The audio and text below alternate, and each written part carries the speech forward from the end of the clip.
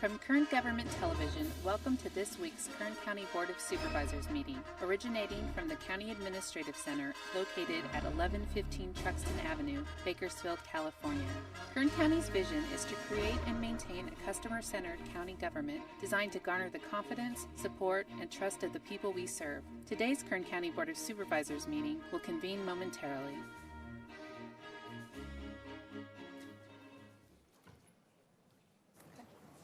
Okay, showtime. Board to reconvene. Madam Clerk, would you please call the roll? Supervisor Gleason. Congratulations, LSU.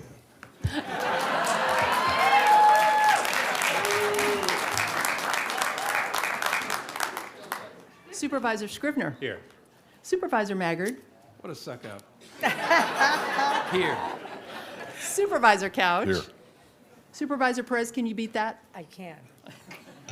Present and accounted for. The question is who's not here. Good afternoon, Kern County, welcome, and to the members of the governor's team, thank you so much for being here. You are welcome to Kern, and we have so much to share with you. Thank you for being here. Before we begin, I want to announce that we have an interpreter available for anyone in the audience requiring translation of these proceedings from English to Spanish. Mr. Fernando Lopez, who's making his way down, please come down to the podium. We can determine if your services are required this afternoon. There are lots of people here today out in the overflow and in the third floor. There is audio available, so I assume that those folks can hear what's being said here. But Fernando, perhaps you could make your way out there and make your services known to the public. Thank you, Mr. Lopez. He's available for anyone requiring an interpreter to address the board during the public comment portion of this meeting. Si hay una persona que no habla inglés, solamente español, atrás en la mesa hay unos audífonos para los que no hablan inglés, solamente español. Thank you, Fernando. County Council, will you please report on action taken in closed session? Ms. Raizan. Thank you. Good afternoon, Madam Chair, members of the board. This morning, your board met in closed session on items 23, 24, and 25. However, there is no reportable action. Thank you, Ms. Raizan. Agendas for today's meetings are located on the tables in the back of the chamber for anyone wishing to follow along. We will begin by considering the consent agenda. All items listed with a CA for consent agenda are considered to be routine and non-controversial by county staff. Consent items will be considered first and may be approved by one motion if no member of the board or public wishes to comment or ask questions. If a member of the audience wishes to comment or ask questions regarding an item or items on the consent agenda, they may do so prior to a vote being taken on the consent agenda. A member of the board may remove any item from the consent agenda, and it will be considered in its listed numerical sequence, with an opportunity for any member of the public to address the board concerning the item before action is taken. Kathy.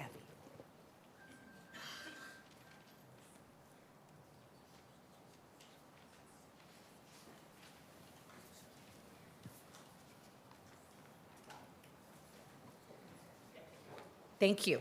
Consent agenda items begin on page 2, and they include items 4 through 6. On page 3, items 7 through 9. Page 4, items 10 through 15.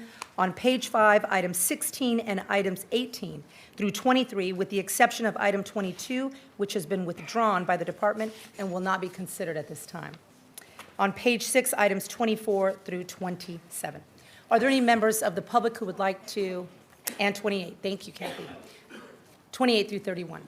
Are there members of the public that would like to comment on a consent agenda item? Okay. Seeing none, I'll return to the board for action. Madam Chair, I'll make a motion to approve the consent agenda and to adjourn as the Board of Supervisors and reconvene as the 4th City Taft Heights Sanitation District. Second. We have a motion and a second. Please cast your votes. Chair Perez, can you just clarify, I want to make certain, item number 22 is no longer under consideration today. That's correct. It's been Very good. withdrawn. Thank you. Thank you. The motion is approved. All ayes. Thank you. The board is now sitting as the Kern Sanitation Authority and will consider the KSA consent agenda. Under the consent agenda, we have one item, item C-1. Are there any members of the public or the authority that would like to pull the item off consent? Smart move. I will entertain a motion to approve the consent agenda and to adjourn as Kern Sanitation Authority and reconvene. Is that right? Ford City Taft Heights, and reconvene as the Kern County Board of Supervisors. Madam Clerk, is that correct? Yes, it's the Ford City Taft Heights Sanitation District. Thank you. So moved. We have a motion and a second. Please cast your votes. Excuse me, the motion is approved, all ayes. Thank you. Due to the presumption that several members of the public are here to speak on item 17, and we have state officials here from Sacramento, I would like to move items 2, public presentation, and item 3, which is board member announcements, to the end of today's agenda. So noted. Oh, thank you.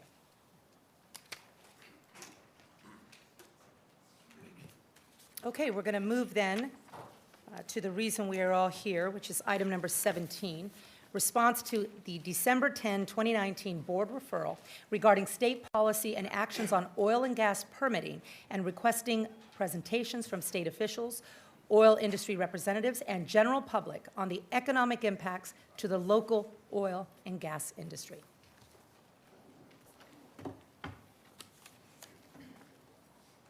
Mr. John Lifquist, if you could make your way to the podium, please. I understand you have a brief presentation regarding money. Thank you, Madam Chair.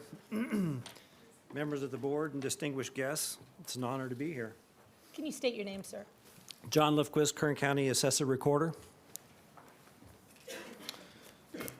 So I know that one of the quickest ways to make people's eyes glaze over is to start citing statistics.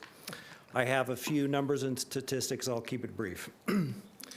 Assessed values don't necessarily reflect total economic impact of a given industry, business or industry. That said, Kern County possesses the vast majority of California's oil and gas reserves. Oil and gas have been vital to Kern County's economy and tax base through most of our county's history. As an example, the 2014 decline in oil prices sent oil assessments plummeting, and over the next 2 years, the Kern local assessment roll declined over 13%.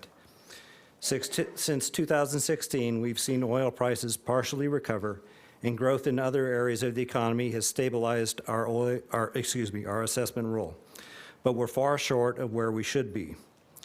From 2014 to 2019, California counties have seen a 33% increase in local assessed values, averaging 28% overall. The 7 counties sharing a border with Kern averaged a 27% increase, and the 14 other valley counties averaged 29%. Over the same period, despite an increasing population and new economic investment in the county, Kern saw a 0.3% increase in local assessments. That's 9.6% less than any other county in the state. So we've been dead last, far and away dead last. A weak or falling assessment roll means limited tax revenue, and over the past 6 years, Kern County taxpayers have had to deal with cuts to road maintenance, government services, public safety, and education. Extraction industries differ from most type of commercial enterprise in that maximized utilization of the resource requires new construction for almost the entire economic life of the reserve.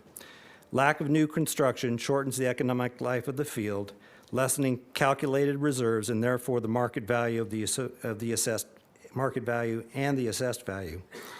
Additionally, a shorter life means that field abandonment costs loom closer, in many instances eclipsing the value of the profitable oil or gas left in the ground.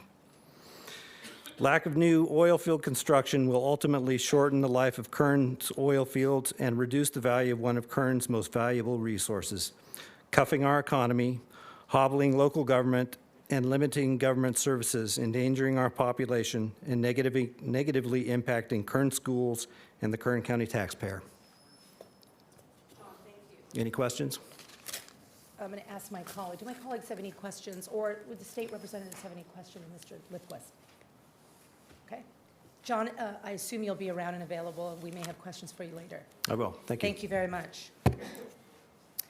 We're going to take some time now to hear from our oil industry trade associations. And first up is Jerry Tardivo, I hope I'm saying that correctly, from Chevron, who is present and ready to address this body and the public. Welcome. We're happy to have you. If you could please adjust the microphone so we can hear you, and please state your name for the record. Yes, Jerry Tardivo Alcazer. Yeah. Good afternoon, Madam Chair, members of the board, and county staff. Thank you for the opportunity to speak. My name is Jerry Tardivo Alcazer, like I stated, and I am Chevron's General Manager of Operations for the San Joaquin Valley Business Unit, based right here in Kern County. More importantly, I'm a wife, a mother of 2 small children, and a member of this community. Kern County is my home. I'm also the proud daughter of a coal miner. Growing up on the East Coast, it was my father's job to put food on the table and gave me opportunities in life that he never had. This is what Chevron in our industry does for so many children and families here in Kern County for well over a century. In the Valley, Chevron is home to myself and 800 other employees whose livelihoods depend on these jobs, not to mention the thousands of contractors who are in our workforce. Our success is driven by our most valuable resource, our people, and their commitment to achieve results the right way by operating safely and reliably. We take pride in what we do and consider what we do important to human progress. We help deliver approximately 25% of the state's total daily oil production. 100% of the oil produced by Chevron in California is refined here in California. Why would we want to import something that we have in our own backyard? And from foreign sources like Ecuador and Saudi Arabia that do not have the environmental regulations and standards we do here in California. Not only are we leveraging our natural resources, but we are doing so while helping our communities prosper. In 2018 alone, Chevron contributed nearly $400 million to Kern County's economy in taxes and spend with local suppliers. Further, through our local community engagement, we support programs in the community that make a positive difference in the areas of education, basic human needs, economic development, and civic engagement. In just the last 2 years, Chevron has contributed more than $6 million to local nonprofits and community organizations here in Kern County. So why does this matter?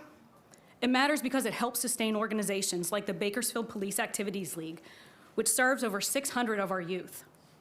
Also, TAF's College Transition to Independent Living program, which helps adults with developmental disabilities integrate into the workplace and social settings. And there are hundreds more of examples of the positive impacts that our community partners are making on the lives of thousands of residents in this county and beyond. And this is thanks to our industry. We do understand communities have expectations and concerns around the development of oil and gas. In that regard, we support a balanced, fact-based dialogue to address those concerns. However, we do not believe that eliminating the development of fossil fuels in this state is the answer until there is a clear path to economically transition to cleaner energy sources. Until then, let's ensure we don't impact our communities. We believe that economic growth requires a level of certainty. We need stable and predictable regulatory execution. Proper engagement throughout the rulemaking process will enable regulations to provide the value and help achieve the state's goals while providing the necessary certainty that business and communities need to thrive. I've told you why this is important to our communities, and now I want to tell you why it's important to me personally. I stand before you today because of the opportunities the industry has given me. I'm the first person in my family to graduate from college and did so by paying for it myself. Congrats. Thank you. And it was through industry summer internships every year I could afford to return to school, pay room and board and tuition, and ultimately graduate. I want those same opportunities for our children right here in Kern County. And the path we're talking about today is not the right way for us to achieve what I truly believe we all want, and that's a better life for us and our families. Thank you again to the Board of Supervisors for calling today's meeting and giving us the opportunity to speak. We look forward to working collaboratively with the County of Kern, the State of California, and its agencies to ensure we can all continue to thrive. Thank you. Thank you.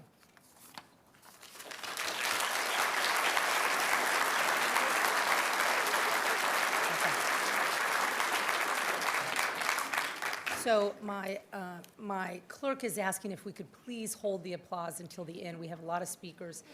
And also, if you could please remain, keep the aisles and the doorways clean and safe, please. Thank you. From Era Energy, President and CEO, Christina Sistrom. Thank you, Madam Chairwoman Perez, and members of the Kern County Board of Supervisors, for the opportunity to speak to you today about what's happening in the oil and gas industry here in Kern County and across the state of California. My name is Christina Sistrunk, Christina Sistrunk, and as the President and CEO of Era Energy, a local oil and gas producer, I have the honor of representing about 1,100 Era employees who work for this company and thousands more who are contract partners with us to provide the energy that we use every day across the state. But more importantly, I get to call these people neighbors, friends, and family. We're a California company, and I want to make sure you understand that we are raising our families here. In some case, some of my colleagues have the privilege of raising grandchildren here. And so we have a vested interest in the health and welfare of this community. As I stand before you, this really isn't about me or even about our company, Era. This is about the 24,000 men and women in Kern County whose careers are being impacted by an uncertain regulatory environment in the state of California. We're experiencing a level of uncertainty in our regulatory environment that is like no other time I can remember. And this uncertainty and lack of permits has already led Era to drop one drilling rig from its 2020 drilling schedule because of that, we need approximately 90 fewer contract partners in our operation today versus what we had at the end of last year. And if this uncertainty continues, there's likely to be a ripple effect throughout Kern County and the rest of the state, and it could create losses of many direct and indirect jobs and the loss of up to $150 billion in economic impact. I don't believe that this is the governor's direct intention, but if the current situation continues unabated, this will be the end result regardless. While I do have frustration with the current regulatory challenges and lack of permits to allow us to continue to safely and responsibly produce the oil needed to meet the state's demand, I want to highlight that this does not mean that we don't support our state's leadership on their renewable energy goals. California has some of the most aggressive climate goals in the world, and I believe that it's critically important to acknowledge the vital role that oil and gas will play during the state's energy transition and likely even beyond to technologies like carbon capture and storage. Like the Department of Conservation, we understand there needs to be a balance between today's challenges, tomorrow's needs, and a vision for a clean energy future. Today, much of the public discourse around energy is dominated by a negative bias and misinformation, and like you, we have seen the headlines and heard the calls to immediately end oil and gas production in California. We don't think that can happen anytime soon and believe to do so would be irresponsible. Removing California's oil and gas production from the equation does nothing to change the state's energy demand, and here's why. Hydrocarbon use is still growing despite 30% of the energy grid running on renewables every year, well ahead of the 2020 goals set by the state. Vehicle miles driven are still increasing, and there are more than 26 million registered automobiles in the state of California, more than any other state. And after a decade of intense effort, including subsidies to encourage people to switch to electric vehicles, only about 700,000 of those vehicles on the road today are electric. 70% of California's oil that we require to maintain our quality of life comes from imports. And increasingly, those imports are coming from Iraq and Saudi Arabia. Now, does it make sense to ship a key source of California's income and jobs to countries that don't adhere to our high safety, environmental, and human rights standards. And importing oil from overseas only increases the global carbon emissions because of the carbon intensity of the tankers bringing that oil into California. And lastly, the outcry over greenhouse gases often points to California-generated emissions. Yet California, with the world's 5th largest economy, is responsible for about 1% of global greenhouse gases. And according to CARB, this is trending downward. There are much greater sources of greenhouse gas emissions elsewhere. ERA and California's oil and gas sector are uniquely positioned to help lead the state through its clean energy transition. Achieving a carbon neutral position is our aspiration, and we're actively engaged in identifying and pursuing new technologies to continue reducing our greenhouse gas emissions. But something else is needed. California needs a wider level of engagement to create plans that can deliver for its citizens and reflect science-based analysis. We cannot have a few academics and elected officials alone determining our long-term energy policy. Businesses, government, and community leaders must work together to reach a shared goal of a clean energy future that we can actually deliver. You know, when you step back and take a look at how this whole period of uncertainty began, we can point to the false information about the number of fracking permits being issued and how much fracking was taking place across the state and the number of permits that have been issued. As a matter of fact, all of the allegations about fracking by those who want to immediately shut down the industry are fraught with inaccuracies and sometimes mistruth. The fact is, hydraulic fracturing has been taking place in California since the 1950s, and there's no evidence to date of negative impacts to drinking water, air, or neighbors' health around the oil fields where it occurs. In my experience, solving complex problems requires creating a plan that includes multiple pathways for success, because all of them probably aren't going to work out quite like we thought they would. There's a big difference between setting goals and delivering actual results. The oil and gas industry has accomplished both over time. We have broad experience in working collaboratively with the community, and we have taken on difficult technical challenges and found solutions. We have a proven track record of safety and environmental improvements. And innovation is part of our strategy, and current policies like cap and trade actually give us the financial incentive to do just that and solve this problem. Recent examples right here at home show how ERA and the industry have been willing to partner with the state to find solutions that balance the state's goals with public health and safety and the sustainability of the industry. I'm talking about the AB 617 program and the SNAPS community air monitoring programs. In response to claims that Lost Hills was the epicenter of oil and gas pollution that was ruining the health of the residents in that community, the state responded by placing 24/7 state-of-the-art air monitoring technologies in that community for more than 6 months. Under the Studies of Neighborhood Air Near Petroleum Sources, also known as SNAPS, that monitoring took place next to one of our largest oil and gas fields during drilling, hydraulic fracturing, and ongoing production. They measured for 135 chemicals each week. And the state published a report in October that only 10 chemicals were detected, and not a single one of those chemicals was above acute health thresholds. We applaud this study. It's a great win for the community and the residents of Lost Hills.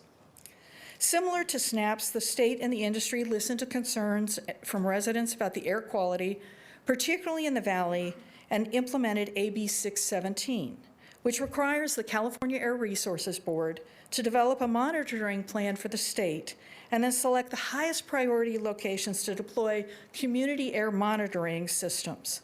The city of Shafter was selected for study. Once again, the data from the air monitoring showed that oil and gas was not a significant pollutant. The data will allow the committee to implement solutions and controls around the true sources of the pollution that most make a difference for the community of Shafter. While we as a company and an industry have a history of partnership and supportive regulations, the current administration has chosen to treat our industry disproportionately, and our county as well. and they are working to fix something that actually wasn't broken. It's also important to recognize that no one solution fits all, especially in a state as large as California. What works in the Bay Area with its dense population and access to public transportation is unlikely to succeed in sprawling Los Angeles, which heavily relies on automobiles. And likewise, different solutions are going to be required in Kern County and the Central Valley with our lower population density, higher poverty rates, less economic mobility, and greater distances between business, education, medical services, and community services. It's essential for the oil and gas industry to continue to be at the table as California addresses the challenge of reducing the state's carbon footprint while preserving the health of our economy and the health of our community. We need a viable mechanism, and that is lacking today. I call on you to request the California legislature and the state officials to include the oil and gas industry in their discussions and policy building plans, encouraging them to tap into our expertise and experience. And I thank you for the opportunity to address you today with these concerns. Please hold your applause. Thank you, Christina. It's very nice to see you. Thank you. That certainly deserving of an applause, but we're going to keep moving. Christina, thank you so much. Trent Smith of Berry Petroleum, President and CEO, and I believe maybe jointly Megan Silva, Berry Petroleum, Vice President, Government Regulatory Affairs, or however you see fit, sir. Welcome. Thank you very much, and good afternoon, Madam Chair and the members of the board. My name is Trem Smith, T-R-E-M-S-M-I-T-H. I was told to spell it. Thank you. I'm the CEO and Chairman of the Board of Berry Petroleum. And first, I'd like to thank you for the opportunity to speak here today on behalf of Berry and the oil and gas industry in Kern County. We appreciate your interest in the success of local businesses and the well-being of this community. Berry is an independent, publicly traded energy company devoted to California and its future. Berry directly employs more than 330 people in Kern County, and they all have families. And currently, we contribute over $11 million in annual property taxes, so that doesn't include all the other services that we contribute to the county. Berry has roots in Kern County that reach back to 1909, and we are proud to be part of the community. I'm here today because the November 19th announcement from the Department of Conservation created great uncertainty for our industry and Berry in particular. As the visual that we've provided shows, that in the 48 hours following the governor's announcement, Berry lost $354 million in market value, or nearly 40% of our stock value. The impact of this most recent effort by the governor, as well as his ongoing efforts to stifle the industry, will have a long-lasting negative impact on all of us, including Kern County. At this point, I'd like to introduce Megan Silva, Berry's Vice President of Corporate Affairs. Megan has been in the industry for 16 years and has been intimately involved in environmental affairs and permitting for the last 5. Thank you for your time.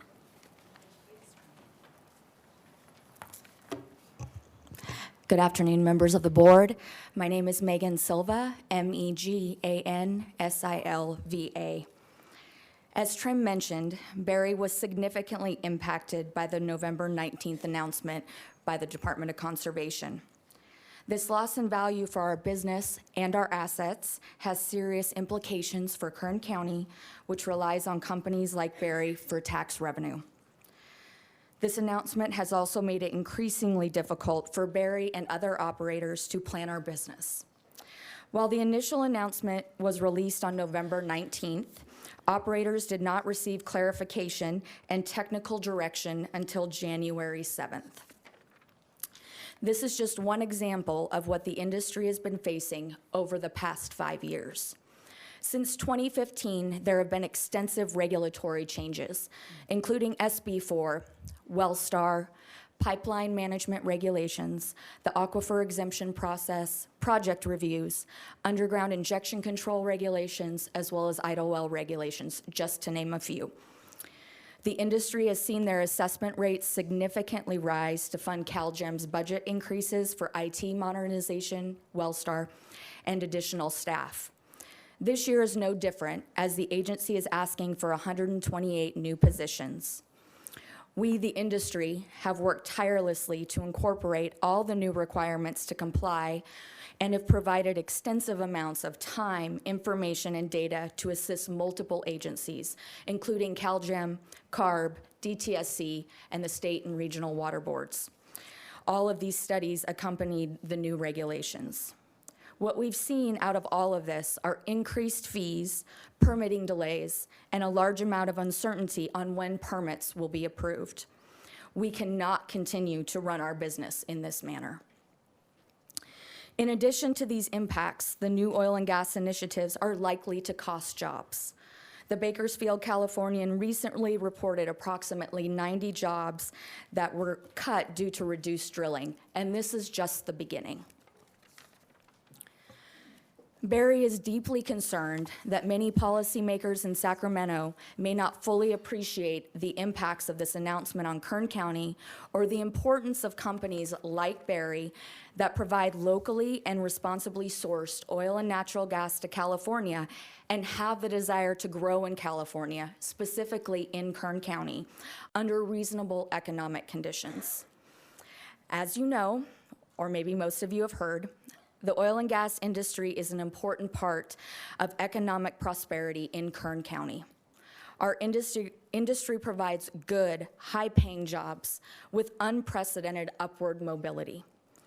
Our industry also provides significant tax revenues that are vital for this county and are essential public services. These revenues are in jeopardy based on Sacramento's continued attacks. However, I feel compelled to remind the current administration that Kern County is also one of the only options for ethically sourced oil and natural gas and is critically important to California's energy independence. California currently consumes 43 million gallons of gasoline, 13 million gallons of diesel fuel, and 10 million gallons of jet fuel every single day. The vast majority of this is imported from foreign sources. Only 30% of what we consume is produced here in California, and most of it is produced right here in Kern County. Our policymakers must understand that Kern County and the companies like Barry are all that stand between California and almost complete dependence on foreign oil. Oil that is shipped across fragile ocean ecosystems from countries that repress women, murder and imprison people from LGBTQ communities, and that have nowhere near the best practices California has for environmental protection. As Californians, we cannot call ourselves the global leaders in environmental protection and social justice while we continue the practice of outsourcing the environmental and social costs to our lifestyles. We must do better. And in Kern County, that's what we do every single day. We produce locally and responsibly sourced energy under the most comprehensive environmental regulations in the world. And we do it while providing critically important economic benefits to this region. Governor Newsom and elected officials in Sacramento need to understand that the decisions they make have significant impacts on the people and families in this community. And we need Sacramento to take the necessary steps to support responsible local oil and gas production rather than exporting the economic benefits to foreign countries that have nowhere near the environmental or human rights protections that California has. Barry is committed to Kern County and to California. We look forward to working with our incredible county leaders, this board, the Department of Conservation, and our representatives in Sacramento to forge the path toward a more sustainable and secure energy future. Thank you for your time. Okay, please, thank you. We're moving. Is it Anibal? Am I saying that right? Anibal? Anibal. Thank you. You'll clarify at the microphone. Thank you. Araya? Thank you very much. Welcome, California Resources Corporation. Thank you. So good afternoon, Chairwoman Perez and supervisors, and of course, representatives from the Department of Conservation. My name is Aníbal Araya. Aníbal Araya, A-R-A-Y-A. And, Beautiful name. Thank you. I'm a resident from Bakersfield. I have 2 boys that I raised here. I'm a second generation, oil and gas worker. My father was in the oil and gas industry. I'm an immigrant, so I'm not, originally from the United States. But I'm also the Vice President of Capital Execution for California Resources Corporation, or CRC. So I'm here to talk a little bit about what CRC does and, a little bit how some of the new things that have come across are affecting us. So CRC is a publicly traded oil and natural gas company that operates exclusively in California. CRC's workforce of over 4,000 employees and contractors operates world-class assets, base of 130 fields, safely and responsibly supplying affordable and reliable energy for California by Californians. I'm proud to lead CRC's active drilling workover and construction program and drilling, which has 8 drilling rigs running today, 7 of them actually running here in Kern County. So I'm here today on behalf of my family, my coworkers, my community, to highlight the essential environmental, economic, employment, and social benefits of the local production of safe, affordable, and reliable energy, and to ask state agencies to partner with Kern County to reverse California's risky and unnecessary dependence on imported energy at a time of heightened international turmoil. Ever-increasing regulations on Kern County's primary employer, the oil and gas industry, have led to decreased investments in Kern County and greater dependence on foreign imports. California is currently dependent on energy imports for over 70% of our crude oil demand, 90% of natural gas, and even 30% of our electricity, all from places that don't apply California's leading safety, labor, human rights, and environmental standards. In recent years, our dependence on imported oil has grown significantly. So what does this mean for Californians? Every barrel not produced in this state is actually made up by super tankers that are coming in from Saudi Arabia and other countries like that. When considering cost of living, including taxes, housing, and medical costs, California has the highest poverty rate in the entire nation and the 3rd highest rate of homelessness. We also have the highest average gasoline prices in continental United States. In stark contrast to the coast, Central Valley and other inland residents are faced with the highest energy costs in California. The Valley has the highest number of participants in the California alternate rates for energy and family electric rate assistance programs. The state's energy policies, regulation, and mandates have only exacerbated the high price of energy. This is felt most by the residents in the inland areas of California, whose energy bills, of course, skyrocket during the summer months and winter months. Kern County has protected Californians from being hopelessly dependent on imported energy, sadly with little or no help or recognition from Sacramento. In light of recent events, from utility power outages to the Middle East turmoil, Kern County has literally saved California from another self-inflicted major energy crisis. Kern County is the key to the governor's plans in California's future. Kern County is unique in serving as California's leading supplier of food and energy for the state. Kern County is truly the all-of-the-above energy champion, promoting oil, natural gas, and renewable energy and infrastructure that powers our state. Through thoughtful local regulation, Kern County supervisors and planning director have welcomed private investments by CRC and other local energy producers that have enabled the state to meet its ambitious energy and environmental mandates.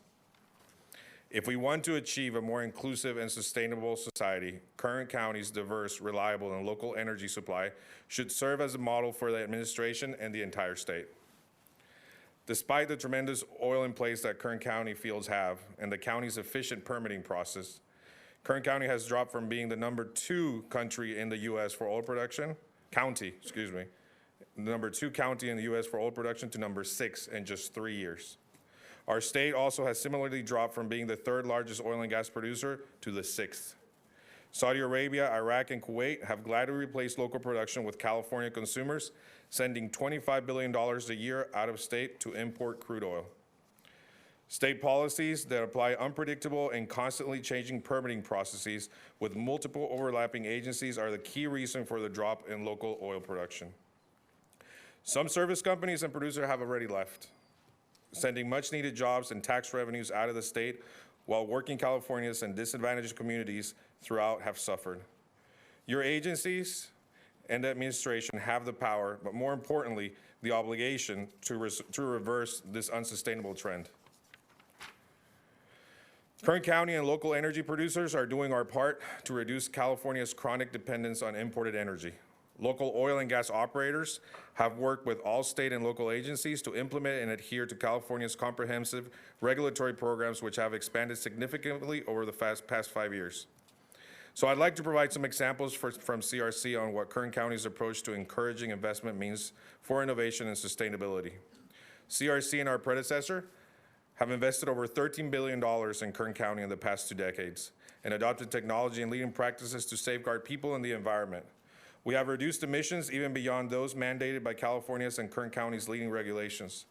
Everything in California oil fields, of course, starts with safety. And in 2019, our workforce achieved the best safety record in the long history of our fields and operations. With 0 employee injuries for well over a year and a safety rate of combined workforce that is better than stockbrokers, radio broadcasters, and actually insurance agents. We're better than all those. We are.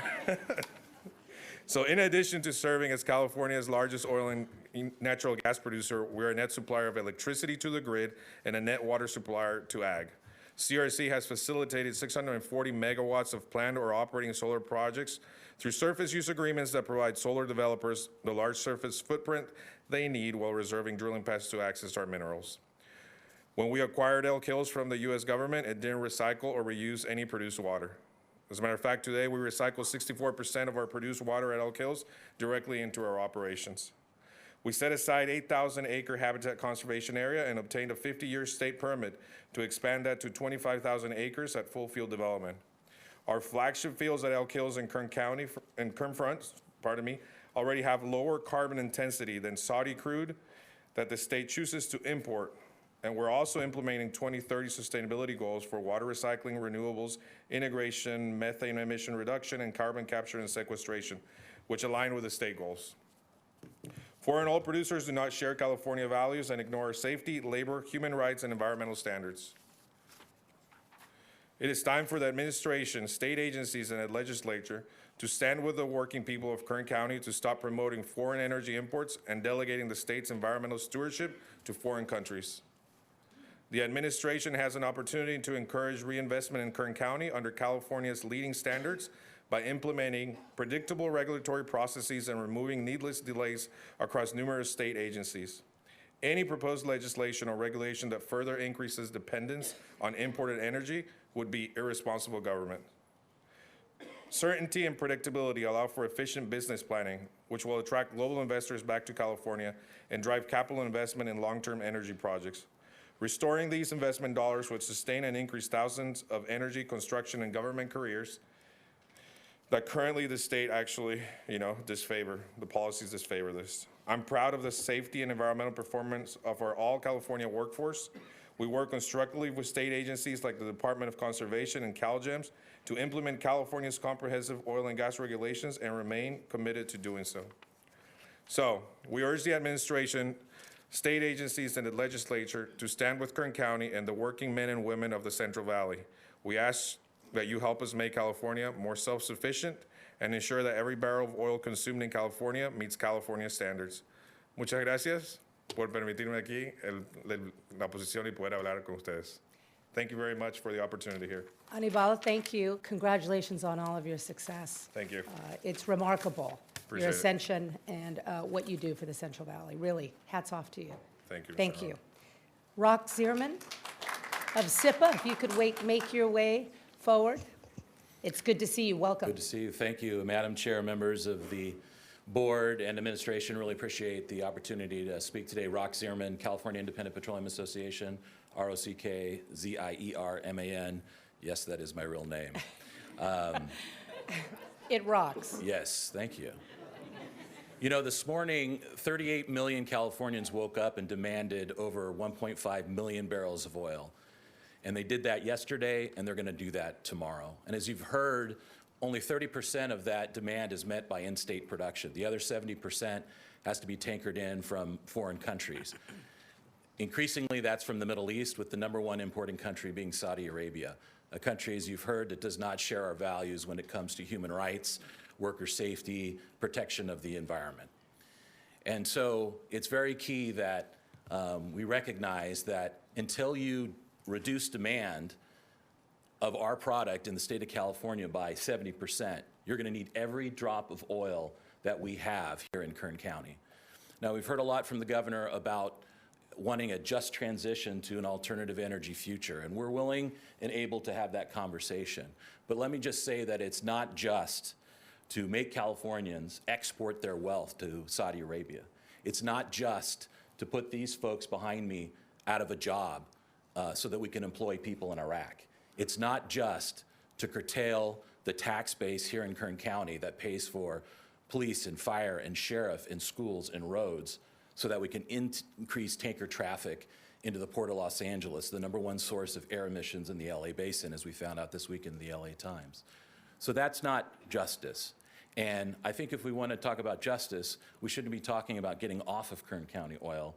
We should be talking about getting more reliant on Kern County oil and less reliant on those that are coming in from other places.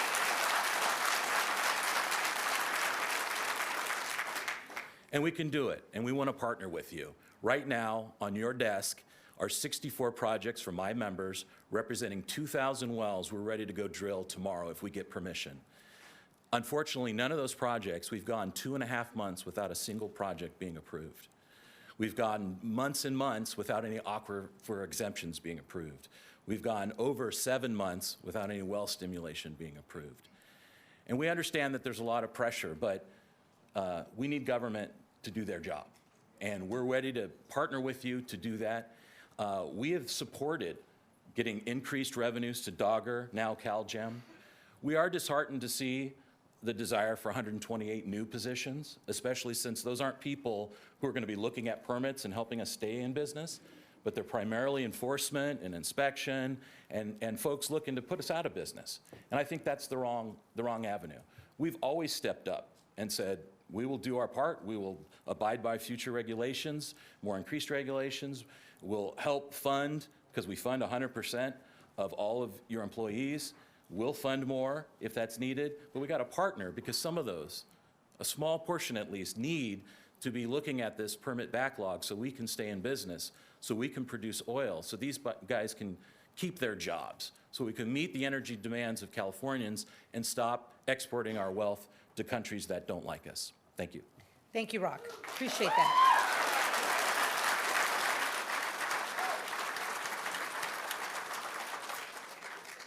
Next time, you'll tell us how you really feel. Thank you, Rock.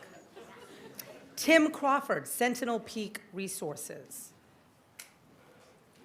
Welcome. Please state your name and give us your thoughts, sir. Tim Crawford, CRAWFORD.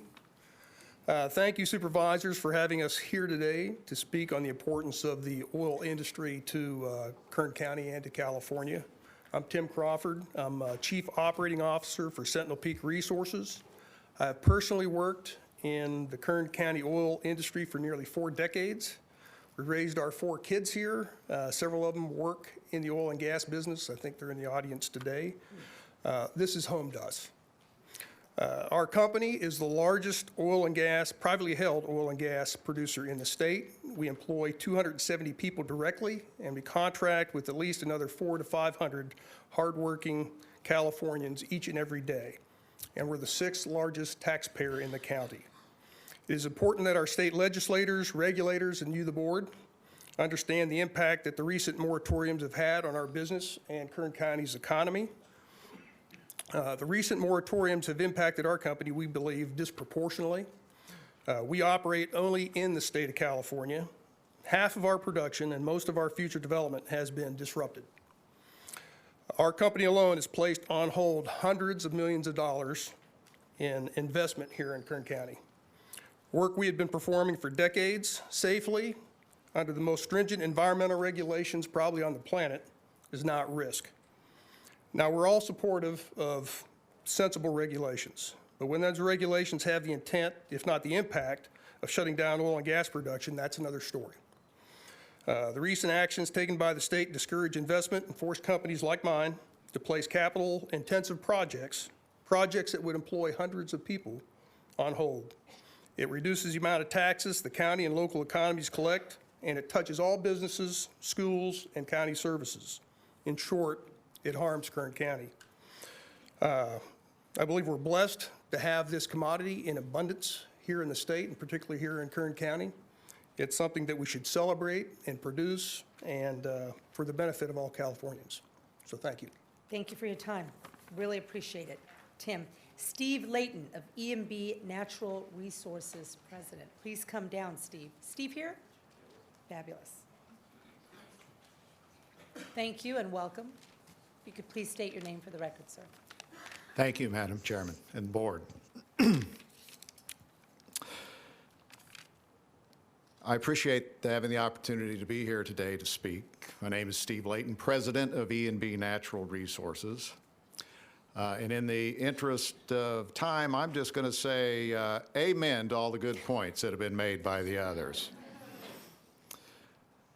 I'll talk a little bit about E&B, though. E&B is an independent oil and gas production company headquartered in Kern County. We produce about 15,000 barrels a day of oil to help meet California's need for petroleum. Our companies combined employ over 400 people, the vast majority of which live and work in Kern County. Over the last decade or so, E&B has made significant investments in Kern County. Just in the last couple years, we've invested over $100 million in various projects throughout the county, which included drilling about 200 wells, starting construction and finishing construction of our new corporate headquarters. We've also constructed a 23 megawatt solar project that will provide renewable power for our main oil field here in Kern County. In addition, we've also constructed a 5-mile pipeline that not only will help us bring our oil to market, but also significantly reduces the emissions associated with our operations.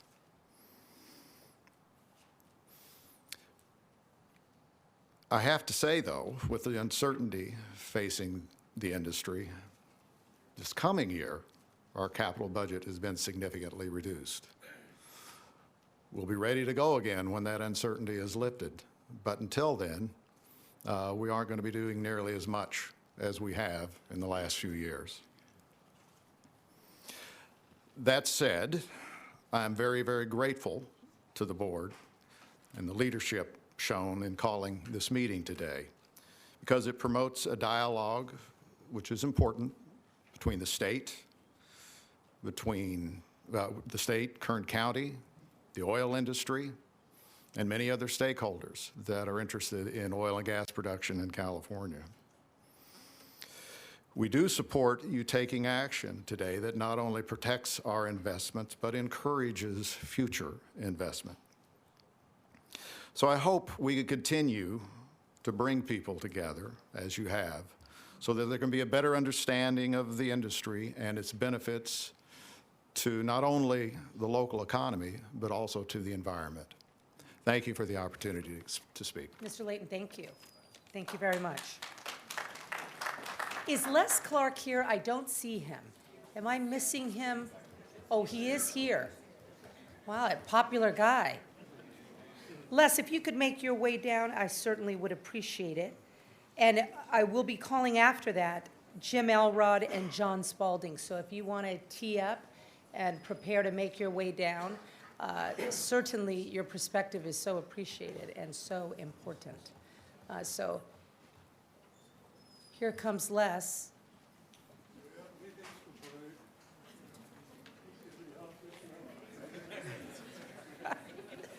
I like the dramatic entry. It suits you, Les. There's a reason I sit in the back. Yeah, mayday, mayday, mayday. Welcome, Les. Good afternoon. Please state your name for the record. My name is Les Clark. Thank you for letting me speak today. Been a while. Speak up, Les, if you don't mind. Speak up, please, or closer to the microphone. You know, I am a football referee. Get a little bit closer to the mic. I represent most of the a lot of the mom and pops, which are the little guys. And I also have in that membership the small independents and the mid-sized independents. And as you know, I retired, see how I said that, tired, about 2 years ago now. But the mom and pops wanted me to continue on because they could see the problems and concerns that were on the horizon. And I too, like Leighton, would like to express my appreciation for everybody that's, in fact, they've got most all of my points, so I'll be brief. But I'm really here to, I know that you all know how important the oil industry is, no doubt about that, and I appreciate you putting this together, no doubt about that. But I'm really concerned about the state. They're sitting over here, and I'm going to be really interested in what they have to say. You know, I've read some few quotes in the newspaper, which are very upsetting to me. You guys are in charge. We're supposed to be working together. That was the original charge for DOG and industry to work together. So far, over the last 2 or 3 years, I haven't seen it. Now, you got new leadership sitting over here. We'll see. I'm going to have a real jaundiced eye on that. That's your responsibility to work together with us.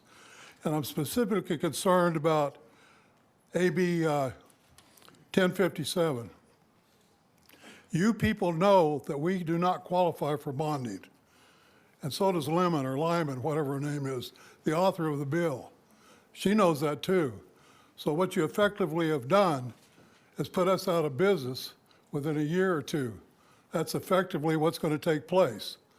Now, I had members out there in the audience, one of them couldn't get in here that wanted to tell the story.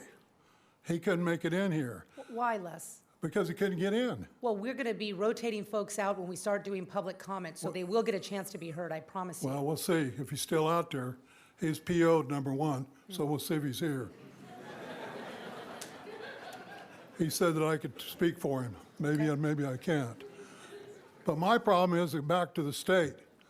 You know what bothers me? I know the statement's going to be, well, it's a law, it was passed, the bill is passed, so we have no choice. Yes, you have choices, because over the past 3 or 4 years, bills have been passed, and by the time we get down to here and we all agree on the bill, we're working together, guess what? Because of your guys, the bill is a lot more restrictive. The law is a lot more restrictive. We've actually had to call on different agencies or assemblymen to meet with your folks to discuss that issue. There's 3 different issues, and I'd be more than happy to talk with you guys about it. Just give me a chance. So, I mean, those are problems that I see, because once they get down here and you make another determination, and why I bring that up, AB is one of those that I know there's some wiggle room. We'll see if you can work together with the mom and pops and straighten us out. You don't need to put us out of business. The other hat that I'm wearing today is a school board hat. Do you know what impact it has on schools to lose jobs? You know what happens when you lose a job? Mom and dad have to move out of Taft. They're gone. You know how we calculate our finances? It's called ADA, average daily attendance. Without those students, you hamper the education. And believe me, we need all the dollars we could get to educate our kids. And so to me, that's a real concern. The third hat I'm wearing today is for the community of Taft and Ford City. Can't forget Ford City, suburbs of Taft. You guys are pretty slow out there, come on.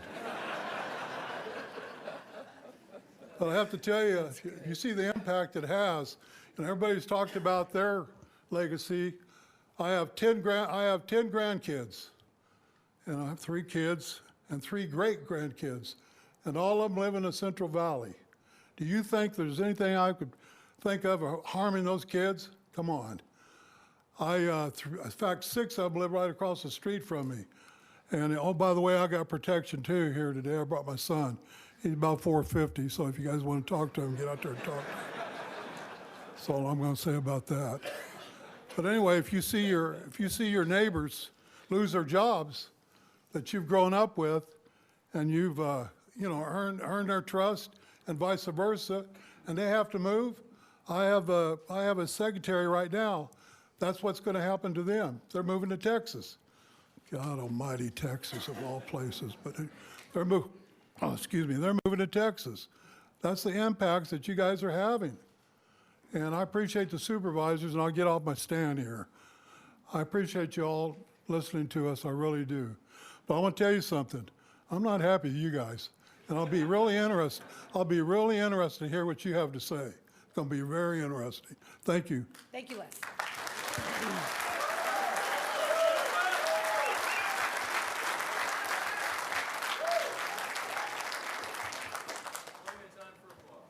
Thank you, Les.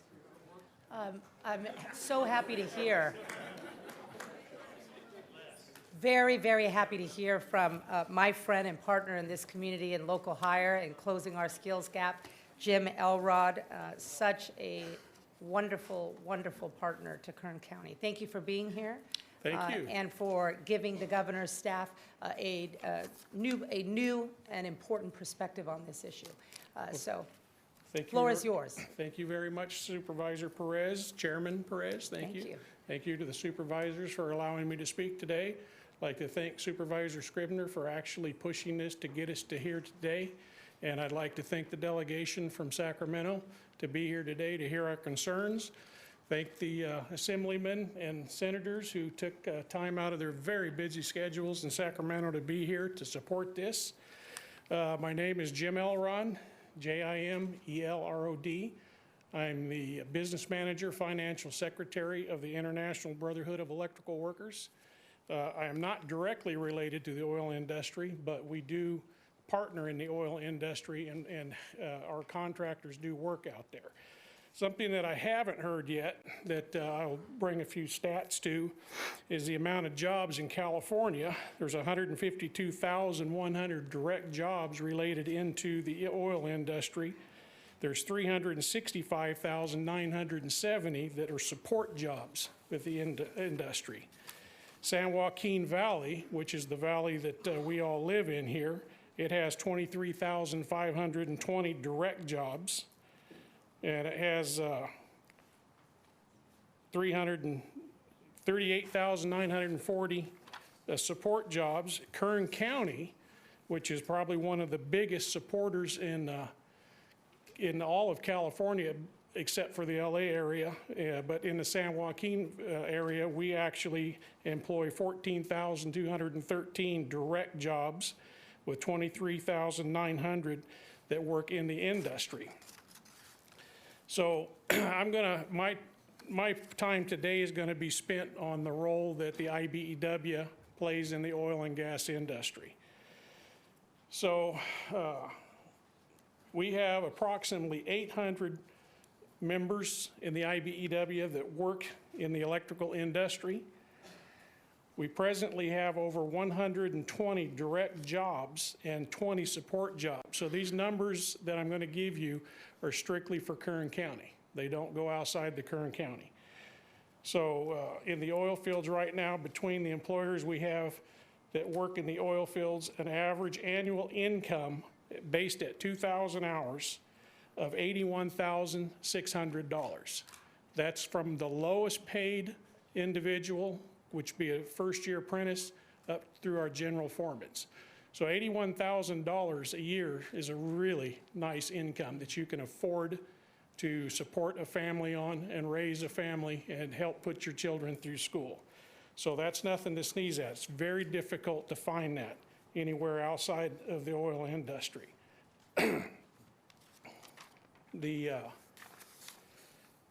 We have I'll just take a contractor that we have out of the many that we have that work in the oil and gas industry. And that contractor, over the last 4 years, has employed 444 direct jobs in the oil and gas industry. With an average of the $81,600 fee, that's $36 million in 4 years. That averages out to about $8.5 million in 1 year. So that's a lot of money into the economy and into the Kern County area. Sorry, I'll turn the page here. So on a personal basis, I'm 61 years old. I'm a lifelong resident of Kern County, and as a lot of Kern County graduates back in the day, in the 70s, I graduated from North High School, which is kind of right in the heart of the oil country. You either went on to college or you got a job, and most of us got a job in the oil industry. I went to school for 1 year at Bakersfield College, decided that I probably wasn't fit for being a college graduate, so I ended up getting a job in the oil fields. I worked in the production area. I worked on a drilling rig. It was a fantastic pay. It was dangerous work. It was dirty work, but it taught me how to get up every morning, show up to work, do my job, and come home and make money and to be able to start a family. It's not a lot of industries that you can do that without having a lot of skill or background or education. So my hat's off to the oil industry to give me that head start. That got me into the electrical trade. But oil and gas in my family, it's kind of built into my DNA. My grandfather worked in the oil and gas industry. He was a pumper for a lot of independent oil companies in town. Earlier, I seen my uncle sitting over here in the audience. I don't even know if he knows this, but growing up, me and my brother used to spend the weekends with my grandparents about once a month. And on Saturday mornings, my grandpa would throw us in the truck, take us out into the oil fields while he gauged pumps. We rode the hell out of my brother's or my uncle's motorcycle. So I don't know that he ever knew that because he was home sleeping. So we were raised in the oil fields. Like I said, my grandfather worked in the industry. My dad, who is a journeyman wireman, retired, 89 years old, but he worked in the oil industry on the gas plants out at the Elk Hills, a lot of the cogens in the Kern County area. And like I explained earlier myself, I actually worked in the oil fields.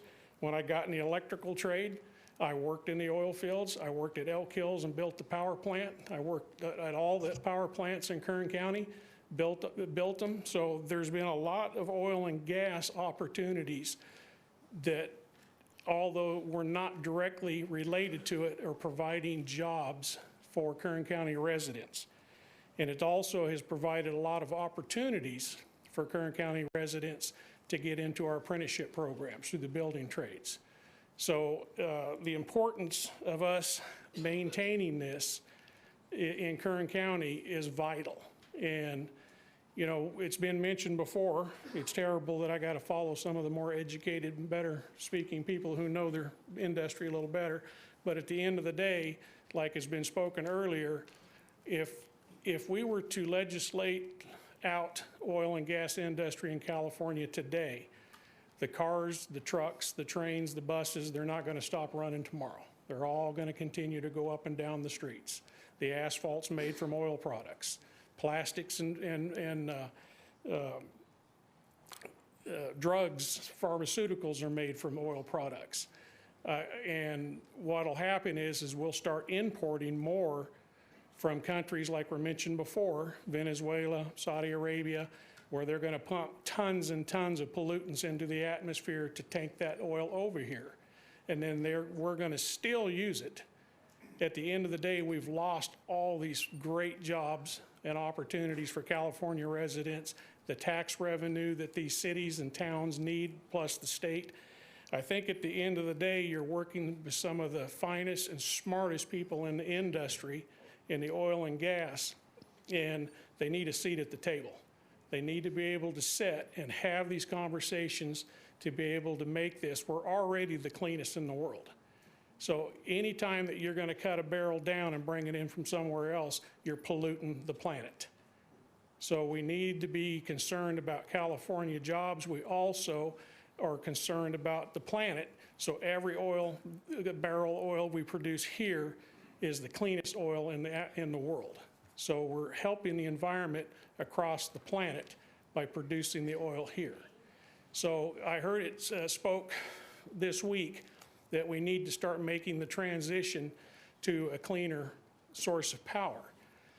Well, that kind of started back in the day when the gas prices hit over $5 a barrel. So IBW also works in the clean energy business. And to date, we have built over 2,500 megawatts of solar power just in Kern County, created hundreds and hundreds of jobs in that industry. And so that transition has already begun. A matter of fact, about a year ago, 8 Minute Energy had announced that they can now produce a kilowatt of electricity cheaper than it can be produced with natural gas. So that transition is already taking place. But to think that we're ever going to be able to do without the oil and gas product is just foolish thinking. So what we need to do is rely on the expertise of these oil companies, utilize them to help us create the cleanest possible method of burning this while keeping the jobs in California, keeping the ability to keep people able to live and pay for things. And the transition is going to take care of itself. Economics is always going to lean to whatever's cheapest. So electric cars are becoming more popular. We've been involved in installing charging stations all up and down California. So that transition's already taking place. So let's not get hasty just to make ourselves feel good and pat ourselves on the back that we're doing our part for the environment, because we already are doing our part for the environment. So again, I think the best thing we can do is invite these experts to the table and hear what they have to say and let them help us get to the best we can be. Thank you. Jim? I don't think I've ever heard you speak that much in 10 years.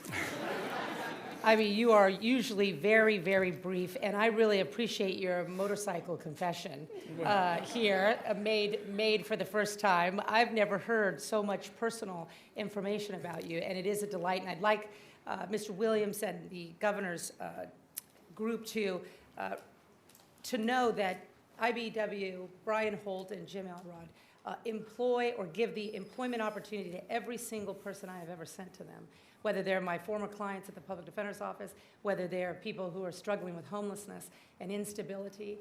We send them right to these folks, and not all of them are immediately employable, of course, but for every single one who's willing to show up and work hard, they get paid really well, and these guys are completely committed to putting our people to work. And I just don't know there's anything more important as a community and as society we can be doing than offering that kind of hopefulness to our people. And these guys really do it. And it's marvelous to know that, and for you to see that our labor groups work very closely with our industry because they benefit each other and they benefit this community. And Jim, really, all my love and respect and gratitude to you for putting Kern County people to work. I know how devoted you are to that, and it means so much to me. Thank you. Thank you. John Spalding?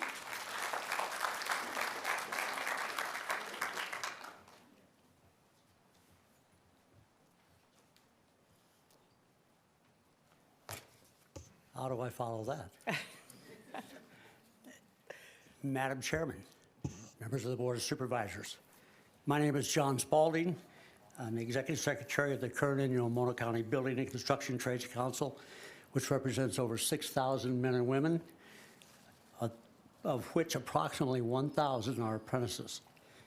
I'm here to let you know that we are opposed to the elimination of fossil fuels in California, and to let you know that it would be devastating to the Kern County building and construction industry. I have with me an analysis of construction spending and employment in the California oil and gas industry. This analysis was done at the request of the State Building and Construction Trades Council President, Robbie Hunter, and was done by the Institute of Construction Economic Research at Michigan State University. The report begins with the executive summary, which states that the California oil and gas industry helps power the state's economy by investing in the infrastructure to extract, refine, and distribute the oil necessary to keep up with consumer demand. In the pursuit of this endeavor, the industry is a consistent economic engine, investing billions of dollars annually and employing thousands of hardworking California construction workers in good-paying jobs. These jobs represent vital pathways to the middle class, especially for workers who lack a college degree. And I have copies that I like to present to the Board of Supervisors.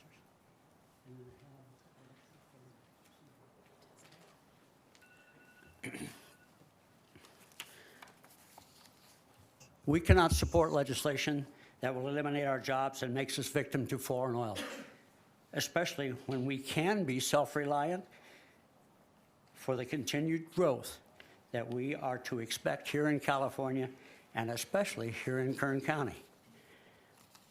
We have been at the front lines of creating the green infrastructure in California.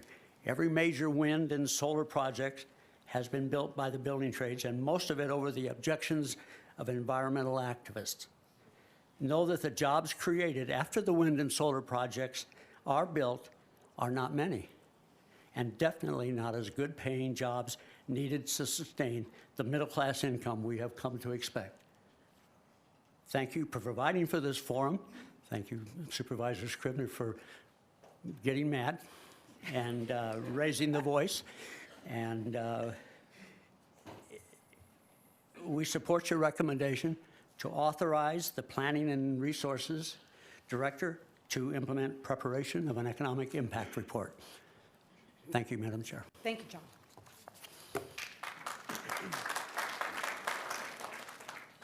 Okay, well, I want to say thank you to the industry reps, and I know we'll be hearing a little more later in the agenda, but really thank you for the brevity of your presentation and the spirit of civility by which we are helping this team understand what our concerns, what our issues are, and I am so grateful for that. We're going to pivot now to our state representatives, and really I'm aware that the governor is making a crucial, critical tour around the state on homelessness. We know it's the #1 issue by 89% of Californians who say immediate action must be taken. So I find it striking and remarkable that so many of you are here and that you have been present for 2 days, taking lots of meetings and listening with an open ear and an open heart. I sense that, and I'm grateful for that. So again, welcome to Kern County. I look forward to hearing from you. You know Les Clark is also waiting to hear from you, too. Yes. There's no question about that, That's right. Mr. Williams. So I'm going to turn to you now, Mr. Williams, Legislative Affairs Secretary, Office of Governor Newsom.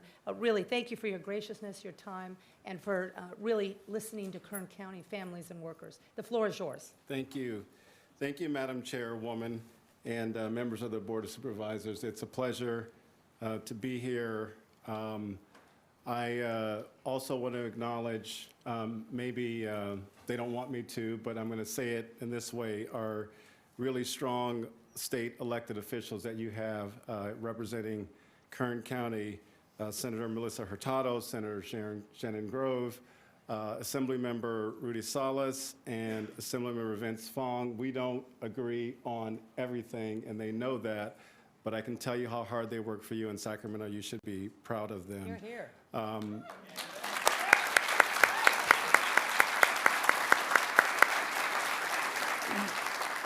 I also want to acknowledge our mayor, my mayor. You know, many people don't know, and I should have said and spelled my name. I forgot. Anthony Williams, Williams. I am a son of Bakersfield, born and raised here. I attended West High, and I'm a proud Viking from the mid-'80s. I also have family members, 4 generations at BHS, East High, South High, and yes, even North High. My family has been in this city and this county for over 100 years. We are teachers, firefighters, police officers, correctional officers, dentists, housekeepers, gardeners, you name it, we've done it, including, and I got to tell a story in a second here, but including an electrician who happened to be my father, who was a lifelong IBEW member. So, yeah, that means something to me. And I worked in the oil fields. I had jobs from Elk Hills to Oildale. Let me just tell you, you know, after I finish up here today, I'm taking my 93-year-old grandfather out to dinner. So thank you for giving me the excuse to be in Bakersfield today. So I hear you, I see you because I am you. And I'm also a member of the governor's senior staff. I'm not just anybody who is sent here because I happen to be from Bakersfield. I, as the governor's legislative affairs secretary, am part of his senior team. I talk to the governor every single day. And so when my voice rings in his ear, your voice rings in his ear, and I'm very proud of that. And I'm here today because obviously I care deeply about the future of this county, and I want to acknowledge all of you who have expressed concerns about the actions that this administration has taken and those you represent. We recognize that many of the issues the state, the nation, and in fact our world face, climate change, globalization, modernization, all those things are having a disproportionate impact on Kern County. It's oil and gas industry, it's agricultural industry, it's correctional industry. We see that and we know that. You know, these forces are larger than one industry or one county, even one state, and we need to figure out how to get in front of them, or we risk getting run over by them. And the only way we can realize a future for Kern County that adapts to these forces is by working together. So I'm here today to listen to you in this chamber. We've heard from the industry. I'm also eager to hear from the distinguished members of the Board of Supervisors, and more importantly, frankly, those of you who are in the community, and I want to hear your voices. My grandfather does have to be in bed by 8, so I'll stay as long as I can. This is my 4th visit to Bakersfield in the last 30 days, and it ain't going to be my last in the next 30 days. I'm going to be back. Our team is going to be back, and I can promise you the governor is going to be back. He's been here 3 times since he's been elected governor. And a couple of those times have been some challenging issues, but I hope that the next visit is to celebrate what Kern County is all about. We've set some ambitious goals to adapt to climate change, and entire industries have risen up to meet them. And one of the things I want the governor to see is that Kern County is already the top producer of renewable energy in California. And the county will be important for capturing carbon in the years to come. So this county will continue to play a critical role in meeting the state's energy needs, including in-state production, as we transition to a carbon-neutral economy. Well, the governor also recognized that as we move toward a stronger future for Kern County, that requires a more diverse, dynamic regional economy as well. And Mr. Zimmerman, I got to tell you, you're right that we have been talking about a just transition, but also we need to have a just now for all the workers and people here in Kern County. In his inaugural speech, the governor talked about the region's hunger for investment and has since followed it up with investments that prioritize this county's long-term economic vitality and environmental sustainability. This year's budget includes important investments to support Kern County's $7.3 billion agricultural economy, including a $4.7 billion climate resilience bond and a $1 billion catalyst fund. These initiatives build on the state's capacity to incentivize climate-smart ag projects in Kern County, such as agricultural off-road engine replacement and healthy soils. This year's proposal also includes a broad suite of water resilience priorities that advance drought risk reduction and support SGMA implementation. Governor Newsom has also proposed a 5-year, $165 million investment from last year's enacted budget that will support targeted areas of the state, including Kern County, in planning workforce development strategies that maximize their unique assets, such as geography, economy, and labor pool. Before I close, I got to just say that Jim, Mr. Elrod. I have the road rash to prove that riding motorcycles in oil fields is not the greatest of ideas.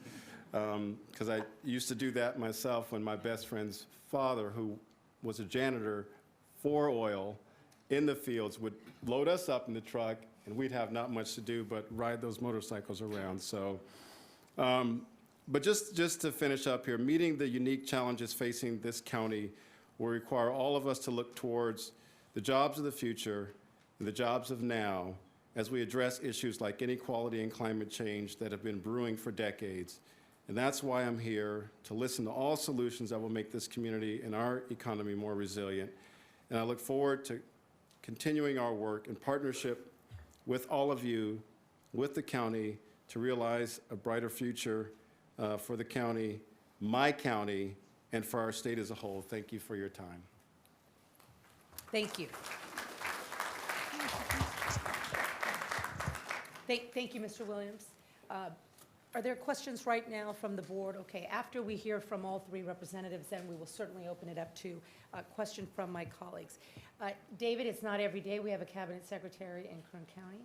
We met very early this morning, had opportunity to share personally about our lives and our love for the work that we do and the people that we serve. And I really appreciate that, your time, your emphasis, and being here. Thank you. Thank you. David Shabazian, Director of the Department of Conservation. The floor is yours. Thank you. Thank you for the invitation to be here today and to participate in this discussion. I also appreciate the time with Lorelei today. It was very enlightening as to what you're doing to plan for your future, and I want you to know that we're here to listen about those plans and to offer our partnership and our resources to find solutions that can shape the path forward. My name is David Shabazian. It's spelled S-H-A-B-A-Z-I-A-N. It's quite a mouthful. Used to actually be spelled longer when my family first came to California. I was appointed to be the director of the Department of Conservation last October. My background is in regional land use planning with an emphasis on rural-urban connections and increasing the economic viability of our working lands here in California. In concert with our mandate to oversee oil and gas production, our department is focused on balancing today's needs with tomorrow's obligations and opportunities by focusing on sustainable and efficient use of California's energy, land, and mineral resources. Since becoming director, I've worked hard to get up to speed on oil and gas issues, relevant statutes, and regulations. I've recently visited oil and gas production facilities here in Kern County and met with operators to learn about their production process and environmental compliance efforts. I'm joined by State Oil and Gas Supervisor Ntuk, who will go into more detail on the state's new policy initiatives and permitting issues. We were asked for information about the state's strategy for carbon neutrality. I can share that the governor is committed to achieving our climate goals in ways that continue to grow our economy and transition our workforce, including here in Kern County. These changes will not happen overnight, but they will come nonetheless. I think it is important to acknowledge that even as oil production has decreased steadily since it peaked 35 years ago here in California, consumption of fossil fuels has actually grown, whether in the form of gasoline, diesel fuel, jet fuel, or in a variety of other products from asphalt to electronics, from roof tiles to rugs. That is an important context for today's conversation. As you may know, the California Environmental Protection Agency is leading the state's effort to evaluate how we transition to a carbon-neutral economy. But many other agencies across the Newsom administration, including the Department of Conservation, are working with Kern County and others to develop the scope of this work. Your ongoing input is critical to this process. Specifically, our sister agency, Cal EPA, is pursuing 2 studies to support the state's goal of achieving carbon neutrality by 2045. The first study will examine ways to significantly reduce transportation-related fossil fuel demand and emissions, including transitioning to zero-emission vehicles, accelerating the use of alternative fuel sources, and reducing vehicle miles traveled. The second Cal EPA study will identify strategies for managing declining transportation fossil fuel supply, including strategies focused on local pollution reduction and land use. The two studies will take place in parallel and align with the state's effort to responsibly manage the decline in fossil fuel production and consumption in a way that is economically responsible and maximizes equity, resiliency, health, and environmental quality across the state. Particular attention will be paid to fostering sustainable and diversified local and regional economic development and the creation of high-quality jobs for all communities. Affordable, accessible, and reliable non-fossil fuel options and technologies also will be a key focus. Cal EPA released a draft scope of work on December 20th last year after a public comment period and a series of workshops, including one here in Bakersfield. The public comment period closes tomorrow, but Cal EPA plans further public engagement as the study develops. The governor is also serious about a just transition of California's workforce here in Kern County and other regions. A just transition ensures that all Californians benefit from the transition to carbon neutrality. This entails creating economic opportunity for disadvantaged communities most burdened by the climate crisis. It also entails managing economic transition to protect resource-dependent communities that rely heavily on fossil fuel industries. This work will be statewide, but will include a focus on areas and industries that have been traditionally dependent on fossil fuels, including Kern County, as California prepares for a transition to a carbon-neutral economy in coming decades. Again, I want to thank the board for the opportunity to be here. We are here to listen, to be partners, and to find solutions together. And beyond today, continue a dialogue with you. Thank you. Thank you very much. Mr. Shabazian is right, correct? Thank you. Got it right that time. Thank you, and we will have some questions for you, Great. which I know you're ready for. And of course, Uduak, another Bakersfield man, welcome back. We have many, many friends here who speak very highly of you. So you are warmly welcomed back to Kern County, but we'll wait and see what you have to say for final judgment. Yeah, the floor is yours. Thank you, Madam Chair, Honorable Supervisor. Thank you for the invitation to be here, and it's great to be back in Kern County. My name is Uduak Joe Ntuk. First name is spelled Uduak-Joe. Last name Ntuk. I was appointed the California State Oil and Gas Supervisor also this past October. I have a background in both industry and government. I earned my master's degree in petroleum engineering at USC, and I'm an adjunct faculty member in the chemical engineering department at Long Beach State, where I earned my undergraduate degree. I started my career right here in Kern County as a production engineer and reservoir engineer, working in local industry. Then I transitioned to local government with the city of Long Beach, and most recently served as a petroleum administrator for the city of Los Angeles, where I navigated the challenges of producing oil and gas in heavily urbanized areas. I understand the complexity of building bridges and solutions to address public concerns in both rural and urban environments, while ensuring both safeguards and energy needs are met. As of the new year, January 1st, DOGGR is now known as the California Geologic Energy Management Division, also known as CalGEM. The new name comes from AB 1057, which was passed by the legislature and signed by the governor last year. This legislation adds to the section of the Public Resources Code that specifically says and builds on CalGEM's mandate and updates and priorities to protect human health, safeguard the environment, and advance the state's long-term climate and energy goals. It also calls on CalGEM to coordinate with other state agencies on the state's established climate and energy policies and laws. This broader, forward-looking focus builds on the division's renewal plan to create a modern, science-driven regulatory agency. But what are these changes resulting in? We are strengthening regulatory oversight and continuing to professionalize CalGEM. We are focused on strengthening our regulatory program, emphasizing compliance and safeguarding public health, safety, and the environment through field inspections and enforcement. And production has been reducing in recent decades. We will continue to ensure that operators take responsibility for safely decommissioning wells and associated infrastructure. I want to talk more about the recent initiatives that are underway to ensure and underscore the scientific basis for permitting decisions, as well as the other actions taken to address Kern County's concern about economic impacts.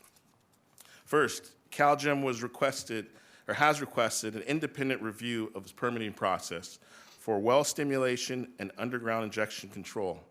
This review will be conducted by the Office of State Audits and Evaluation in the California Department of Finance. The review appraises the division's current permitting process to ensure that its adequacy and develop public recommendations for any needed improvements. I'm confident in our permitting process and committed to resolving concerns raised last year about these processes. While the review is being completed in the coming months, the division is instituting a third-party scientific review of pending well stimulation permits to ensure the state's technical standards for public health, safety, and environmental protection are met prior to approving each permit. The review is being conducted by independent experts at the Lawrence Livermore National Laboratory. We look forward to this process moving forward to allow the labs to complete the review of well stimulations on a rolling basis in the coming weeks. Second, given the extent of the recent unprecedented surface expressions at the Cimareck and Midway oil fields, a moratorium was put in place in November on new permits of high-pressure steam injection above fracture pressure while investigating the causes of these spills. New regulations became effective April 1st, 2019, expressly prohibiting surface expressions resulting from injection operations due to their potential harms to human health and the environment. During the moratorium, regulators will consult with experts and examine records from recent surface expressions spills to better determine whether high-pressure cyclic steam can be conducted safely and in compliance with our new regulations. A contract for that evaluation is nearly complete, and it will take 3 to 6 months to evaluate the different fields and engineering techniques utilized by the various operators across the state of California. Along with the DOC director, I was just here in Bakersfield last week and had the opportunity to see the fields firsthand for myself. And we got an overview of the different steaming, cyclic steaming, and steam flood practices in the area. We are listening, we are building relationships, and we are being transparent about our actions. Third, CalGEM has begun a process to examine the current oil and gas regulations and identify gaps that need to be filled to better protect public health and safety. This rulemaking process will proceed carefully, thoughtfully, and with full engagement from all stakeholders, including oil companies and community-based organizations. There will be numerous public meetings in both the pre-rulemaking and formal rulemaking processes, including several here in the Kern County area, in Bakersfield, Delano, Arvin, and other communities in the Central Valley. As you likely read, the governor's budget proposed last Friday includes recommendations consistent with CalGEM's mandate to prioritize protecting public health, safeguarding the environment, and advancing the state's climate and energy goals.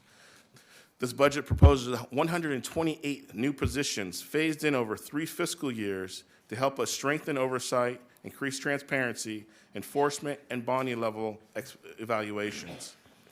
The positions will help us strengthen our presence in the field to ensure compliance with health and safety regulations, even as we engage with the public to improve our transparency. California is the world's 5th largest economy. As part of the global marketplace, we are directly impacted by world events that create uncertainty in business. This is not a fact that's new to Kern County, but it does have a sizable influence on the local oil industry, and sometimes regardless of local or state conditions. We recognize the importance of in-state production to meeting California's current fuel needs. We want clean air, fresh water, and good-paying jobs today and in the future for our children. We are committed to applying a thoughtful and measured approach as we transition to a low-carbon economy that prioritizes leaving no one behind. The carbon neutrality studies being led by Cal EPA will strategically evaluate all options in being proactive in the careful study of both supply and demand. The study will inform the state's long-term planning for moving towards a clean energy future together. Again, I would like to thank the board for the opportunity to address them and members of the community we met with this morning and this afternoon. We would conclude by saying that we are here to listen, to work together, and you have our commitment that we will continue to do so now and in the future. We're happy to take any questions. Thank you very much for your presentation, and my colleagues certainly have some comments and questions for you. So I'm going to open the floor to my colleagues to engage in some Q&A. I see Supervisor Scrivener checked in. And again, Zach, thank you for calling this meeting. It's been your momentum and direction to this board that has caused this, enlightening opportunity for all of us, really. So hats off to your leadership. I appreciate that, but you all supported the referral, and so this is a united front up here, I believe, with the Board of Supervisors, are concerned for this industry, but I appreciate your comments, Madam Chair. Thank you. I'd like to first thank our staff from the County Administrative Office, Mr. Alsop, and your staff, and also from our Planning and Natural Resources Department, our Director, Ms. Obiot, for the hard work that you all put into the thoughtful and very important board letter that I think frames the discussion today, along with the excellent comments from the folks from the oil industry and also the trade associations. Some of those statistics that are highlighted in that board letter, I think, are important for us to point out, to put some context here. There were a lot of numbers that were thrown out, but the ones that stand out to me are the over 365,000 jobs in California that are either directly or indirectly related and supported by the oil and gas industry. This governor's attack, and that's what I believe it is, on our oil industry, if allowed to continue on its present course, puts those jobs in jeopardy, as well as the $21.6 billion in annual local, state, and federal tax dollars that supports our schools, our roads, our first responders, our libraries, et cetera. The economic contributions to the county alone is over $9 billion.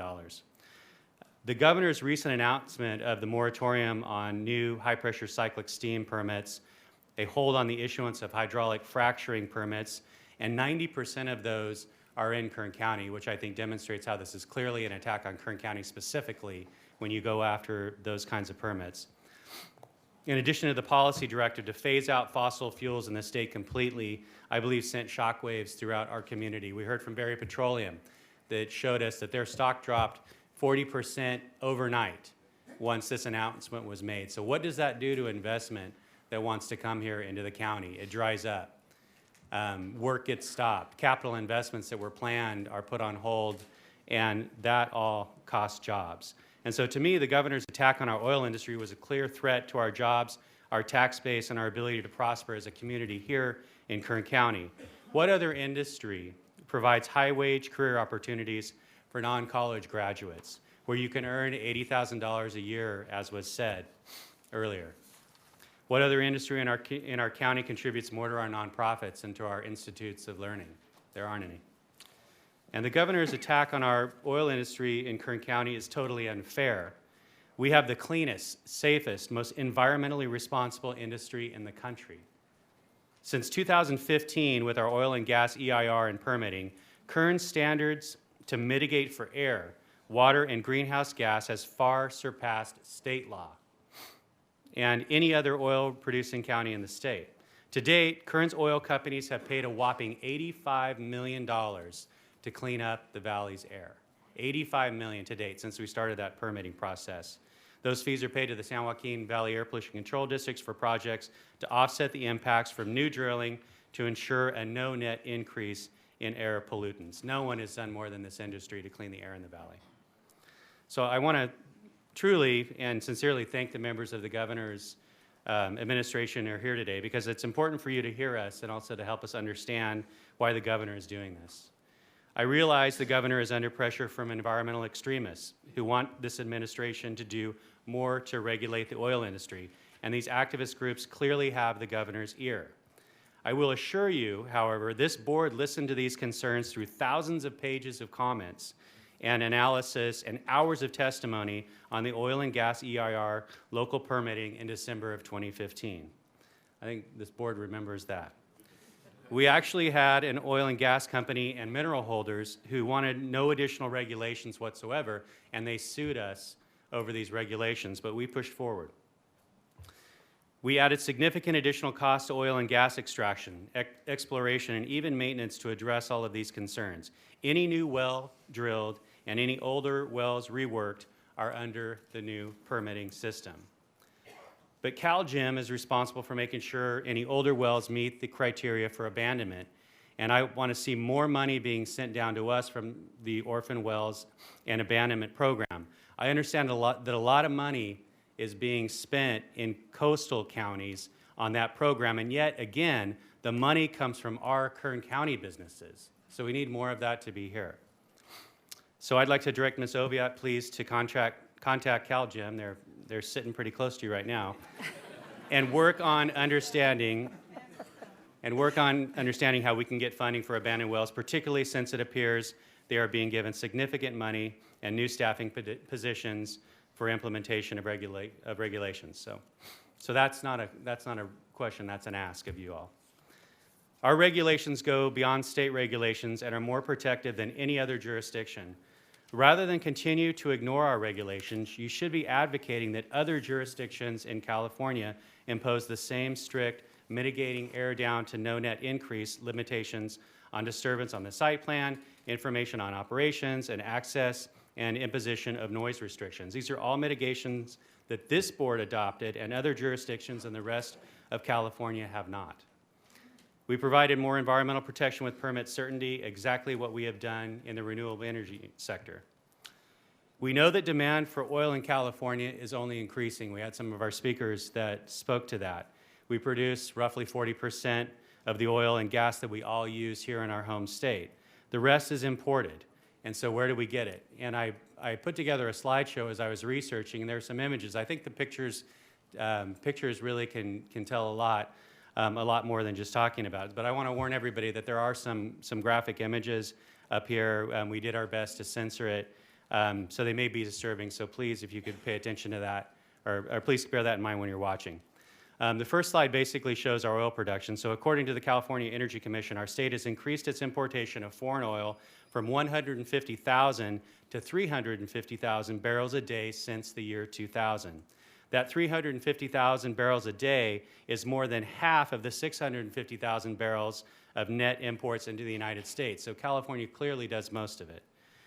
While the rest of the country is achieving energy independence, California imports 60% of our oil. While production in California has declined because of anti-fossil fuel politics and environmental policies, demand for gasoline, as has been stated, diesel and jet fuel has nevertheless increased. And so the main countries where we're receiving it from, you're looking at Saudi Arabia, Ecuador, and Colombia, and so they make up the bulk of it. And then you have some other Middle East countries and countries in South America. And so let's first of all talk about the country that we receive most of our imports from, which is Saudi Arabia, and their human rights abuses.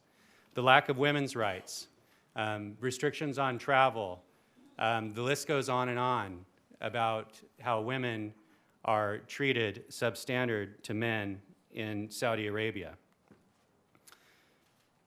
Things that women can't do still in Saudi Arabia. There's separate entrances to most public buildings for women versus men. Adultery is punishable by death. Dress codes. LGBTQ community.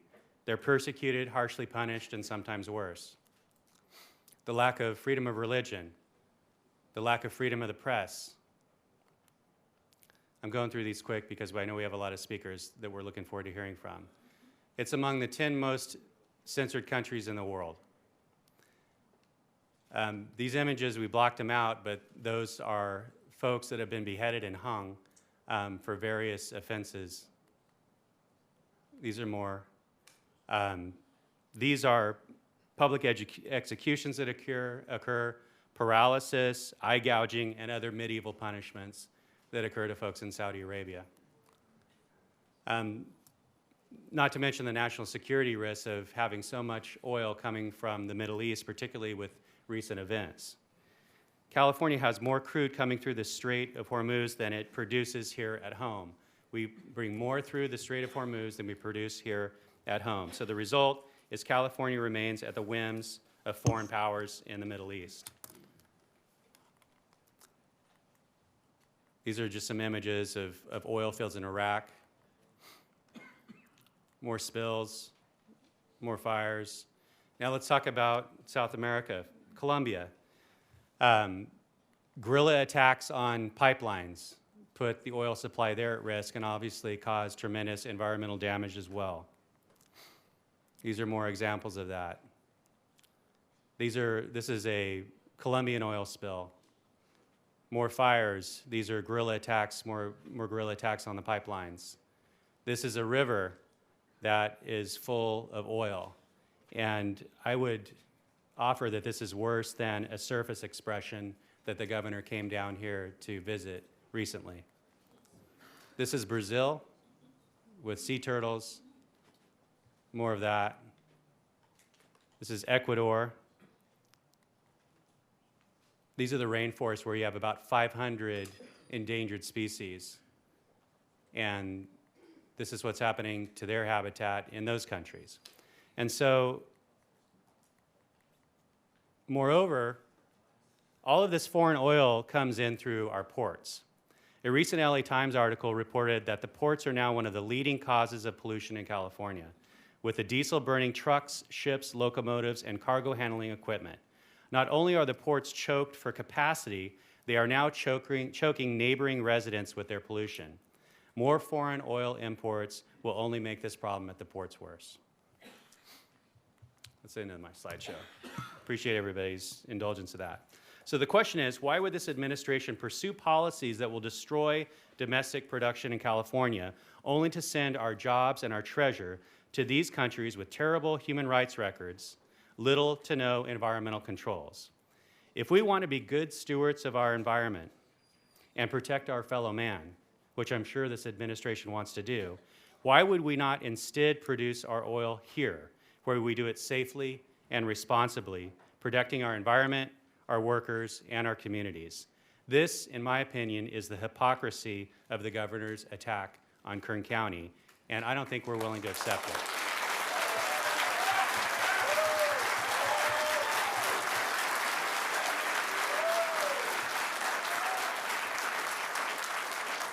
Thank you. If the governor continues to attack our jobs and our economy, I can assure you that Kern County will fight back. However, it doesn't have to be this way.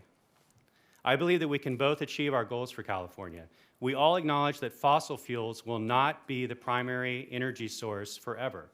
Kern, along with much of the world, has oil reserves estimated in the 30 to 40-year range.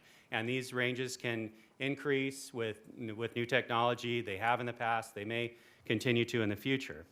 As the state transitions away from fossil fuels, let Kern County supply the state's oil and gas needs.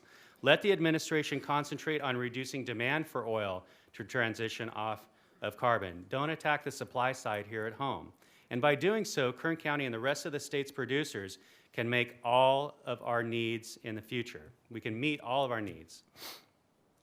And as the state transitions off of fossil fuels, help us diversify our economy so we are prepared for the future.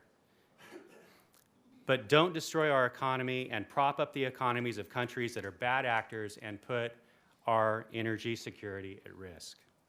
Kern County can be your partner. We have proven that we can help the state achieve its goals to transition to a green energy future. We have constructed 16,000 megawatts of wind and solar energy. Most of it's actually in my district, in the mountains and the deserts. And we have already permitted 3,000 megawatt hours of battery storage, making wind and solar even more viable. You can put it on the grid when the wind isn't blowing and when the sun isn't shining. Kern County leads by far the rest of the state in renewable energy production. I support the same type of innovation with the new economic development ideas of our staff for attracting carbon management industries. And it's not just CO2 sequestration, which was mentioned, but actually scrubbing CO2 from the air and making products from it. These new carbon management industries belong here in Kern County and will generate new sources of high-quality jobs and revenues for the county. Yet, rather than the governor giving us credit for our monumental achievements with renewable energy and what we can yet achieve for the state, he insists on punishing us by attempting to deny our right to utilize the God-given natural resources in our county to support our families and our communities. Kern should be the model for the rest of the state, the county, and the world, an example of how to produce energy the right way. Don't ask us how Kern County is going to be part of the green transition, as some environmental activists have recently challenged. We have led the green transition in this state since 1988, with the first wind turbines in the state located in Tehachapi. And through our efforts to permit and construct more renewable energy in the state over the past decade, we have reduced our unemployment from 23% down to 9%, while other counties have struggled. Sacramento needs to ask us how to do it, not tell us how.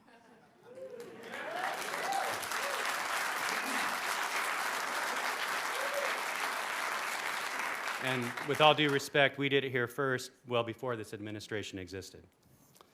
The Newsom administration needs to hear from us, so at the conclusion of this hearing, I'm going to make a referral that this board appoint a delegation of individuals from our community that support our oil and gas industry, who understand the vital role that it must play in our economy and our way of life here for years to come, to meet with the governor.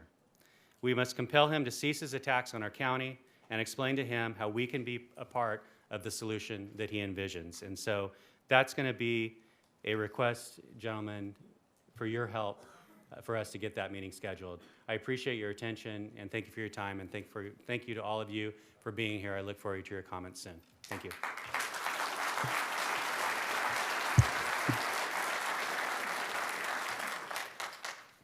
Thank you, Supervisor. Supervisor Maggard. Thank you. First, I want to thank Supervisor Scrivener for his leadership in prompting us to have this today. I'm grateful for that. I'm grateful for the public that's come. We're going to hear more from the public in a little bit after we've made some statements and asked some questions. But I'm grateful for all the public that's here today and the passion you bring with you to this. And I'm grateful to our new friends from Sacramento to come down here and spend this time with us. It's vital that you be able to hear from us firsthand. It is an evidence of, I think, the seriousness with which the governor takes our issue, but we cannot minimize to you the consequences to us, and I want to talk to you about that. I have several questions to ask you. You're the only conduit I have to the governor. So it isn't you that I'm frustrated with, it isn't you that I'm upset with, it isn't you that I am going to necessarily grill, although it's unfortunately your eyes I'm going to look into as I'm doing it, because you're the only conduit I have to the governor and to the legislature. So please take my comments in that tone, because I have great respect for you, but we must deliver the seriousness of this issue. If we do not effectively change the course that we seem to be upon, I don't think we have any choice but to take more measures. And one of those is, I will ask my board to declare Kern County an oil and gas sanctuary in the state of California so that we can find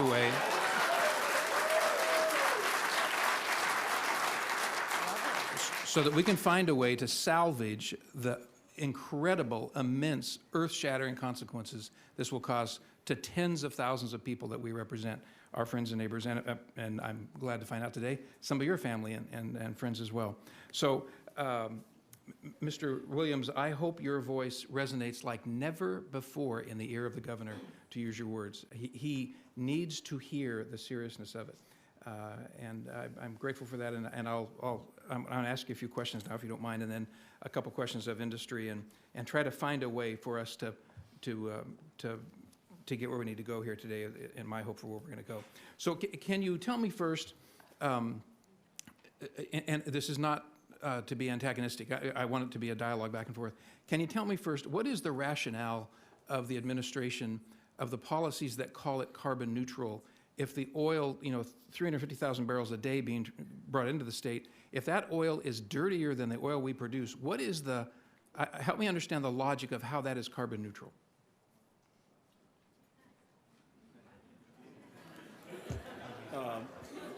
We're gonna jointly answer the question, and I want to start by first of all, thank you for the question, but I also wanted to respond to, if it's okay, something that Supervisor Scrivener said. Certainly. I think it's pretty clear from all of our comments that we are here in a spirit of cooperation and just in a desire to work together. But I do have to say on the record that we totally take issue and disagree with the characterization that the governor's desire to have an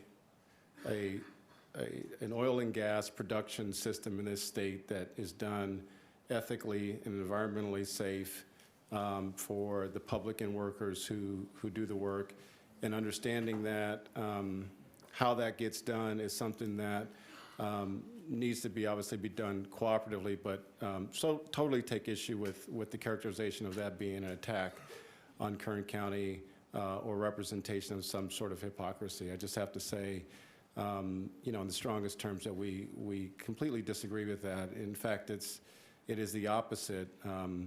It is a desire to recognize that all parts of this state contribute to the economy of not only the state but the nation. And we stand ready to work with you to ensure that the contributions that Kern County makes are contributions that continue to be made. And I would defer to Mr. Shabazian to talk about, to answer your question specifically. Well, in terms of neutrality, defining it is in broad terms, basically not saying that we're going to have zero emissions, but saying that we will also work with offsets in a way that we get to net zero, meaning we might have some output, but we also want to have some input. Earlier, it was mentioned doing carbon capture and sequestration. That is one way, one of the mechanisms to get to that neutrality. There are many others. There are many others going forward that we would like to explore and work with you to understand better, as well as ourselves understand better, and look at those as opportunities to achieve neutrality. I thank you very much. I appreciate that response. And let me say, I don't question it at all, your integrity. You're telling us the truth, and you're telling us the truth as you are directed to tell us the truth by the people who establish policies that it's your responsibility to implement. I get that. But there is, so it's not your integrity that I'm questioning, but there is, if that is the absolute honest answer, and I believe you that it is, it reflects an incredible naivete about the consequences. That's what we're going to try and have you drill home to the governor for us. So offsets are one thing. We're very experienced at the very bottom of the San Joaquin Valley about what offsets are. That's how we have improved the air quality. I served for many years on the Air Pollution Control District, San Joaquin Air Pollution Control District. Supervisor Couch sits on it currently. This industry has paid hundreds of millions of dollars in offsets to do the very same thing you're talking about. So all we're asking for is an opportunity to have a place at the table for us to provide the cleanest energy on the planet that's fossil fuel driven, the cleanest energy on the planet being produced here, and that has a major impact on how many offsets are necessary. So that point, I'm not going to reiterate everything everybody else has said, but that's one of the fundamental pieces of it, I believe. Help me, again, this is not antagonistic, but I'm trying to get us to the point that my real job is I'm a CPA and I make business deals. So the key to making a business deal is you get parties at the table, you figure out what everybody wants, you figure out what everybody's risk is, and you find a way to cooperate and to try to find what the answer is. So I'm gonna try to follow the same thing I've always tried to follow in that regard. So help me understand, what was it that made the administration make the arbitrary decision to shut down the industry or deny these permits? What Rubicon was crossed that said, okay, now we have to do this? Yeah, Supervisor Maggard, I'll respond to that. The actions reflect a priority to continue regulatory oversight. The the steps that we're taking are, yes, part of the new mission and of CalGEM, but it was responding to unsafe conditions. It's really a safety protocol to review and make sure that we can confidently tell the public that, yes, cyclic steam above high pressure is safe. We are evaluating if that is possible and what characteristics or criteria are required to do that is part of the study. And so we are directly responding to the unprecedented spills that we had this summer. And we are working with the national labs to validate from a science-based approach, a fact-based approach, how do we do that moving forward? We too do not want those surface expressions. And as you, I'm sure you're completely aware, we have demanded of the oil and gas industry demands and mitigations like no one else has ever done with our EIR here in Kern County. We will demand more of them. We will expect them to adhere to every jot and tittle of what mitigations are necessary, but we cannot expect that we kill them. We cannot, because of the consequences I'm going to talk to you about. So those expressions are unacceptable, and they should be changed.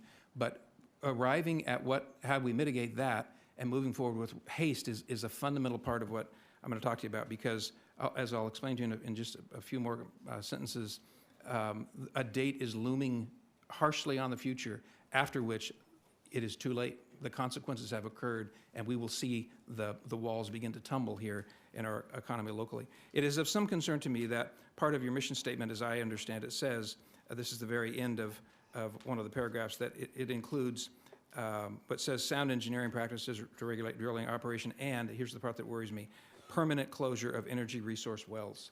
Well, if there's an inappropriate well, I got it.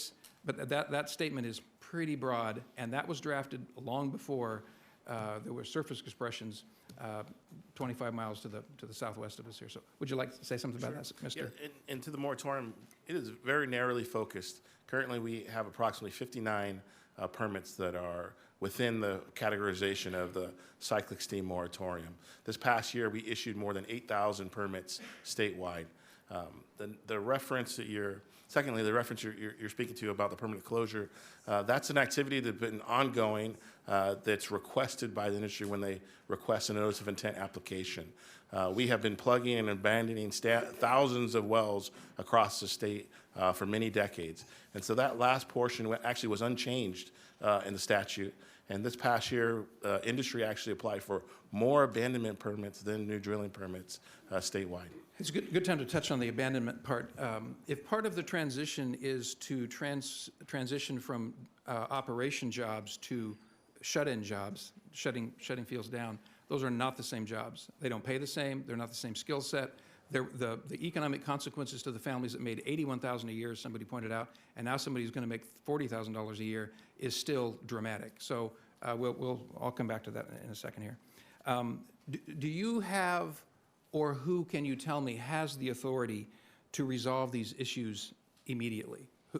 Who is it that needs to stand before us, or that we need to go stand before and say, you're the guy or gal that makes the decision? Who is that for us, please? I hope it's you. That'd be great if it is. I will raise my hand and say aye. You, sir. Yes, sir. Thank you, Mr. Intuk.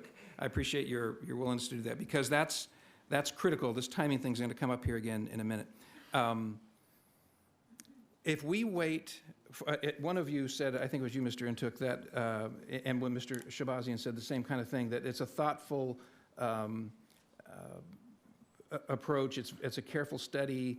You're going to be very careful about that. I want you to be careful about it. Believe me, we're begging you to be careful right now because of the consequences that we're about to suffer from the actions. But we can't have, and this is an overly used trite expression, but we can't have paralysis by analysis. The time for us to make this decision is imminent. The ladies and gentlemen that stood before you and talked about laying down rigs, about not making decisions about going forward, those are months and years in the run-up to making them happen. So as I was going to talk about the date now, and Mr. Lifquist, in fact, let me ask Mr. Lifquist to give us another comment. Mr. Lifquist, are you still in the room? Here he comes. our very accomplished assessor, Mr. Lifquist. Thank you for coming forward. Can you tell us, sir, the date upon which we make our valuation of the value of our property assessments and based upon the price of crude and what that strike date is? January 1st each year. January 1st each year. So if the consequences of these actions causes, and you alluded to it earlier, so I'm not going to ask you to say everything all over again, but the consequences of these actions will lead to a tumbling effect that will cause that production and the value of those resources to go down. Does that not have a direct effect on what those assessments are?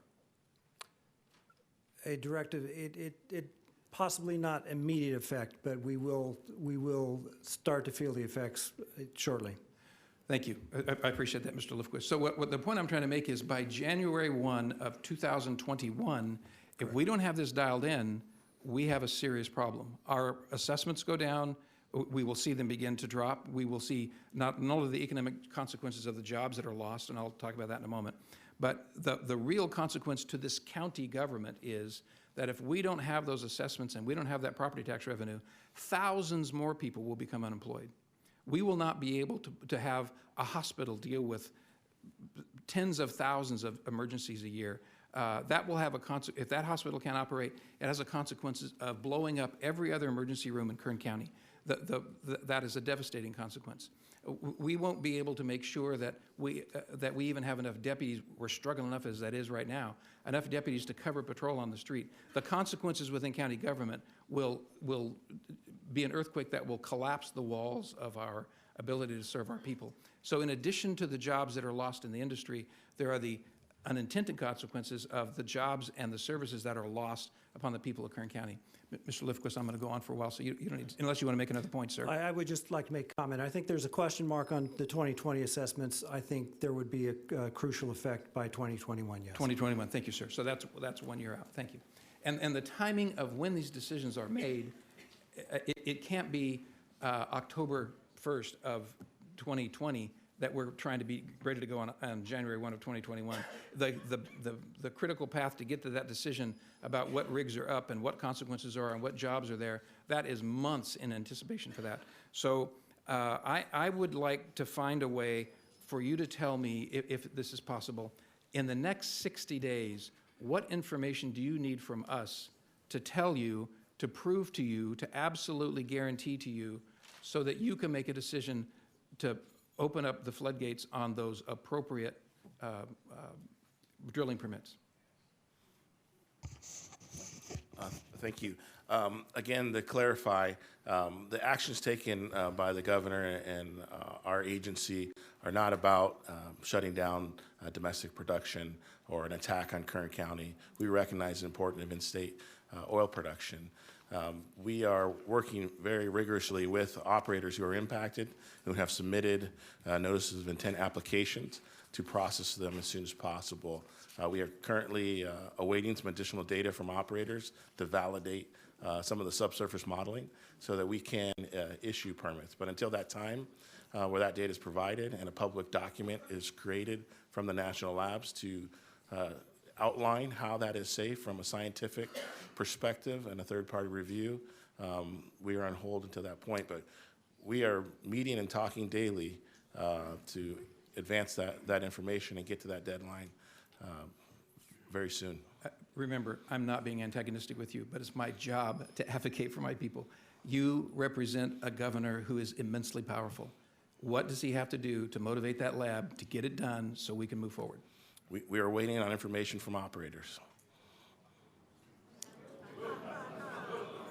I assure you, the operators in my county will jump through hoops to give you that information. We are jumping through hoops together in the spirit of transparency. That is currently where we are. Thank you. In a moment, I'm going to ask some questions of some representatives of the industry, and you can anticipate that question being asked of you about how we do that.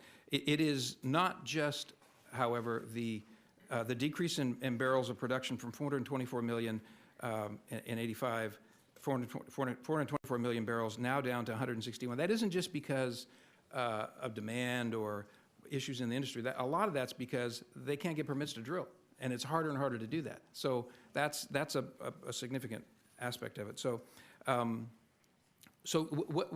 what specifically do you think you need in order to be able to move forward so we can try to meet a 60 or, heaven forbid, even a 90-day window to get this resolved? Again, we should be clear that we are issuing drilling permits every week. Are they not significantly less than they were? We are talking about 200 well stimulation, approximately 260 well stimulation permits and 59 cyclic steam injection permits out of the more than 8,000 that we issued. Hold on just a second. I want us to be respectful to them. I need them to be our partner. I don't want to be rude. I don't want to shout out through the room. They took the time to be here, and believe me, we're going to grill them. But you need to let us do that and not shout over them, okay? Mr. Udek, I'm sorry, that's your first name, but would you proceed? Yeah, Mr. Intuk, yeah, thank you. No, the specific number of permits that are impacted, again, are 59 permits related to cyclic steam injection and 260 related to well stimulation. Less than 3% of permits that are issued. We are issuing permits every day that are submitted that are outside the scope of the moratorium and that meet all of our statutory requirements. We have not stopped issuing permits. That is a misconception if that's the belief. Okay, thank you. I appreciate that. I'd like to ask a couple questions of the industry. I don't know who I should ask them of. Who wants to stand at the podium and let your toes get warm? Christina or Kathy, are either of you comfortable with that role? Could I actually defer to my regulatory affairs? Absolutely. Yes.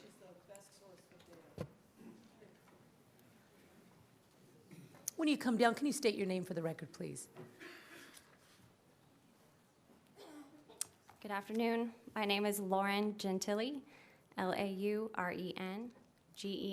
Gentile, and I am the Environmental and Regulatory Affairs Manager at Aera Energy. Ms. Gentile, thank you for coming forward and being willing to answer some questions. There is a concern at the state level that the industry needs to give them information. Are you aware of any information that isn't there, and is that something you're aware of at the moment? There are two matters at hand. So the first matter is high-pressure cyclic steam. Aera Energy is not in receipt of any information requests on permits in that matter. The second matter is WST, or well stimulation, also called frac permits. On December 27th, Aera Energy is in receipt of a request for a technical memo. We plan on submitting that by the end of January. Aera Energy is in receipt of the last WST permit that was approved by Dogger, and that was June 28th. So there is a gap in information requests between June 28th and December 27th. Thank you. I'll have a couple more questions for you in a second. So is there anything this board can do to enable or facilitate a more direct line of communication so that Mr. Intuk, who I completely believe as a man of integrity, and you, I believe, as a person of integrity, you see something differently? What can we do to help you communicate so that we get real-time cooperation and communication with you guys? Was that for me or for yes, ma'am, that's of you. Supervisor? That's of you. I think some timely information requests would be appreciated. So on November 19th, the moratorium was issued, and 8 weeks later, the notice to operators clarifying the moratorium was issued. So there was about a 2-month gap where operators didn't have any clarification of what was meant or intended by the moratorium. So expediting communications would be appreciated. Thank you. I'm not trying to step around you, but are there any other operator representatives that want to speak to this as well? Somebody's rising behind you, so Thank hold you. on. You don't need to, you can stay up if you want or sit down if you like, either way. Yeah, come on, Lauren, stay up Yeah, here with 'cause me. There'll be more in a second. Can you give us your name again, please? Yes, Megan Silva, and I'm with Berry Corporation. So I would say I actually think your numbers are correct. on the permits that are actually being held based on the moratorium in WST. The one point I do want to make is that I believe that the issue is bigger than just those permits, and this is why. When a moratorium or an announcement like this comes out, it puts pressure on the entire agency, and the whole process has slowed down. So abandonment permits have slowed down, new drill permits have slowed down, all of that, and it's impacted the whole life cycle of permitting. The one ask I would have is it seems that the requirements change on a monthly basis. So the data that was required to get an injector permit in an already approved project area has now changed. Additional information is needed. And when that happens, we can't deliver on our business plans. And so we need consistent regulations, expectations need to be very clear up front. And I know this industry will step up and give you the information you need, but we cannot continue to see the changes. And I need better alignment between agencies. So whether it's the Water Board, Cal EPA, Cal Gem, all working together so industry knows what we need to deliver to you. Mr. Intuk, is there anything we can do on your side to help? I think we're in agreement, and Lauren is correct. There's two separate issues, the well stimulation permits and the cyclic steam above frac gradient. Those are two separate issues that we're working on, and those are the numbers that we agree on that they are. We have made progress by having electronic filing. We've gone paperless to expedite that process. We do have a new IT system called WellStar that is online and operational.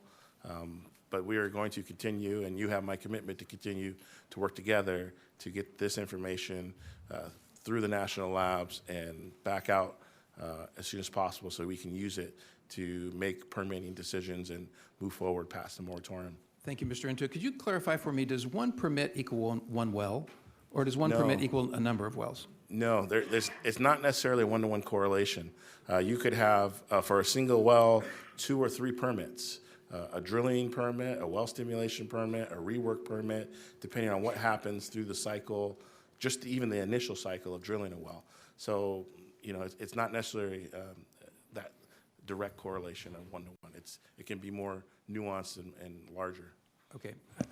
My colleagues know that I go on sometimes, so I forgive me, please. I got a little more to go here. But I want to assure, we represent tens of thousands of families, hundreds of thousands of people who are caught in the crosshairs here. So we fully expect that the industry will be responsive and completely responsible and responding as soon as possible. And we fully expect that the agency will do the same. And if either of you have a concern that that is not occurring and you tell us, we will directly interact with whoever isn't being responsive. So I'd like the industry to tell us that, and I'd like the agency to tell us that, because we'll do what we can to help with that.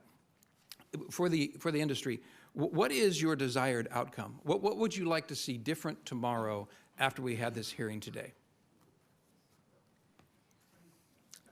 I don't believe so. I don't know who they have coordinated. I don't know who you are, sir. Our industry goal is to have regulatory certainty and clear paths forward with executable steps each step of the way to receiving the permits that we need to continue operating before this disruption occurred starting early July. Okay. So return to the pace that we had been working at pre-July. Okay, so communicating those exactly what the industry needs to you guys, and you guys tell them what you need to get that done, that's pivotal. I didn't mean to be rude to this gentleman. I'm sorry that I can't see as good as these two, and I don't know who you are when you stood up, but it's the chair's role to tell you whether or not you can speak. It's not mine. I'm just one of 5. And You were right. That person over there is the one who decides that. So, okay, I'm going to move on beyond this, let others speak, and maybe I'll have more to say in a minute. But it is the consequence to these families. It isn't just someone losing a job. They're not going to take a transitional job. If they have a demand in their home to make $85,000 a year, they can't take a $40,000 a year job. They're going to move to another field in another state, and those people don't live here anymore. and that means property taxes go down for us. That means school ADA, as Mr. Clark pointed out, goes down. There are ripple effects to that. So those transitional jobs are not there. So it means moms and dads have to both now work, or they both have to have more than one job, and that means kids come home to empty houses because their moms and dads have to do something to meet the commitments that they've relied upon, that they had a career that was going to make a certain amount of money. Now that doesn't make that kind of money. So I don't say this to be combative with you. I don't say it to trivialize it. But I can only see this decision as arbitrary. It is making a statement. It is making a point. And that statement or point comes with real consequences to tens of thousands of people that we love and are our neighbors. So we cannot allow that statement to be done arbitrarily without thinking through the consequences of it. So if it is the case that at a time in the future there is no oil and gas industry in Kern County, it is immoral of someone in Sacramento or someplace else to make a decision like that that doesn't show me a way to let the people I love and serve land safely as that crashes to the ground. That must be done. It is the moral responsibility of those that makes those decisions. And if it's again, I'm not. This isn't disrespectful, but I can only see that as arbitrary. Somebody decided that's how it's going to be, and without dealing with all those consequences. So that's why I assure you, we will. This is not a threat. Who am I to? First of all, I don't threaten, but I don't mean that in the slightest to you. But we must be creative in how we try to preserve this, because there is a very significant difference in how we view it. But I'm grateful that you've come today.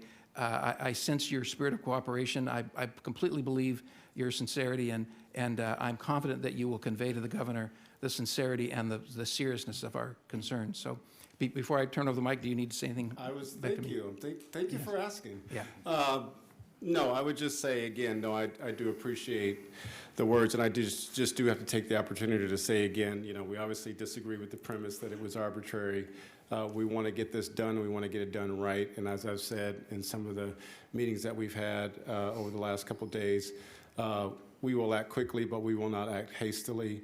We're going to get this right, and we're going to get this right with industry. We don't want to be back here a year or two or three from now having acted in haste or without enough information to where we put ourselves back in a situation where the public is demanding answers to issues that may arise. So we want to get it right.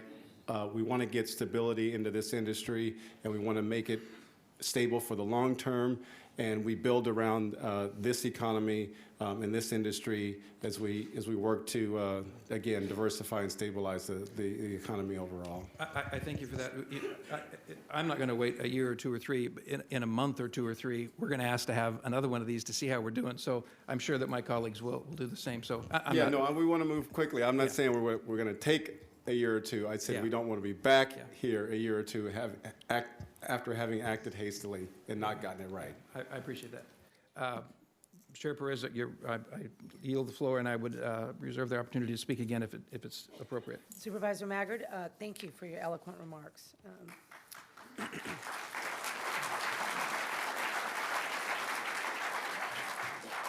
Supervisor Gleason, you're up. Tough act to follow. Thank you, Mike. Okay, I got some things to say. I don't want to beat a dead horse, but I do want to talk about some things, maybe offer some perspective that may be worth considering. I've sat here and listened, and I get the sense that your goal that you keep talking about is climate change, is focused on climate change, and my goal when it comes to oil production is national security, and the two don't match in my mind. And so I'd like to go off on that. I'd like to talk a little bit about that and offer perspective and justify some of the images that Supervisor Scrivener put up that I think are valuable, and I think that we need to consider them because Kern County and California are both leaders in what we do. And when we take courses of action, there are ramifications and there are domino effects throughout the reverberate throughout the entire country that we need to be careful of when we begin a course of action. So first of all, thanks for coming. We appreciate you gentlemen being here. It's a signal from the governor that he's willing to send some folks down here. I'd like to thank all the speakers. I'd like to thank all the proponents, the advocates for Kern County, the proponents for changes in our oil industry. And I'd like just to thank all the people who are here just because they love Kern County. So thanks for being here. Zach, Supervisor Scrivener, thanks a lot for your leadership in getting this ball rolling and getting this coalesced into a course of action that hopefully we can produce some positive results, and we can begin to collaborate in a meaningful way to achieve whatever we're trying to achieve, because I am not clear at all on what we're trying to do. I don't understand it. I think what we're doing here is not stabilizing, Mr. Williams, is not stabilizing the oil industry, what you just talked about, but I think we're here to dismantle the oil industry, and that's a different than stabilizing. I do believe that, so I don't want to beat a dead horse, but I want to take a different perspective. I think national security is one of those things. You know, I represent a lot of Bakersfield, but I also represent East Kern. And East Kern is a leader in national defense. We have two military bases out there that specialize in providing our warfighters with the best possible equipment they can have, so that they can, and the best possible weapons, so that they can manage their affairs in a way that is most advantageous to them and to us. And without having that capability, Kern County would be not quite as much of a leader as it is, because we do provide that. One of the things for us to act securely and nimbly on a national stage, on the global stage, is oil. And if you look back in history, actually, the past, since 1979, when the Iranians took the hostages, almost every single issue has been one way or another regarding oil. You talk about the Straits of Hormuz. I cannot tell you. I'm not an expert in geopolitical analysis or understanding all the geopolitics involved with decisions that are made by our higher-ups in the Pentagon and throughout the military infrastructure.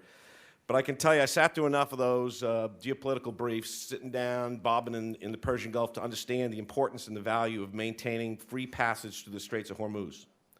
And I understand why people have died trying to maintain safe passage through the Straits of Hormuz for years, because of our dependence on oil and the logistics of oil, and as it being identified as a key vital interest of the United States. You look at the burning of the oil fields in Kuwait during Desert Storm, when Saddam lit those oil fields on fire. It was strategic that he lit the oil fields on fire, not just to cloud the sky so we couldn't see anything, but because he was making a statement to the world. You look at the reason we went in Desert Storm was because of Kuwait and because of their oil-producing capability. You look at today, the way the structure of Iran, the military defense structure of Iran, is set up precisely to attack the Straits of Hormuz and to disrupt oil flow. Oil is the key ingredient, is the main economic driver of our globe, and it is a vital interest of the United States wherever we go in maintaining its free flow. And how we go about this in Kern County is a critical first step in our ability to maintain that national stage.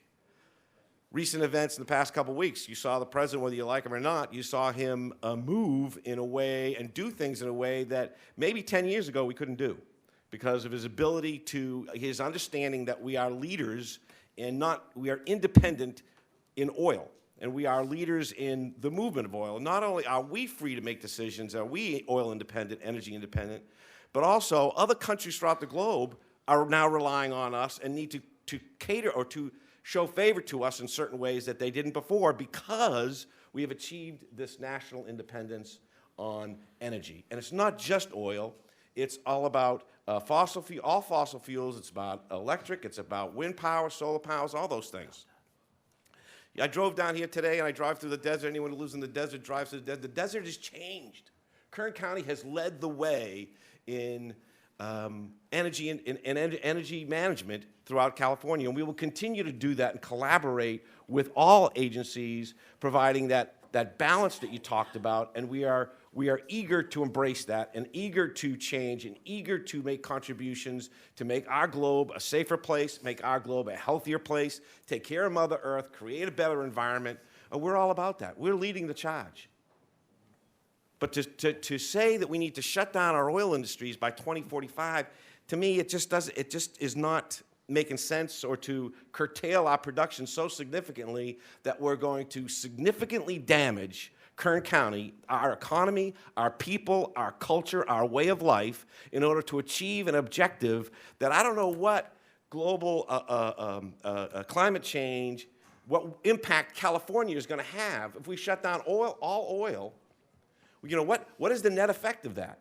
You know, here in this county, we've changed. Kern County has changed. We've embraced a whole new management system where we are embracing Lean Six Sigma. And what we teach our employees is to say, okay, it's okay to change, it's okay to make adjustments in the way you do things, but whatever adjustments you need to do to make your job more efficient and make the customer happier, you got to be able to measure it.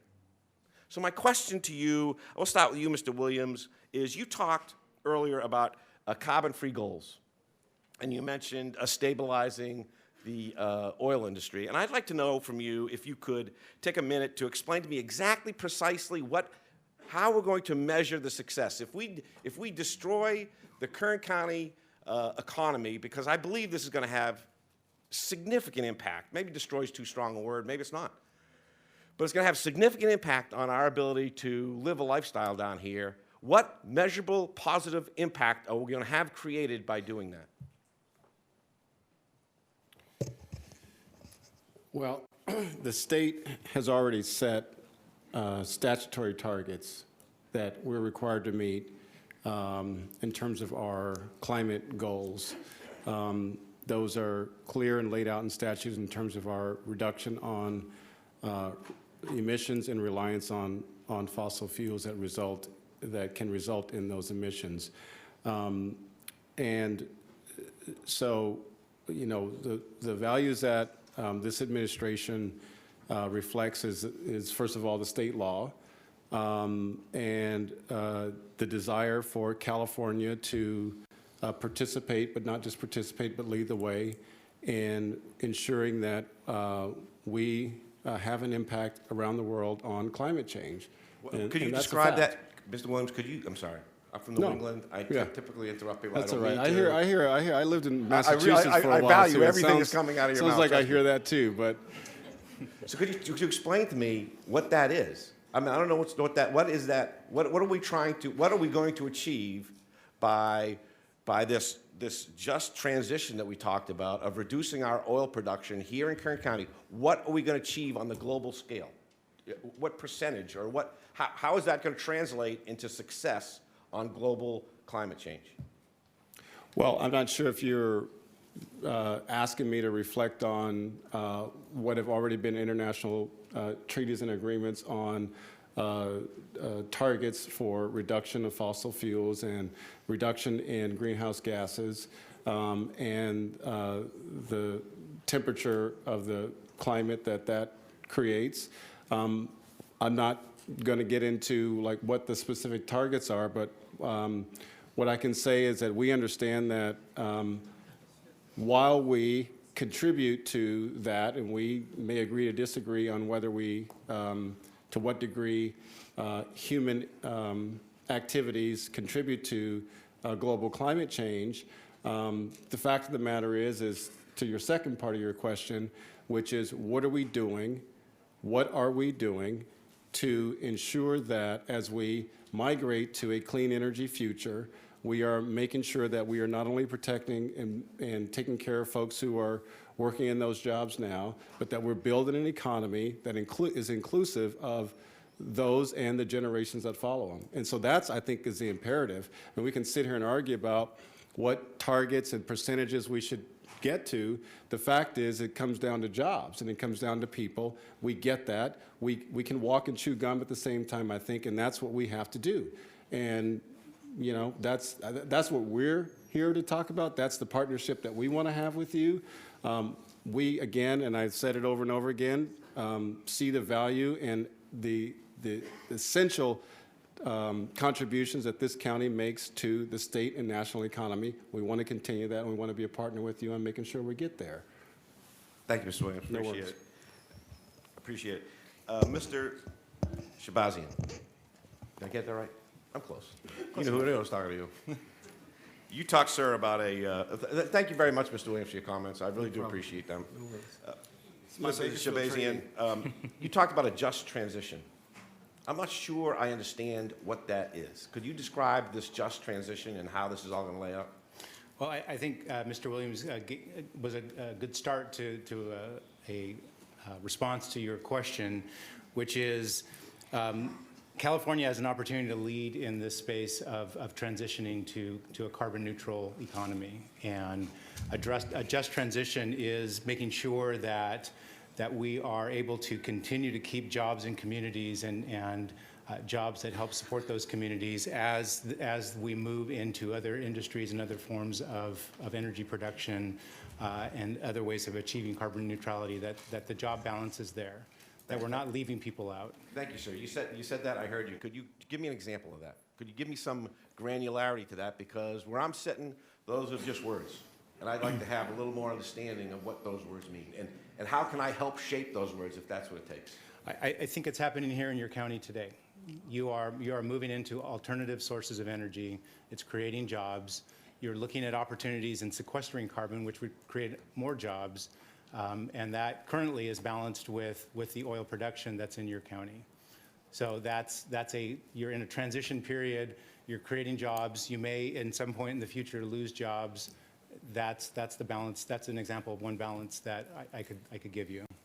Thank you, sir. If it's a question of something we're already doing and the oil industry is a partner with you in how we achieve this balance and this energy balance, then I'm going to sit back and I'm going to listen to my oil partners, the oil industry, help shape that industry. But I'm not sure they're feeling the love that you seem to be suggesting that you're offering. I don't know if I said that right. Thank you, sir. I appreciate it. But this is a opening salvo and an opening conversation, and I sincerely I'm confused, quite frankly, gentlemen, because I don't understand it. I just don't understand how you can prioritize this transition you're talking about when we've achieved such great things in oil independence as a nation, and the contributions that achievement is making through the entire geopolitical structure. I just don't see, I'm just being honest with you, I don't see that what we're doing is making any sense. And I want to work with, despite that, I'm still eager to work with you and to help and offer my contributions if you ever want them, and listen to yours, and anything District 1 can do, I'm there to relay. I guess my biggest issue here is I disagree with the fundamental premise of what we're doing, the politics of it. I can't wrap my head around it. I don't believe that global change is important to me as it is to everybody. I want a cleaner planet. I want a cleaner place. I want better air. I want a safe place for my kids and my grandkids, but not at the expense of the quality of life that is offered by the people who live and who contribute in the oil industry. So I'm going to wrap things up. Thank you. I just want to let you know where I stand. I'm here to help you. I'm here to offer my support in any way, and I'm here to help my peers also. Thank you very much. Mick, thank you.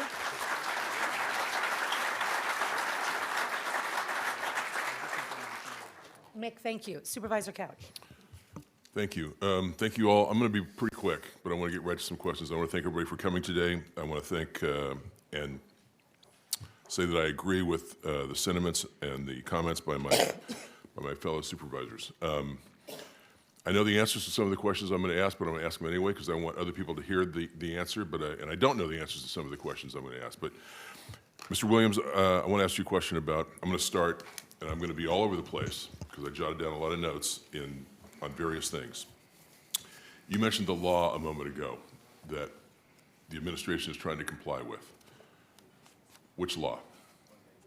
What exactly were you referring to? This is AB 32. That's what I thought. Yeah. So we're in search of a policy to help him implement the law. And one thing that we always leave off the table is that maybe the law isn't perfect. And I know there are certain laws that are almost sacrosanct and no one wants to touch them, but I don't know that we ought to leave off the table. After all, we have 4 representatives here that go to Sacramento every day and they create law, and they have colleagues that might not agree with them, but that debate doesn't need to be, we don't need to foreclose the opportunity for that discussion, I don't believe. I want to push back a little bit, like Supervisor Gleason did, on the idea of managing decline. As technology improves, I am told that there is more oil in the ground in Kern County now that's available to be produced that has been produced to date, potentially. So I don't believe this decline as technology improves is imminent by any means. And I think the administration may be boxing itself into a position that it, based on potentially not having all the facts about the technology that may be available or that may be coming. And I want to implore you, I think this is a problem we are in politics and in public life, to not take a position that you cannot move off of, and to implore the governor to not take a position that he cannot not move off of. I know he's a much smarter politician than I am, but I just think that needs to be said, that I think I understand what he's doing, and I think I understand why. I won't even go into why that is. I'm the self-proclaimed cynic on the board, just so you know. But I implore you to pass that along. Supervisor Mager tried to drill down on this. You believe, let's assume that you had all the information from the operators that you need. How long will it take for the study to be done? Mr. Newtuck, excuse me. Yeah, thank you. It would take days and weeks to move forward on the process, but based on the science, we'll determine when the study will be complete. But we can move forward because specifically on the well stimulation is a permit by permit review. So there are permits that could be issued as soon as we have that. It needs to go to the lab, each permit, or the permit, the study will allow you to make determinations on each individual permit? Will we be able to get a science-based assessment done by the labs that will inform our permitting? Our agency will continue to be the decision maker on issuing permits, not the national labs. But we will be reliant on their scientific findings and their public reporting that they will provide.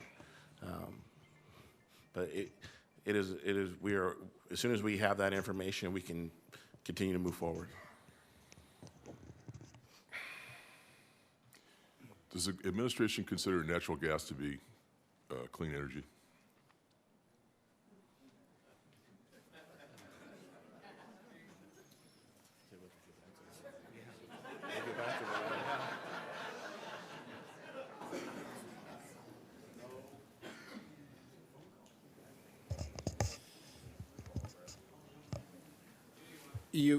We will get back to you on that.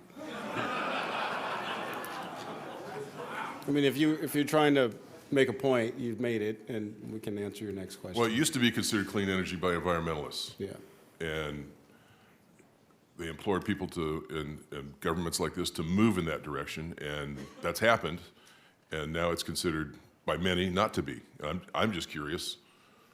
And if you need to get back to me, that's okay, but I'm just curious where the administration is on that.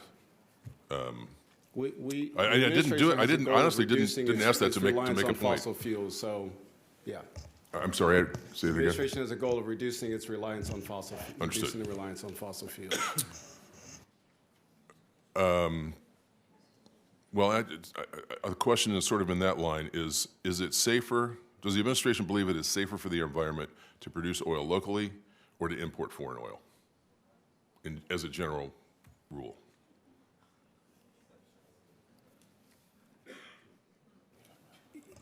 Have they studied that? What's that? Have they studied? We did a big EIR. The industry paid $12 to $14 million for it, studying production and turning mitigation measures. I don't know if there's been any environmental work done on what's been implemented so far by the governor. Just briefly, that is one of the exact topics that will be studied by the Cal EPA carbon neutrality studies on the supply side. They're looking at the foreign oil imports and domestic production, and we'll come back with a very technical and modern assessment aligned with the carbon greenhouse gas goals. Is that to different from the labs? That is work? different. That is a separate research focused on long-term planning outside of our agencies. Has that started by, yet? The final, the scoping document is out. Tomorrow is the final day for public comment response. The county has already responded and written comment to that She's good at scoping that. to make sure that we get everything in that study to make sure that we can answer questions. And when do you anticipate that the final report will be done? I don't have the. I'm not trying it's to pin a you down to a report. day of the week and a month, or a day of the month. Just We would in have to general. get back to you on that. It's not a report. I don't know if you've Yeah, seen that. they're still, Cal EPA is still finalizing the scope of work, so it's hard to say when the study will actually start and then what the timeline is for completing that. Will it include a study or consideration of the national security implications? I'm happy to connect you with Cal EPA, who's okay. determining the scoping of that study and the timeline for completion. If I may, Supervisor Couch through the chair, the scope of the study is attached to your board package. The actual Thank you. scope from the Thank Cal EPA is attached. you. I'll look at it real quick here. Have you all consulted the I'll just call it the Kern Oil and Gas EIR? Have you reviewed that? Even the executive summary of it? I have reviewed it in detail, yes. Is it being used at all in conjunction with any of these other studies? I would say no, not that I'm aware of. We do rely on it for our permitting every day here in the county because that makes the county the lead agency on CEQA, and that was, we are relying on the county's expertise and doing that evaluation when we do permitting. Could we ask that document and those mitigation measures and what was studied there be included? I don't see why not. Yeah, I don't see why not, why it couldn't be considered. It may already be, but. Madam Chair, can I recognize Ms. Oviatt? Please. Thank you.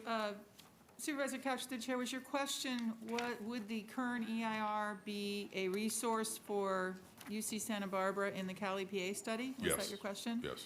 I have made that request in 2 comment letters. I also note that the scope of work, which was attached, does say minimize impacts beyond our borders, and our and borders are capitalized, whatever that means. Minimize emissions leakage and external costs beyond the state's borders to the maximum extent possible. So that, I would assume that's not just foreign oil, that's also probably imports from Wyoming, Texas, and other sorts of places. So it appears that this Cal EPA study does have in the scope the very questions that you're asking. Thank you. Was it the surface expression in the Simrick oil field that got the governor's attention, prompted his actions? Was that the start of this? Yes. Yes, That's it a was. yes? Yes. Well, I have to say, and I think the people of McKittrick would agree with me, which is where the Simrick oil field is. If you were to have a surface expression anywhere in the world, that is probably the perfect place to have one. As far as safety for people, not only workers, but people that live in the area. That's, and to my knowledge, that has been. Could you give us an update on that? It's my understanding that has been completely cleaned up, and that even the oil that was, I don't know what you would call it, that was expressed on the surface, has been refined and removed from the site and is refined. Yes, we were out there last week with Chevron, and they are here, may be able to give a more detailed response, but it was the largest such surface expression in California history. It did create safety hazards for the personnel who were cleaning up the facility, had to take numerous precautions of equipment, personal protective equipment, respirators. There had to be lines attached to make sure that someone didn't slip or fall or potentially slip in it. There also were a number of animals that were caught in the expression. I'm not sure where the disposal of the soil and contaminated soil and went, if it was produced or not. I know there was some production associated that was reused, but I'm not clear of the percent of how much. Thank you.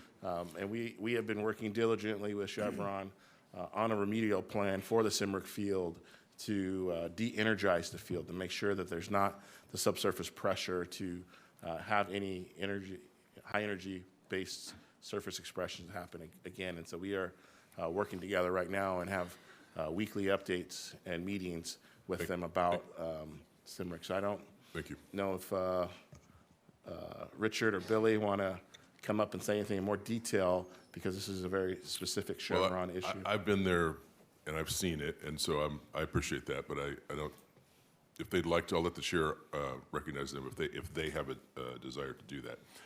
I would round out my comments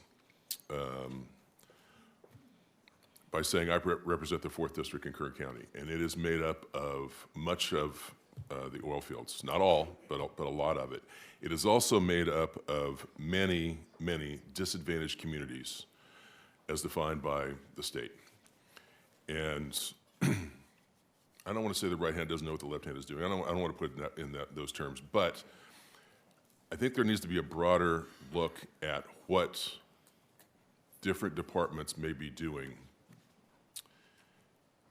and they're not working, they may be working at cross purposes to each other. For example, I think a few years ago, one of the big issues that cropped up is and not that it's a bad thing, but we needed to identify disadvantaged communities, and a lot of funding now flows to disadvantaged communities.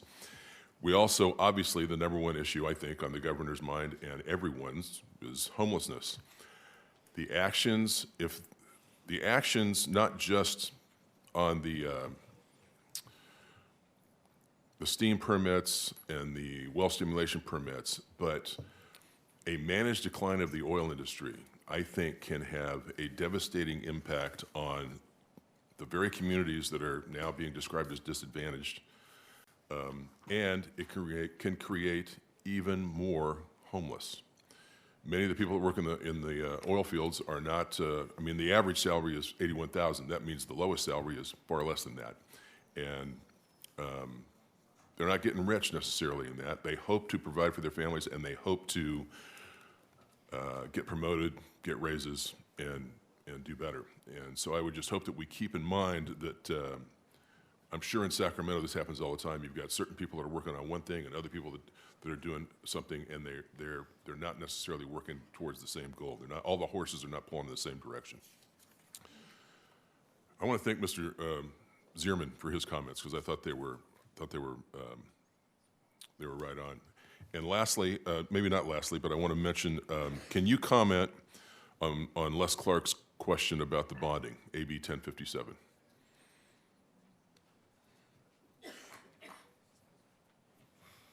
Yes, there has been an increase in bonding requirements, but there also has been an increase in authority given to the supervisor on meeting those requirements. We actually had a meeting earlier today with independent operators talking about means of compliance, such as pooled insurance, where multiple companies can work together in mitigating risks, and evaluating that not every company is the same, whether you have 16 wells or 50 wells, you have different levels of risks. But we do want to ensure that assets are cleaned up afterwards and restored to their previous state. I'll round this out with this comment, and that is we are currently in the 4th year, I guess we're in the second half of the 4th year of a 4-year budget mitigation plan. This is how important oil is to Kern County. And this doesn't even talk about the impact to the people that are employed in the oil industry. I'm just talking right now about the impact to county government. 4 years ago, the price of oil took a big drop, and we suffered, we found ourselves with a huge budget deficit. Our team over here, CAO and his team, came up with a 4-year budget mitigation plan, but it was an extremely painful process, and we're still not done going through that. Mr. Alsop, can you comment? We were at what percent of revenues is property tax from oil producing properties right now? Is it 16%? used to be 32. Yeah, through the chair, Supervisor, that sounds about right. Oil and gas is about 9.1 billion, almost $10 billion contribution, economic contribution to the county, So countywide. Thank you for that. Between that happening to us in 2015, and this predates me and most of us here on the board, the financial crisis of 2009, there are employees at the county that haven't had a raise in probably 10 years. And this is, if we're managing decline in one of our major assets and our major employers, we have a major problem just retaining people, there are several, the guys in uniform back here, just keeping those types of people on the street and keeping them employed with benefits that will keep them around. We have a big, big problem doing that. Not to mention just every other type of employee that we've got, but specifically our public safety employees, which are vital to us. So I think I want to impress upon you how important that is to our budget and how important those employees are to us, and we have not been in a position to do much for them. And that doesn't even begin to talk about the impact that these actions can have on all the families that we represent, that are represented here today. Thank you, Madam Chairman. Thank you very much, Supervisor Couch. We're going to move right along because we are significantly behind schedule. I apologize for that, but certainly lots of good information has come forth and been conveyed, and we so appreciate your patience. We're going to move here to hear from folks in the community that asked for some time to be able to present to the governor's staff. I would ask that we all please try and be respectful to each other. We will have disagreements here, but it is most fruitful when we listen and learn from each other. And I think fairness requires us to listen to all perspectives. So we are not moving to public comment yet. I'm sorry. We will. Gotcha. Gotcha. It's going to be a while for public comment. So can I ask Ingrid Brostrom, Assistant Director, Center on Race, Poverty, and the Environment, to please come down. And I understand you have some slides and some information you'd like to present. Welcome, and thank you for being here. The floor is yours.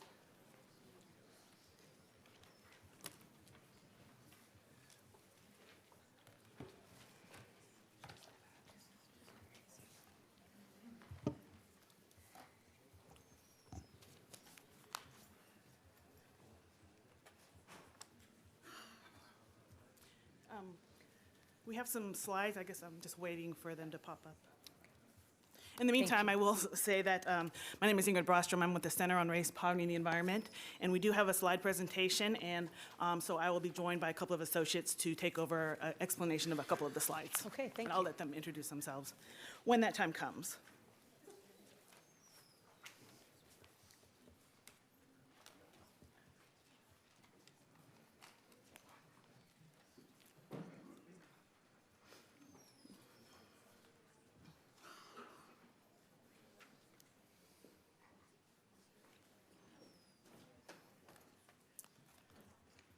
Great. So I'm with the Center on Race, Poverty, and the Environment. It's an environmental justice group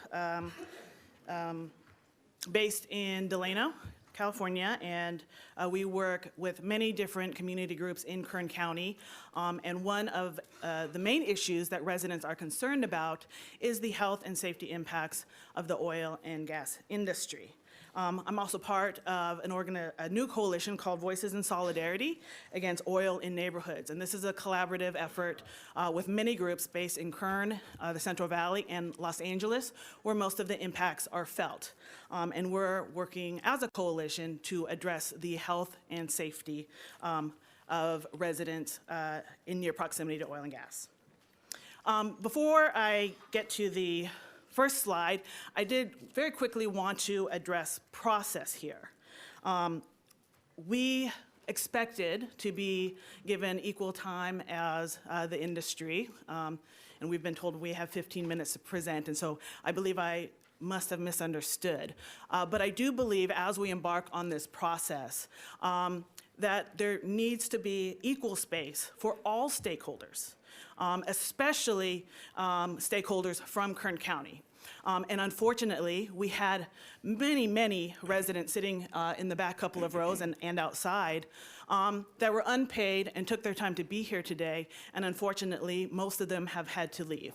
They very much wanted to address this board on this important issue and are very disappointed that they were not able to get that chance. Ingrid, the referral from the board was involving the economic impacts to Kern County so that these gentlemen can take that message back to the governor. That was the referral. It was voted on by this board, and we have extended an opportunity to hear from you because I believe that's fair. But the referral was really about economic impacts and the reality that Kern County and folks that have to manage the money are dealing with. So, you know, I want to hear from you, but you do have 15 minutes and we need to move. So please get started. All right.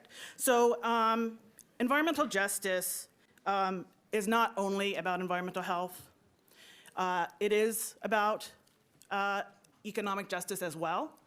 We care very much about the economic prosperity of Kern County and the economic prosperity of the family and residents who live here. And so I want to start off by saying we have shared objectives here.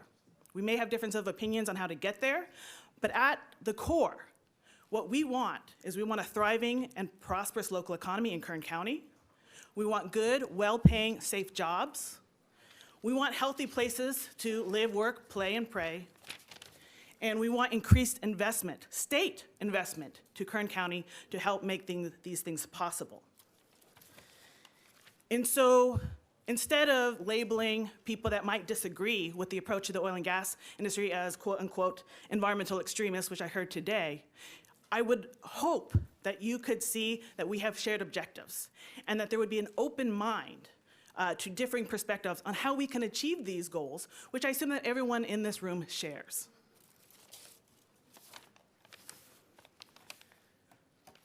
So in terms of the local economy and the current status, I think is a good place to start. So Kern County has high unemployment. And while it has gone down, as much of the state has gone down, we still are at 6.4%, which is much higher than the California unemployment rate, which is currently sitting at 3.7%.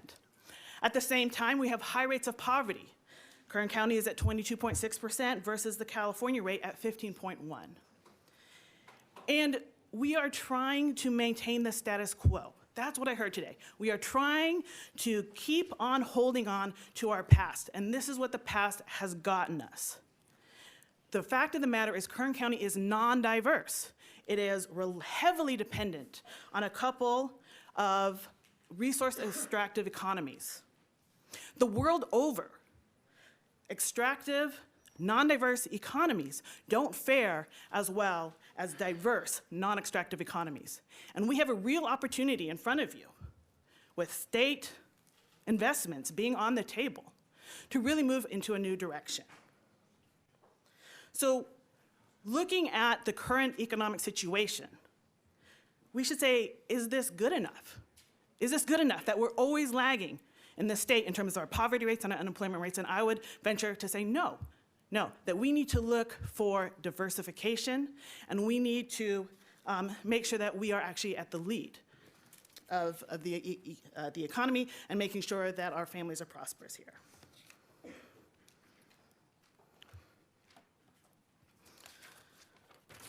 So this is a graph.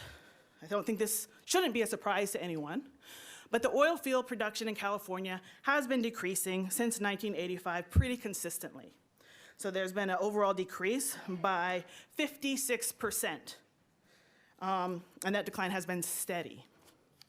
And in addition to this, the decline is projected to continue to decrease by an additional 26% by 2030. So these figures, these are projections from a WISPA contracted report. And these projections are based on current conditions. And they don't account for any new regulatory or unexpected market shifts. So this is best case scenario. This is your status quo, a declining market. And why that is, we've heard several explanations, but the reason is quite simple. California crude is heavy. It is difficult to extract. And so while we have seen California crude decrease, at the same time you're seeing increases in areas with lighter crudes. That includes domestically and internationally. So it's not the regulations, it's not the extremist environmentalists that are causing these declines. It's the natural resources that we have in Kern County. There's nothing that this board can do, and there's nothing that the state can do to change the quality of California's crude. That is something that we have to work with. California's crude, because it's so heavy, not only means that it's more expensive to extract, it also means that it's the dirtiest crude and has the most climate impact. So there's a lot of reasons why we need to look at California's crude in terms of the overall market and the expediency of trying to keep drilling out to the last drop, given just pure economics, pure economics.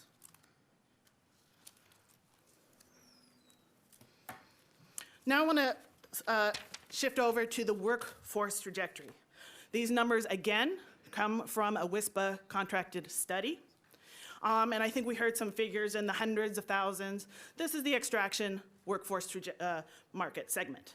So that should account for most of the upstream jobs that we see in California, and many of them probably are in Kern. So it's a far cry from the hundreds of thousands that are quoted. And mind you, those hundreds of thousands, they include gas station retail attendants, which, personally I think is a little disingenuous. So these are the numbers of jobs that we're really looking at.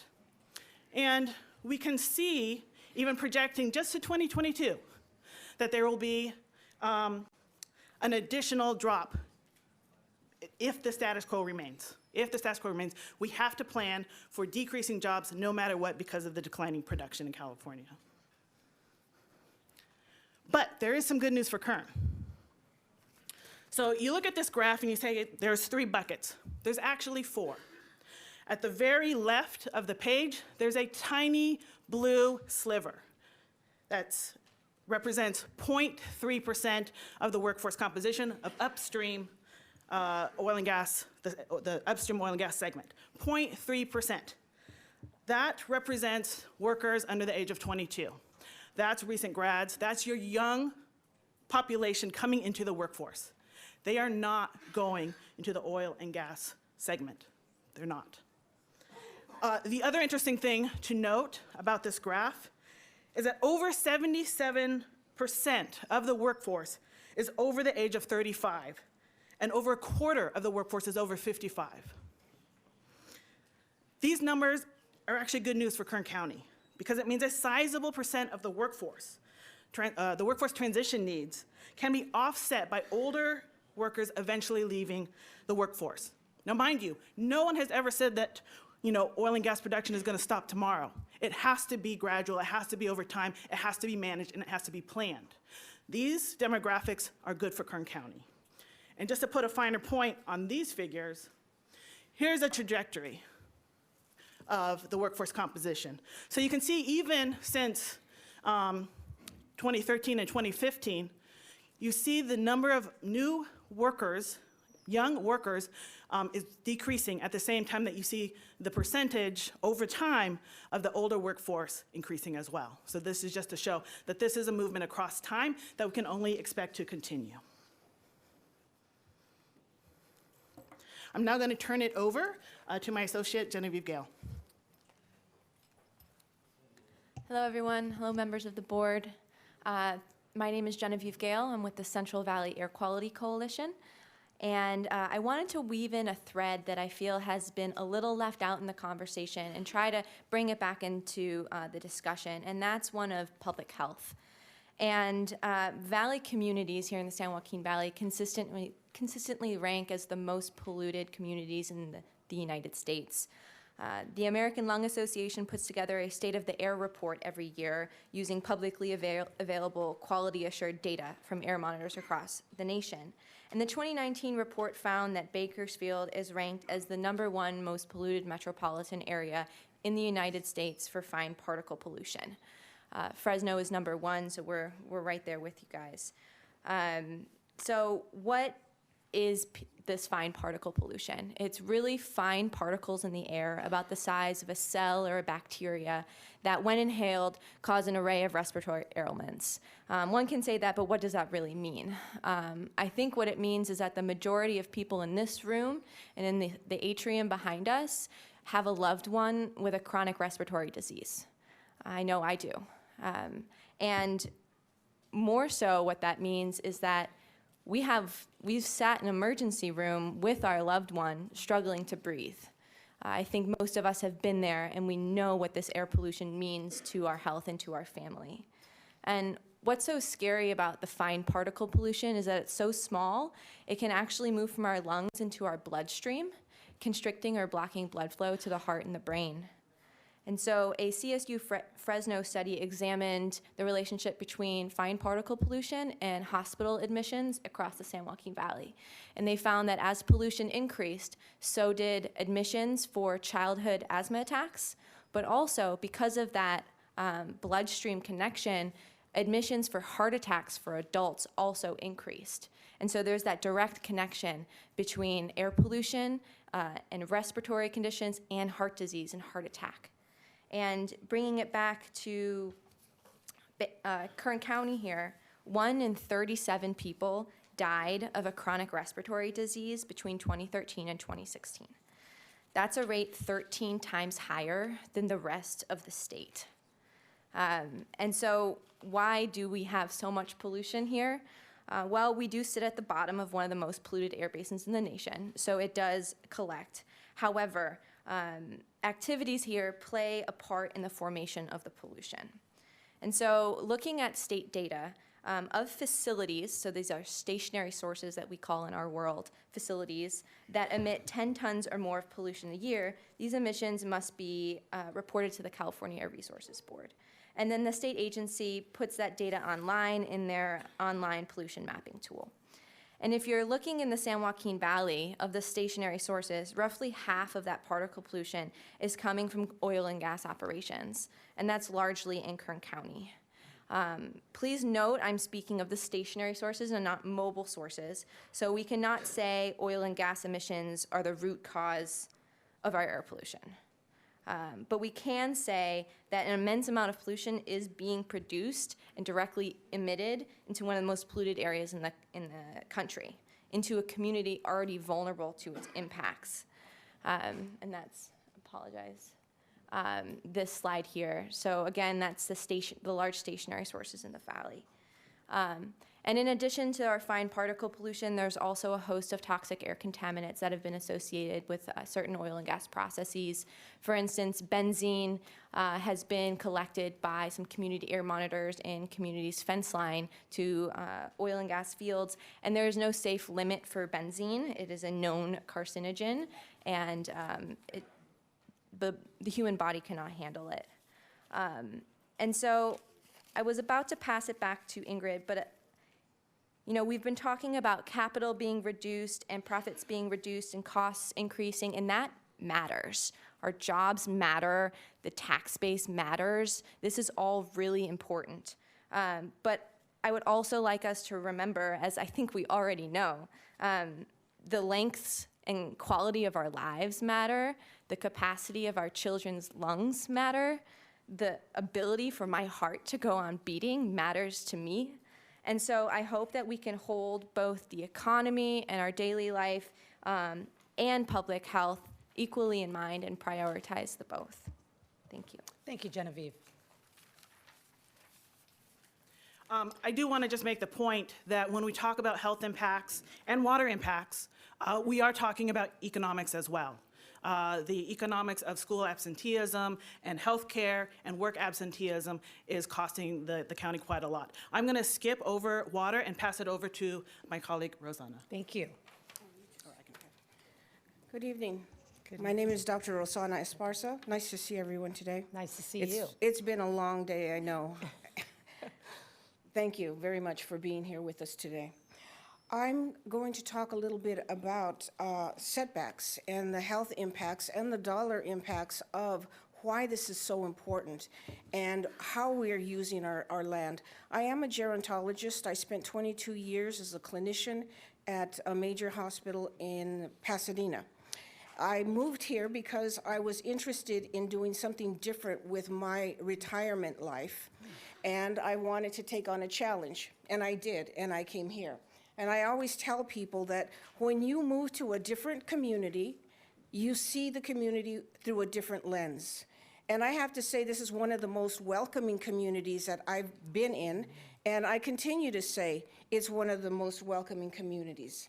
What puzzles me, though, is that how we use our land and how we set up the organization between our healthcare and our oil and gas production and our industry and transportation is sometimes baffling, as though it was never really intended for people to live here. And that's a challenge as a gerontologist and as a medical professional, because we need to have space between, as my colleague just mentioned, between the production and where people are living. So we have looked at the amount of setback use that needs to happen and what is the most safe level, which we have come to, from different studies, to 2,500 feet. Was someone agreeing with me? I'm going to ask you, please don't do that. That's not helpful, it isn't respectful, and Kern County is better than that. So, ma'am, I am going to ask you to wrap up because we have 450 people who want to speak. Of the nearly 5.5 million Californians who live within a mile of oil and gas, 1/3 live in areas with the highest level of environmental pollution in a state, and 92% of the individuals are people of color. We haven't mentioned anything about that. We haven't talked about who these people are that reside in these small communities. And we need to take into consideration the health impacts and the dollar amount that it takes to keep people safe, to keep people healthy, and to keep people productive. This relates not only to our residents, but to our workers. So thank you very much. Thank you for your passion and concern for Kern County. I want to quickly conclude with some, I think, information that is very relevant to the conversation today, and that is about what the future opportunities for Kern County. One thing we know that's happening right now is there's a younger demographic moving to Bakersfield and Kern County, driven by the high cost of property ownership elsewhere. So we have a new kind of population that's coming to Kern County, which represents and presents opportunities. I have some pictures up there of Bitwise, which is a fledgling technology industry. Obviously, Kern County renewable energy, solar and wind. We need to look at property taxes on new emerging sectors. There are many exemptions. And again, I think it was talked about, soil remediation and plugging and abandoning wells are a good sector, especially for young people that are moving here. People moving back that went to college, that live here and are from here, need to have jobs and workforces that are meant for them. And as I showed you before, it's not the oil and gas industry. And I will just conclude quickly with our recommended next steps, which is to create a plan for a just transition, and recognizing that we're all stakeholders. Yes, we want labor. Yes, we want the energy sector, but we also want community groups, health groups, and local governments. And so when you ask to create a delegation and it excluded anybody from our side, I think that's a mistake. We all want the same things, and a robust dialogue needs more people and more stakeholders. To the state, we want significant state investment here in Kern County. It is going to bear the brunt of the transition, which is coming, the inevitable transition that is coming, and we need the state to put some dollars where its mouth is. This region is going to bear the cost, and yet we have real opportunity, and so we want the money coming here. And then finally, we need to undertake an analysis of Kern County assets and opportunities, and again, that's a big conversation with a lot of stakeholders. So conclusion, the transition away from oil and gas, it's inevitable, it's happening. The choice before Kern County is whether to plan for managed decline or to be caught off guard with an unmanaged decline. The decline is happening. And secondly, the big point, Kern County has an opportunity right now. There are hundreds of millions of dollars set aside for investment in regions that are going to be impacted, and Kern County needs to be in the front of the line. And so instead of opposition, we need to be working together with the state, with all the stakeholders. Thank you. Ingrid, thank you. Can I, Ingrid. one of my colleagues has a question for you. Yes. Thank you, Zach Ingrid. Scrivener? Really, thank you for your comments. I had a question for you. When you were talking about Kern County crude and how heavy it is, and that's why the decline has been happening, which isn't what I've heard. I saw a lot of heads shaking no among oil execs. So are you a geologist or an engineer that has expertise in the oil industry? No, my sources are actually industry papers and articles. So that's where I got that information, was a lot of industry fact sheets or reports in terms of why California production is so much in decline. Well, maybe when some of the folks come up, they'd be able to address that, because I'm curious about that as well, because that's not what I've heard. You had a lot of information and opinions about Kern County. Are you from the Central Valley or Kern County? I lived here. I moved away because of the health impacts. The organization that I'm the assistant director for is based in Delano. Okay, thank you. Okay, thank you so much for your time. I'm going to ask that we take comment now from us local officials that represent us in the state of California. I'm going to ask our Senator Shannon Grove if you would please make your way to the podium. This is technically under our public comment period, and so we're trying to be mindful. And I know that you appreciate that more than most. So, Senator, welcome. It's nice to see you. Nice to see you too. Thank you very Floor much. is yours. So Your name, Senator please. Shannon Grove, Shannon, and Grove is like Orange Grove, Grove. I know that we're short on time, and I do appreciate the opportunity to make comments here. I'd like to thank the Board of Supervisors for putting this on, Zach for your leadership, or Supervisor Scrivener for his leadership. I'd like to not continue to echo all the comments that were stated by our industry executives and people that actually have an ability to talk outside, that are wanting to come in and share their stories as well. I do want to share some things, though. Personally, briefly, the back of my car is also always filthy dirty. The sides and the front are spotless and clean, but the back of my car is filthy dirty, and the reason why is because I drive 1.5 miles off a Porterville Highway into an oil field, through an oil field, in order to get to my residence, where a lot of individuals live out there. Our family is healthy, and we're all healthy. I'd also like to let you know that 39 million Californians wake up every morning, and they benefit from this oil industry. We're not just talking about fuels in our cars, we're talking about plastic on electric cars, the footballs our kids toss around, vital medical equipment, vitamins, medication, trash bags, perfume, heart valves, telephones, cameras. I mean, the list just goes on and on of everything that Californians benefit from every day because of the oil industry.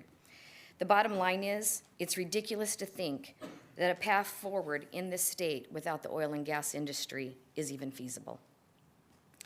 While the state can move towards alternative energy or electric vehicles, it can't eliminate things that we use every day that are produced or linked to the oil industry. In fact, for the last 30 years, California reliance on oil has not gone down, and we have evidence to show that. And even with the achieved goals with green technology that other administrations and this administration have put in place. But you all know that, and you also know that we are importing more oil than we ever had in the past. So we can either produce it safely and cleanly here under the strictest environmental quality ever, or we can continue to import it by bunker fuel, which is the highest carbon burning fuel that you can actually transport anything with. And then you can look at the slides that Supervisor Scrivener put up about the dismal conditions that we as Californians are funding when they're getting beat in the streets, they're getting hanged publicly, and the information that he showed on just the environmental issues that are taking place in foreign countries. We are paying for that. So I know that a lot of these things that have been said, I do want to quote one thing, though, that the governor, so a few weeks ago, about a month ago, I know the governor has been here a couple of times.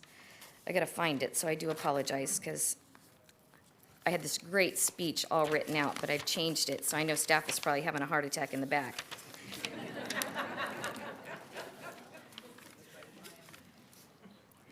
I'm just looking for the governor's quote, so I do apologize for the delay. The governor himself came here to Kern County, and he was actually talking to the mayor about homelessness. And he, on television, on camera, said on December 19th, quote, "The state of California, through our actions have had a disproportionate impact on Kern County. We own that too, and we ought to own up to that. We ought to own up to that. End quote. He said that. Well, I stand here today before my colleagues that I serve with and that I work very well with, and I tell you that it's time to own up to it. Residents are moving out, companies are losing huge investments, businesses are closing, stocks are falling, and families are losing their incomes. It's time to act. We can't waste any more time. And I know that you are working very hard with Livermore Labs to make sure that the process is complete and it's verified by an organization that people trust. And then once that process is complete, permits will start being issued. I understand that. And so I want you to know that we can't wait any longer. And I'm not going to go over everything else that everybody had and all the other notes I had, but I do have some questions. And I have some questions, and these are questions that I would like answered in my office. Number one, Uduak, on your new leadership role, are you going to be able to work with industry and provide clear goals? Lorelei does it with our Impact EIR. She sets standards, and once they comply with A, B, C, and D, and she has it up on the website, and you check all the boxes, you get a permit within 7 days, okay, with what she has access for the CEQA part of our EIR.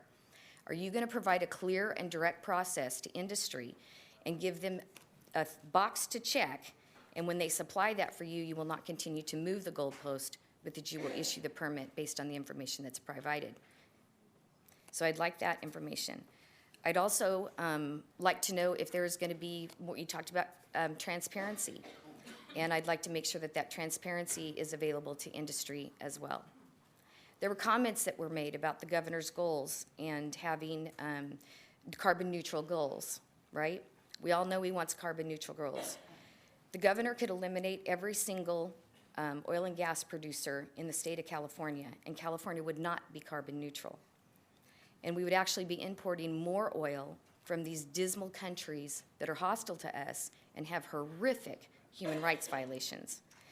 I joked one day in the governor's office that when we were talking about Saudi Arabia that I wish the first partner was sitting there, because I think she would have something to say about the way women are treated in Saudi Arabia.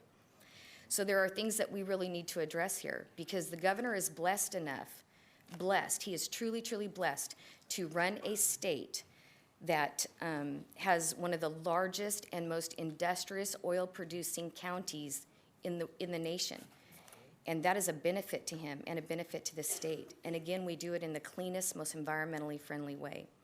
So I challenge you guys to work with industry, keep me informed, and I really do appreciate all of you being here, especially our new supervisor, the director. I appreciate you being here as well. And Anthony, for every text, every phone call, every 2 o'clock, you're killing me, what are you doing, response, that I send to you, and you immediately respond and give me the information we use. I appreciate you working with us, and I do appreciate you coming down at my request early to meet with all the people that you've met with, and I appreciate the governor coming to meet with people, and at least working with industry and our County Board of Supervisors for a viable, active approach to making sure that we have a viable oil industry that, again, is the cleanest it can be produced anywhere. So I thank you for that. And I thank the board for taking this huge day on. And I thank you again, Supervisor Scrivner, for leading the charge. And I thank everybody that's waited outside and all of the individuals here that are making comments today on this particular subject matter. Thank you, Senator.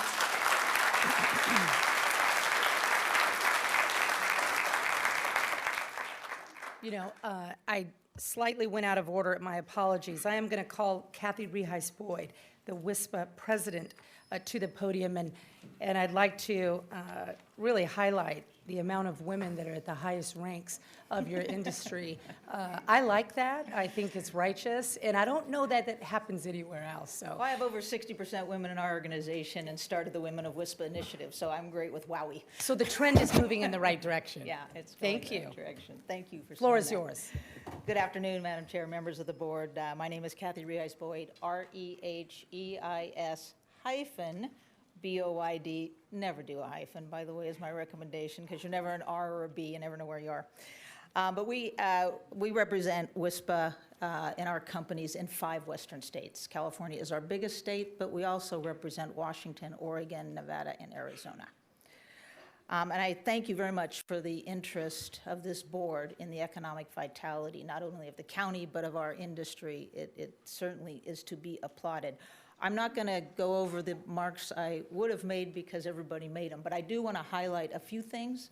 And I also want to point out and talk about some of the things that Ingrid noted. Ingrid and I have had at least 2 conversations, and there are many things that we agree on, and those are important things. And so I'd like to highlight those, and then also just to address a few of the questions that I heard on natural gas and a few other issues, if I could. Thank you. So I'll just start by saying that my career in the industry is 30 years now with this industry and 7 additional years with economic consultants that work for the industry. So I'm going on about 37 years. Most of that was in Kern County in the beginning because, as you all know, this is the most genuine, authentic place I've ever worked, and it's in your soul and it's in your DNA, and I can tell you it is a pleasure to be back before this board. You've heard about the energy demands are increasing, and this is the 5th largest economy in the world. So attacking production really doesn't do anything to eliminate that demand. Banning anything in Kern County only shifts things to foreign nations, as you've heard. If we don't produce it here, it's going to come from there. And California, if you just think of it, we are the 3rd largest consumer of transportation fuels in the world, only behind 2, the United States of America and China. So when we talk about the enormous task before us, it is large. And we have 40 million people that drive 26 million vehicles every day, and they demand, as you've heard, 3 things: to wake up, turn their lights on, heat and cool their homes, and drive from A to B, and we're involved in all 3 of those. It's great. We have 700,000, almost 700,000 electric vehicles. You've heard from this industry. We support diversification. I've got members involved in all of it, in electricity charging stations, in solar, in wind, in biofuels. We're all over it, right? This county's all over it.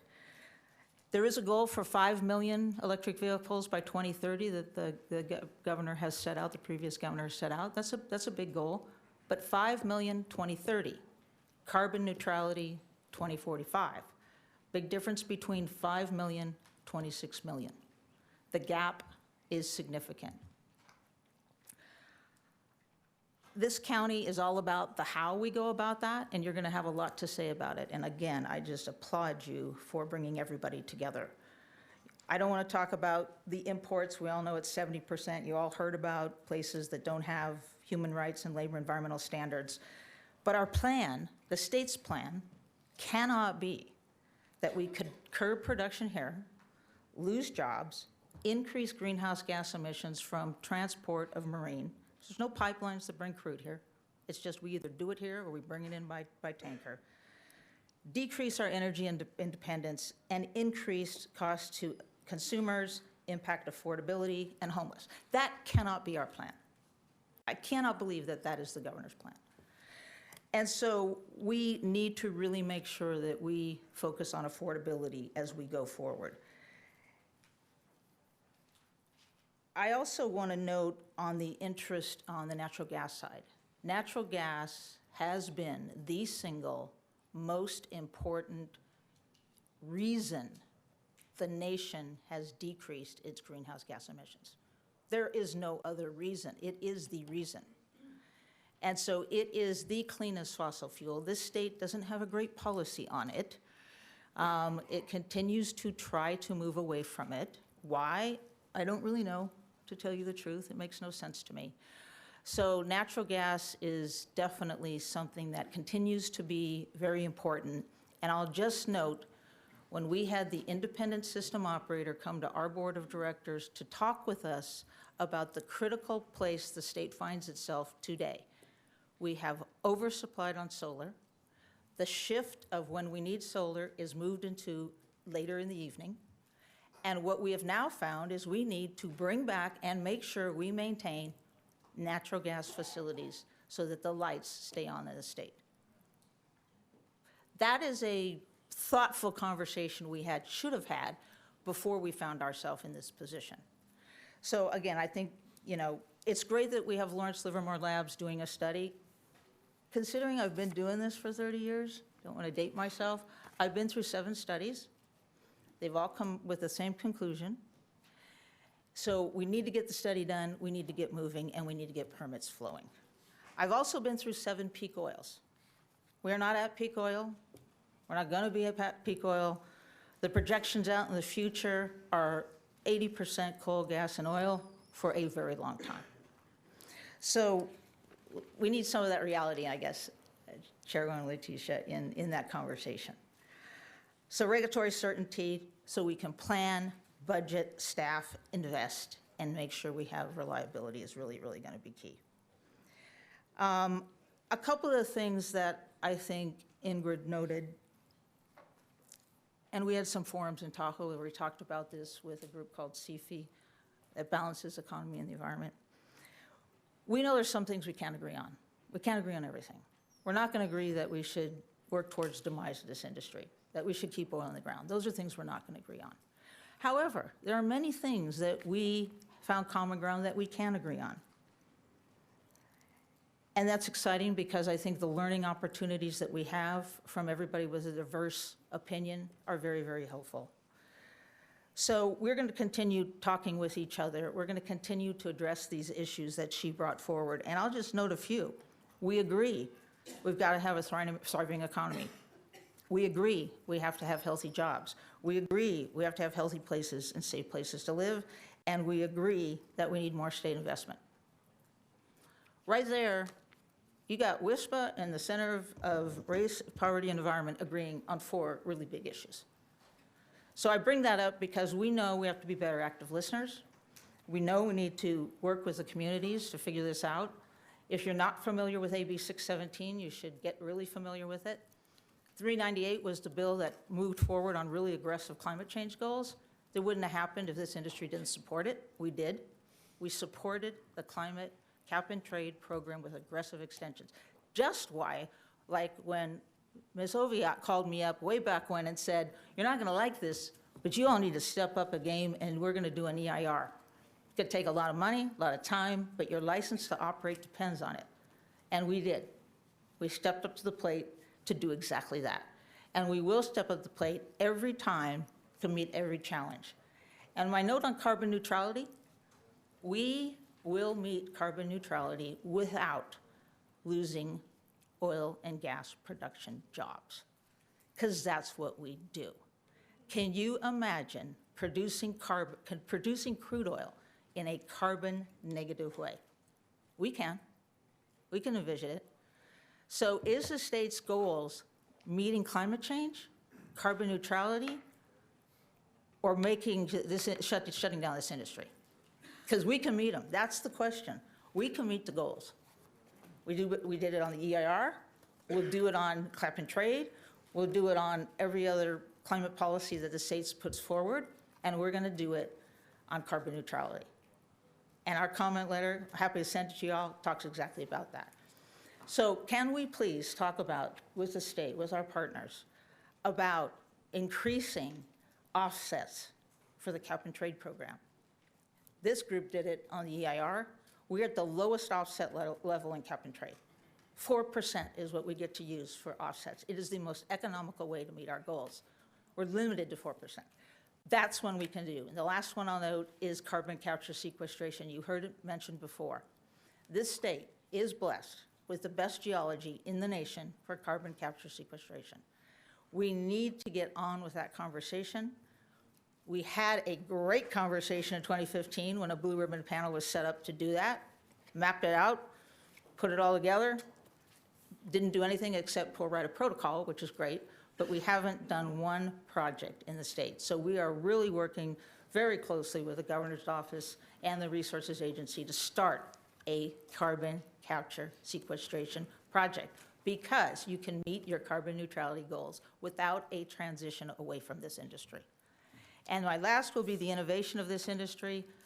As you know, they are contributing in all ways to alternative renewable fuels as they are meeting demand, while they are making traditional oil and gas cleaner, better, safer with everything they do. So my ending comment is we want to be partners. Thank you for the state for coming down and hearing us.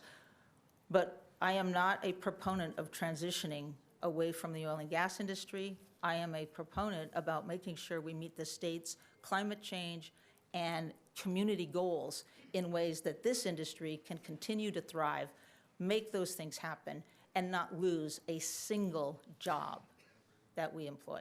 Thank you. Thank you, Kathy.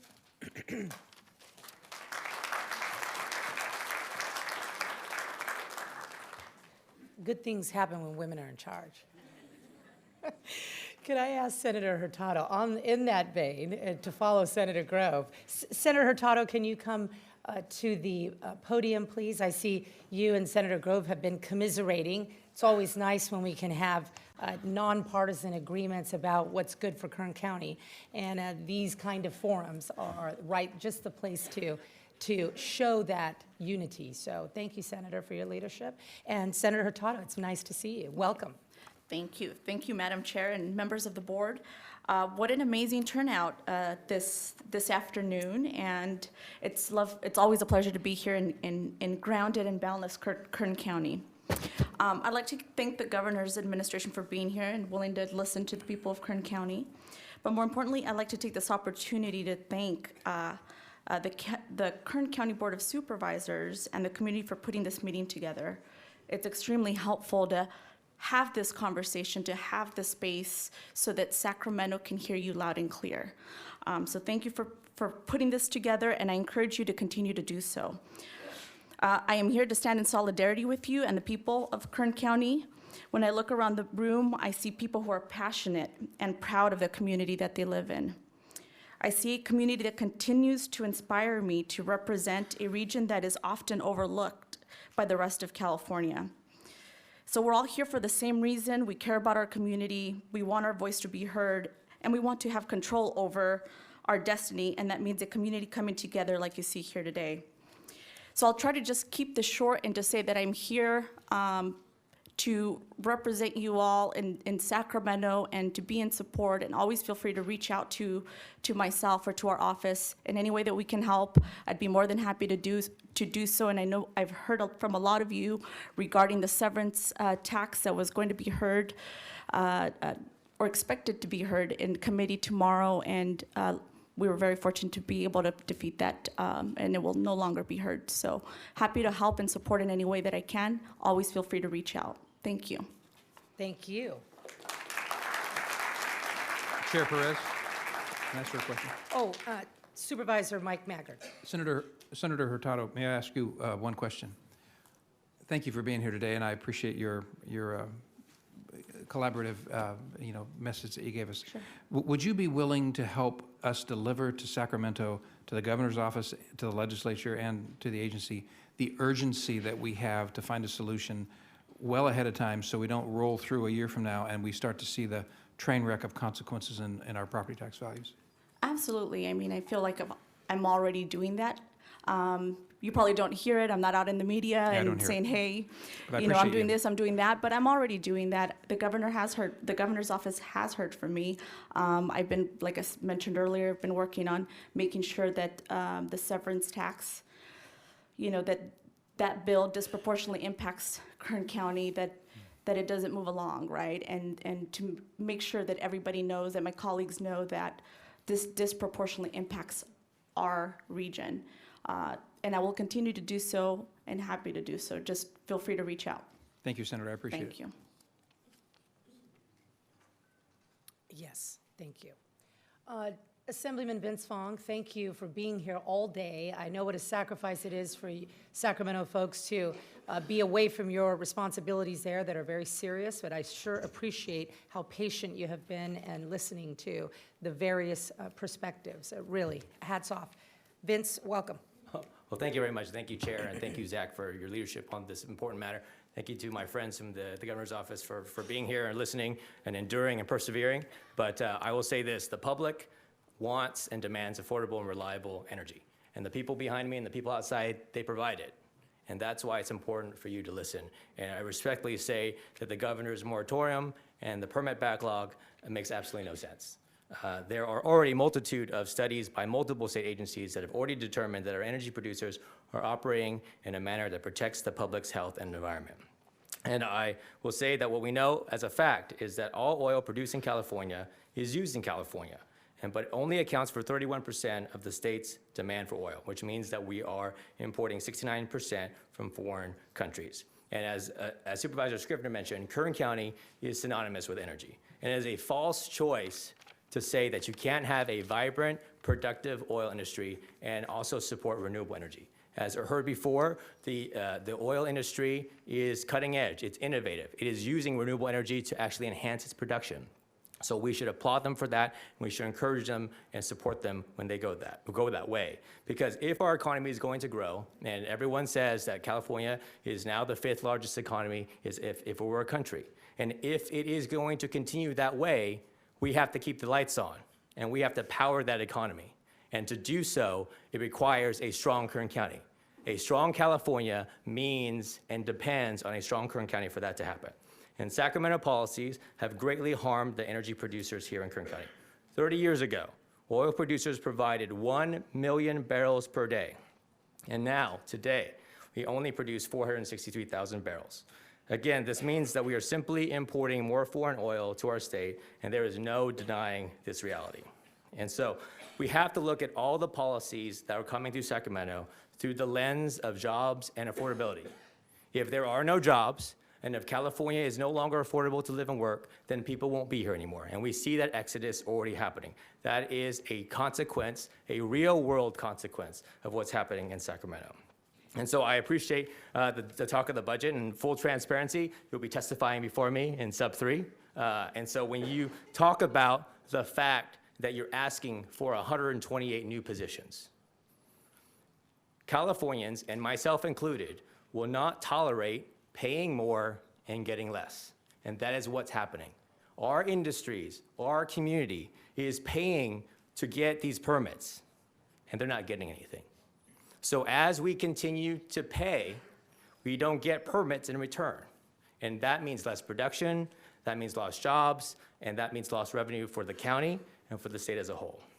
So I clearly stand in support of our energy producers. I stand in support of this Board of Supervisors. I stand in support of our community. And I hope that the governor and his administration will reverse this moratorium, will address this permit backlog, provide certainty, and allow our industries to do what it does best, and that is to power our state. Thank you. Thank you, Assemblyman.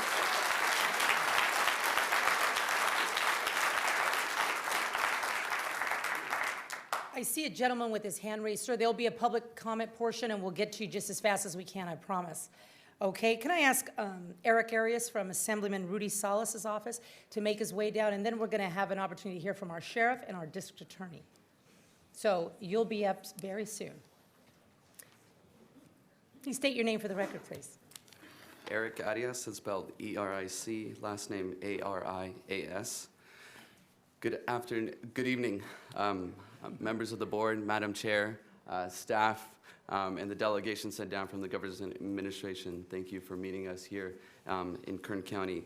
I am a field representative here on behalf of State Assembly Member Rudy Salas, who wanted to be here today, but was required to be in the state capitol. Assemblymember Salas wanted me to read this statement in support of one of the most vital economic engines in our region, the energy and petroleum industry. I want to thank, firstly, the Board of Supervisors for having this item on today's agenda and for allowing me to share this statement. In November, the governor issued a moratorium on cyclic steaming that threatens the livelihood of thousands of good-paying jobs in Kern County and throughout the state, and stands to unduly and severely impact Kern County and the county's ability to offer much-needed public services to our local residents. Tens of thousands of working families here in the Central Valley depend either directly or indirectly on the good-paying jobs within our robust energy sector. The total economic contribution to Kern County from energy industry jobs totals around $9.1 billion. This contribution is seen in the investments in our schools, in our roads, in our infrastructure, and public safety. Unfortunately, because of the governor's moratorium, coupled with the inaction from Dogger and now CalGEM to issue much-needed permits, people are now losing their jobs. This means less revenue to the county, less revenue to the state, and an undue impact to the thousands of families in the region and throughout the state. Today, members of the governor's administration are here, and we appreciate that. I appreciate that his team are here so that they can hear firsthand the impacts that are occurring and can take those back with them to voice them to the governor. It is my hope that members of the governor's administration understand the urgency to fixing this issue and understand the negative impact it is having on so many families. It is important to note that the elimination of energy production will do nothing to decrease energy demand here in California. California remains a net importer of oil and gas because of our growing demand.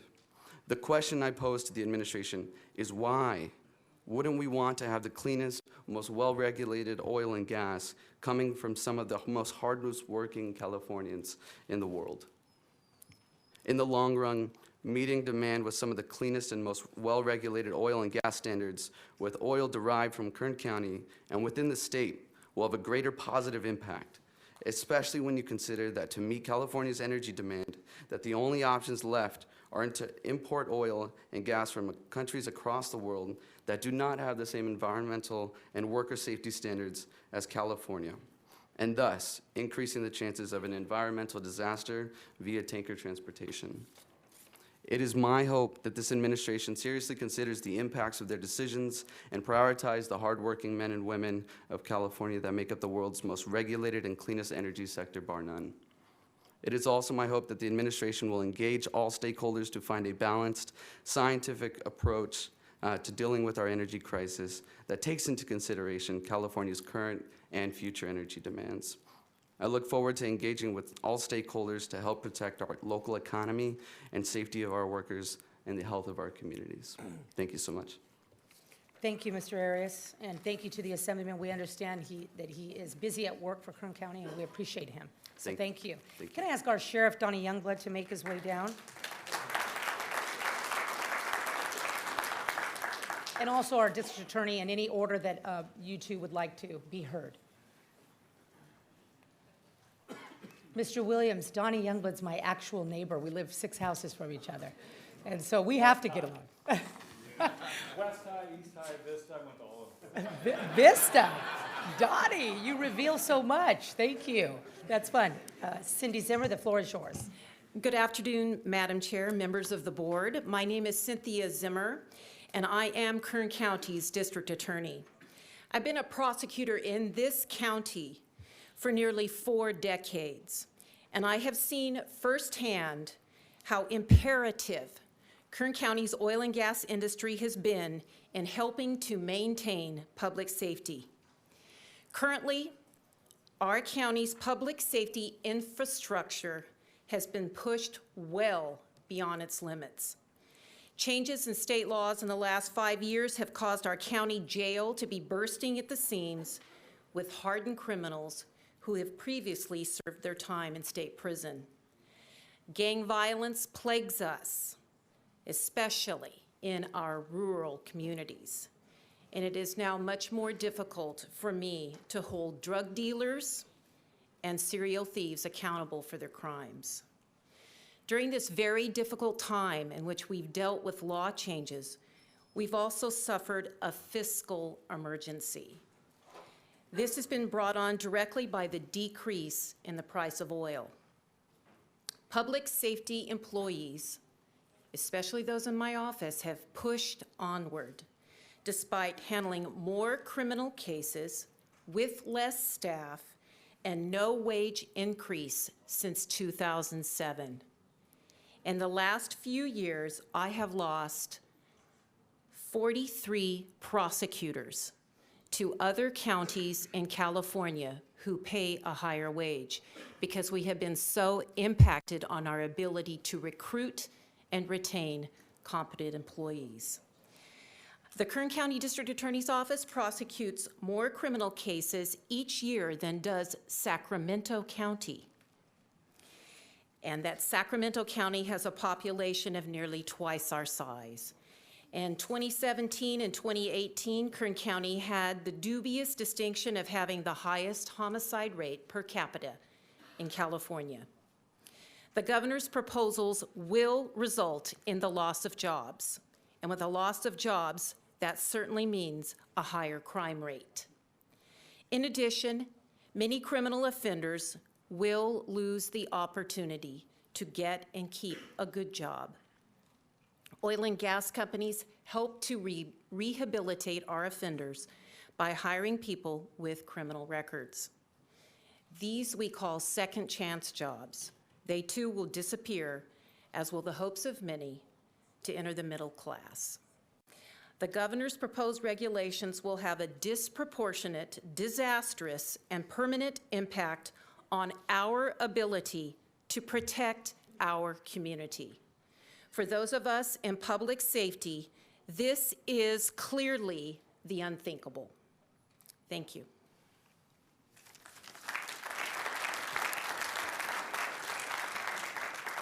Thank you very much, Sheriff Donnie Youngblood. I'll be quick because these folks have been very patient and they have things that they want to say. We're at the end of a fiscal emergency, or at the end of the fourth year of a fiscal emergency. That fiscal emergency was because of the price of oil. Oil drives our county, whether we like it or not. That's a fact. We have lost 165 deputies in the last 5 years to other agencies. By lateral transfers, we've received 0. We can't recruit and retain employees because of a lot of reasons, but now we're going to stack on the uncertainty of a future in our county. How are we going to ever recruit anyone to come to work here? Why would they? They can go to, we come into this job because we want to serve the public and we want stability. And when you don't have stability, you will move and you'll go someplace else. And we're dealing with a workforce that are millennials. They're not stable in one time. They have 4 careers throughout their life. Quitting this job means absolutely nothing to them. These young men and women that you see here that are in uniform, they've served us well, and they deserve better than that. The folks that you see in the audience behind me, our neighbors, our friends, our relatives, the ones outside, those are all real people. They're real families. This is going to have a significant impact on their families. And the last thing I'll say is the homeless issue. What we've done, in my opinion, the homeless issue is caused by Prop 47 and 57, thank you, state of California. And now we're in this epidemic of a homeless epidemic, and now we're going to take jobs from the oil industry. What do you think that's going to do to our homeless issue? And now the state of California is going to sue the counties and the cities to make us fix the homeless problem that, in my opinion, they caused. So this is really, really a difficult situation. I think that we have to pick our fights and pick the hill that we're willing to die on, and this is the one. Thank you very much. Thank you, Don.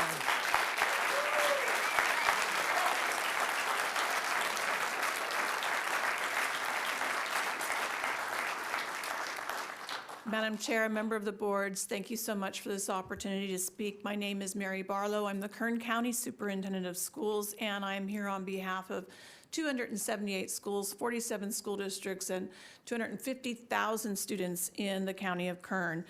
We are a county of great challenges. 1 out of every 4 residents live in poverty, but guess what? 30% of the children live in poverty in our county, but they are not the children of the members who are employed in this industry. Kern has great promise as well. We are one of the fastest growing areas of the state, and our population has increased 9% over the past 10 years. So, as a result, the loss of the single largest economic driver in our county will disproportionately impact our youth, the very youth that the governor is working so hard to support. The taxes the petroleum industry pay help fund school construction and daily operations that ensure students are prepared for the future. I want to concentrate on 2 things that really haven't been touched on today. I know that the governor has focused on students with early childhood education programs and early intervention programs. He's hired or appointed Nadine Burke-Harris as a Surgeon General, looking specifically at ACEs, or adverse childhood experiences, and the results that trauma has on children and their families. There is one major impact that we know. One of the most impactful ACEs is an unemployed parent. And that is something we really need to be careful about and cautious about as we talk about this industry and how we're going to impact it. Many, many people are dealing with homelessness, and the parents who might be impacted by this, not just in the oil industry, will be dealing with that same issue. We know that our low-income students are less likely to have access to resources and support that they need to be successful in school. All of the early education programs, all of the early intervention, and a lot of the mitigation we're talking about will never replace employed parents working with their children in their home and providing them a safe and healthy place to live and learn. Finally, the direction or the direct fiscal impact on the Kern County school infrastructure must be discussed. To address growth, many of our Kern County schools have passed bonds to modernize and expand facilities, including advanced career technical education programs. Right now, we know our assessed valuation is over $255 billion, with mineral rights accounting for about 16% or $40 billion of that valuation. 60%, 59% of local property taxes go directly to these school districts. So the petroleum industry is a key partner in supporting Kern County and education. Any immediate impact to the petroleum industry may result in a decline, not only in, well, it will result in a decline in the assessed valuation. It will put district finances and bond repayment at risk. And we know two things happen when local property taxes decline. I'm the former Deputy Administrative Officer for the FCMAT, which is Fiscal Crisis Management Assistance Team in the state of California.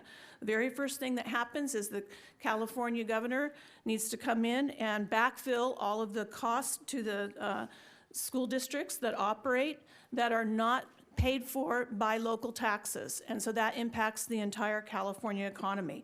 Then they have to start looking at how they're going to help operate those school districts that are in fiscal distress, another enormous cost.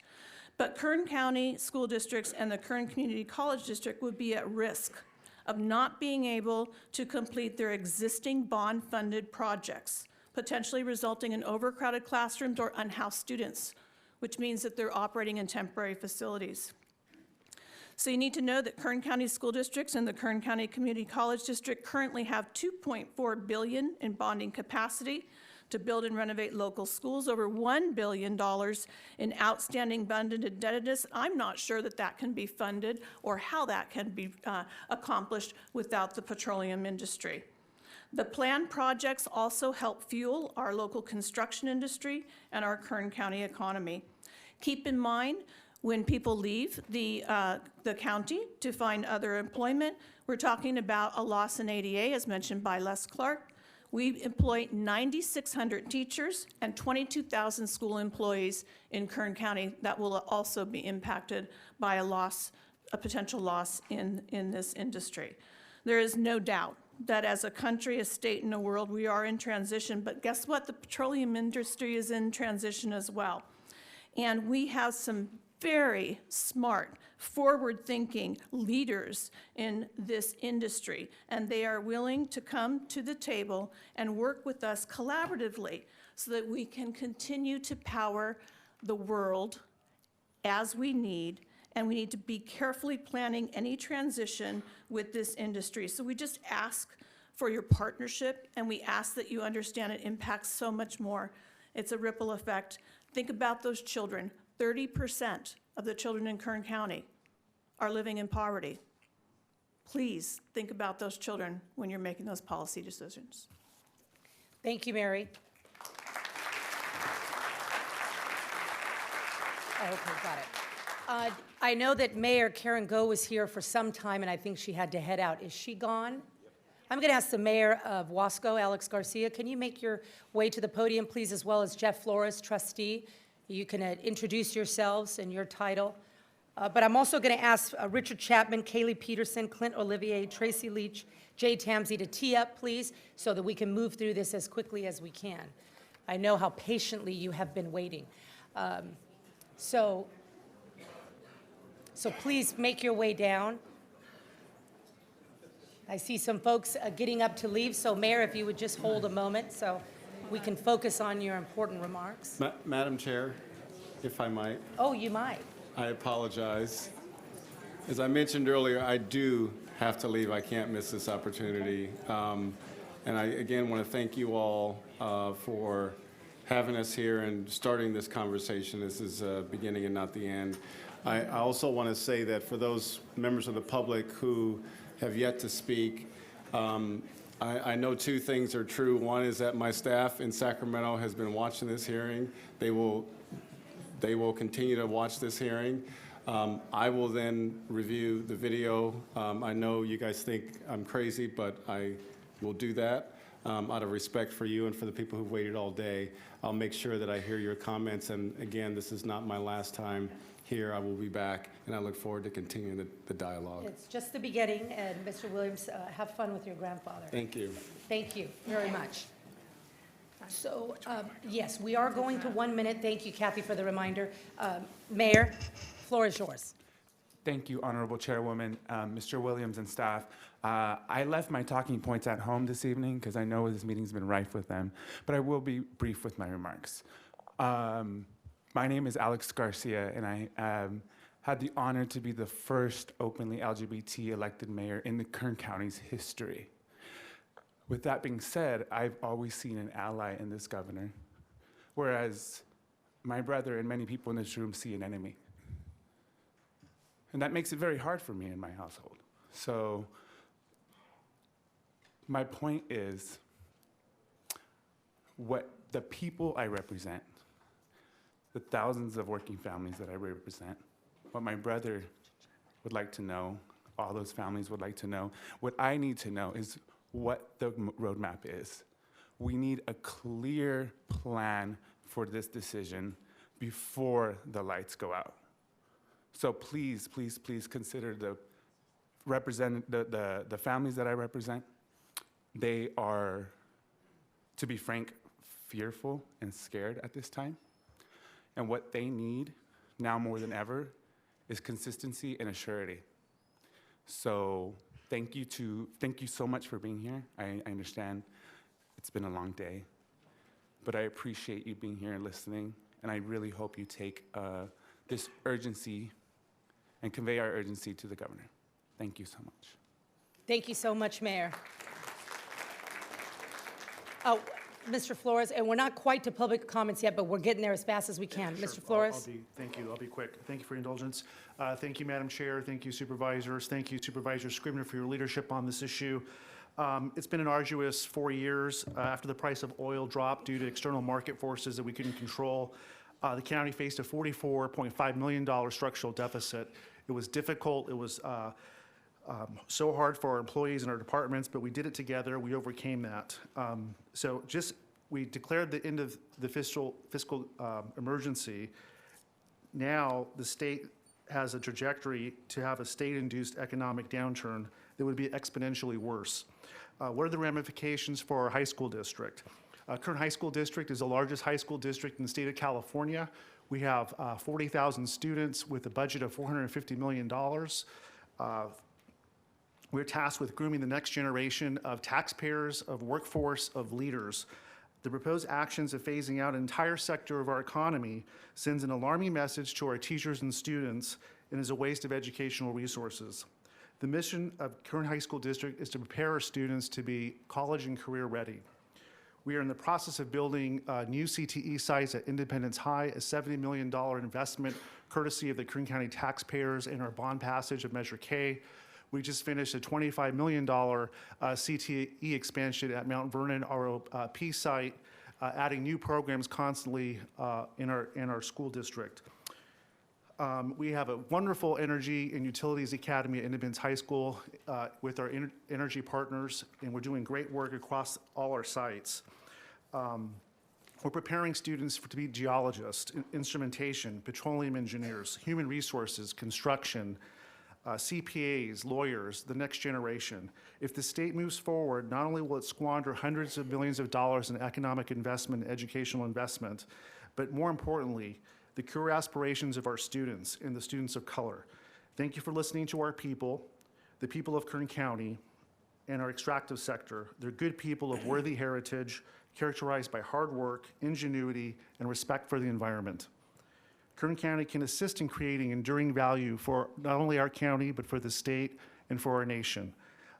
All we ask for is just to give us the opportunity. Thank you. Thank you, Jeff. Well said. Mr. Chapman from Kern Economic Development Corps. Floor is yours. Thank you, Madam Chair and fellow supervisors. My name is Richard Chapman, the President and CEO of the Kern Economic Development Corporation, and our mission is to advance economic employment opportunities as well as the well-being of the region. I had a boatload of sound bites, economic impact sound bites, but really, I think what we're hearing, this is instead of a quantitative, you've heard that, this is a qualitative issue, and it is a quality of life. Kern County, you may or may not know this, is the top 5 region for upward mobility, and it's mainly due to our oil and gas industry. This is where the middle class is growing, unlike most of the West Coast, frankly. It's a quality of life issue, and why do I say that? It's a public health issue. But by the way, I'm going to cite my sources. So the upward mobility study was done by the National Bureau of Economic Research and Harvard University. Another study was done by the Urban Institute, and there's a clear link between income and health. And that means the jobs that oil and gas pay on average are about $80,000 a year. The income, the actual folks that weigh in on fair to poor health are 3 times higher at the average income for our economy. That means that basically this is giving you a prescription for health. These jobs are creating upward mobility as well as healthy citizens. So we're really excited by and applaud the industry as paying good paying jobs that don't necessarily require a PhD. The other quote before I leave, I always say this, perfect is the enemy of the good. And I think we have a really well-balanced approach, oil and gas, working with environmental interests, working with a government, that is, I think, should be emulated as a best practice. We're the energy capital, largest wind, solar, oil, gas, and so I would hope, right, today, you'll go back to Sacramento and say, wow, Kern County really knows what it's doing, and it's creating a healthier and wealthier middle class. Thank you. Thank you, Mr. Chapman. Can I please hear from Jay Tamsian, the Hispanic Chamber of Commerce, please? Is Kaylin Peterson, there you are, thank you. All right, well, good evening, and thank you, Madam Chairwoman and the board for allowing us this forum to discuss this importance of oil and gas industry in Kern County. I am Jay Tamsian, President and CEO of the Kern County Hispanic Chamber of Commerce, and I'm also the Central Regional Chair for the California Hispanic Chambers of Commerce, which I represent Bakersfield all the way to Chico. The goal of the chamber is to be a leader of and represent over the 800,000 Hispanic-owned businesses in California, including more than 400,000 Hispanics in Kern County. It's my duty and privilege to advocate and educate our decision makers so our members and their employees are provided an opportunity to economically thrive. In Kern County, the way our businesses thrive is through a stable economy, where families and businesses are attracted so that they grow roots, buy homes, shop local, and invest in their future. The oil and gas industry have been that economy, and we in Kern County see when the industry feels uncertainty, we all feel uncertainty. I have much more bullet points to say, but we know that without a career in oil and gas industry, Latinos are less likely to have expanded opportunities. We also know that thousands of Latinos have been able to provide for their families, have health insurance for their family members, send themselves and their children to college, and have a savings to retire due to oil and gas industry. I'm grateful for the local decision makers such as yourselves that are here today. I urge our governor and his administration to see that that here in the Central Valley, we find ways to break barriers, reach goals, and to provide opportunities for people, including Latinos. And we do that best with our largest partners by our sides. On behalf of the Kern County Hispanic Chamber of Commerce and the California Hispanic Chambers of Commerce, we support the oil and gas industry. Thank you. Thank you, Jay. Kaylin Peterson. Good evening. My name is Kaylin Peterson. I'm representing the Greater Bakersfield Chamber. We're the largest and broadest business organization here in Bakersfield. You've heard a lot of these points today, but as you know, Kern County is California's energy capital. We're producing the majority of both the state's domestic oil and gas as well as the majority of the state's renewable energy. We believe that the oil and gas sector represents the most affordable and reliable source of transportation fuel, both now and in the future. However, we also acknowledge the state's leadership on the pressing issue of climate change. In Kern County, we believe that the oil and gas is safe, reliable, and an affordable source of transportation fuel. If the state determines that a complete transition away from oil is warranted, then we would argue that a centerpiece of that plan should include policies that maximize in-state oil and gas production. And as you've heard here today, California oil production is governed under arguably the most robust body of regulations and environmental protections in the world, making it the safest, cleanest, and most environmentally sensitive produced oil in the world. Penalizing in-state production will only necessitate increased importation of oil and gas from foreign sources. Foreign production is not governed under California's strict rules. In addition, as climate change is a global issue, reducing the environmentally superior in-state production will only serve to, at best, shuffle emissions. It will not result in any meaningful reductions, thus undercutting the state's climate goals. We also believe that the economic impacts of a proposed transition and increased regulation should be a key piece of the conversation. In Kern County, the petroleum industry makes up almost a third of the total wages. 5 of the 10 largest property taxpayers are oil and gas companies. The industry is a major employer, and petroleum companies are some of our area's most generous philanthropic donors. California's economy depends on us to continue to provide. These policies aren't just impacting Kern County, but every Californian.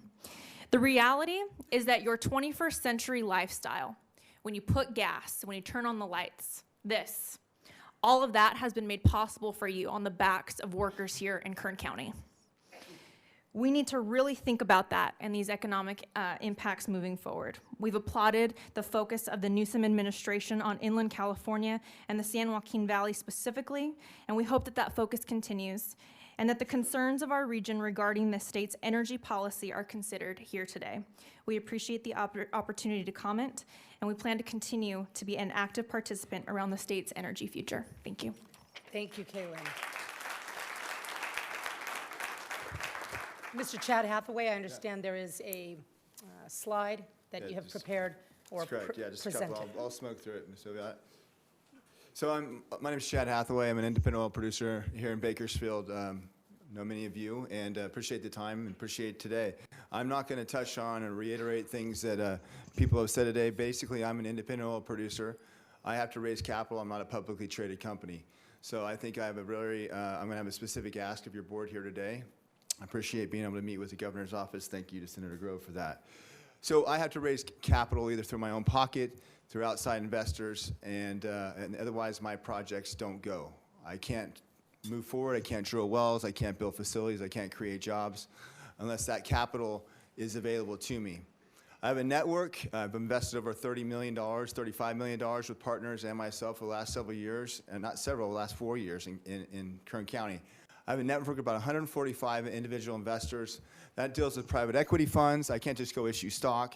Investment bankers, individuals, even my own mother invests in some of my deals. So I'm saying I've got a huge network of people. I talk to people across this nation that invest in our industry, and we have a problem in California about investing. We have become downgraded. We become at risk.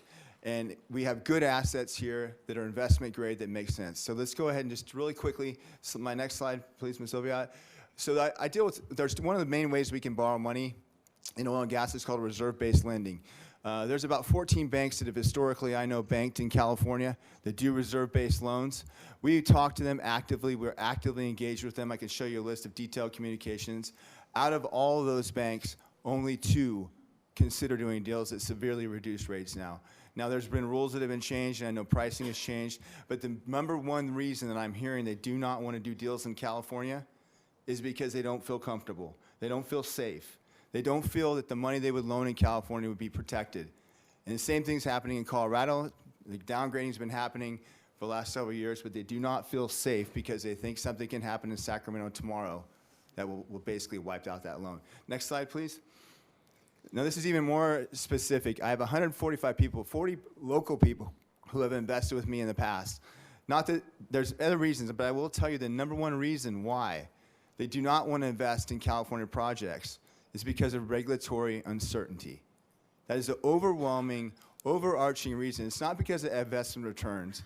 On November 19th, when the government mistweeted that he's banning steaming, I spent a good part of a whole week trying to explain to my partners what that meant and where that happened at and why it doesn't affect a project that we have that's fully permitted as a full runway for development. That's very significant. I think Kern County, a couple things I want to take away my final slide because I know everybody wants to go home. You know, we have a lot of high-grade, investment-grade products. If you strip out the regulatory risks, there are places where people would put money here in California tomorrow. That's a given fact. We've got great deal. These heavy oil assets that everybody talks about, they're called conventional assets. They last for years. You've got an asset right off the bluffs of Kern County that's been producing oil for over 100 years. Doesn't require fracking. Doesn't require a lot of things. It's shallow, very low risk. We have very good, solid assets. But without outside investment in California, and that's even these companies who are here today, we're trying to tapping on that. They were saying to you, hey, we can take our money somewhere else, or we can do it somewhere else because it's safer there. So even they're saying we're going to take our money somewhere else. So we can't develop these assets, and it's going to be a diminishing impact on our tax base. This is not just my problem. It's a fundamental tenet to anyone that invests in anything. If they don't feel safe investing, they won't.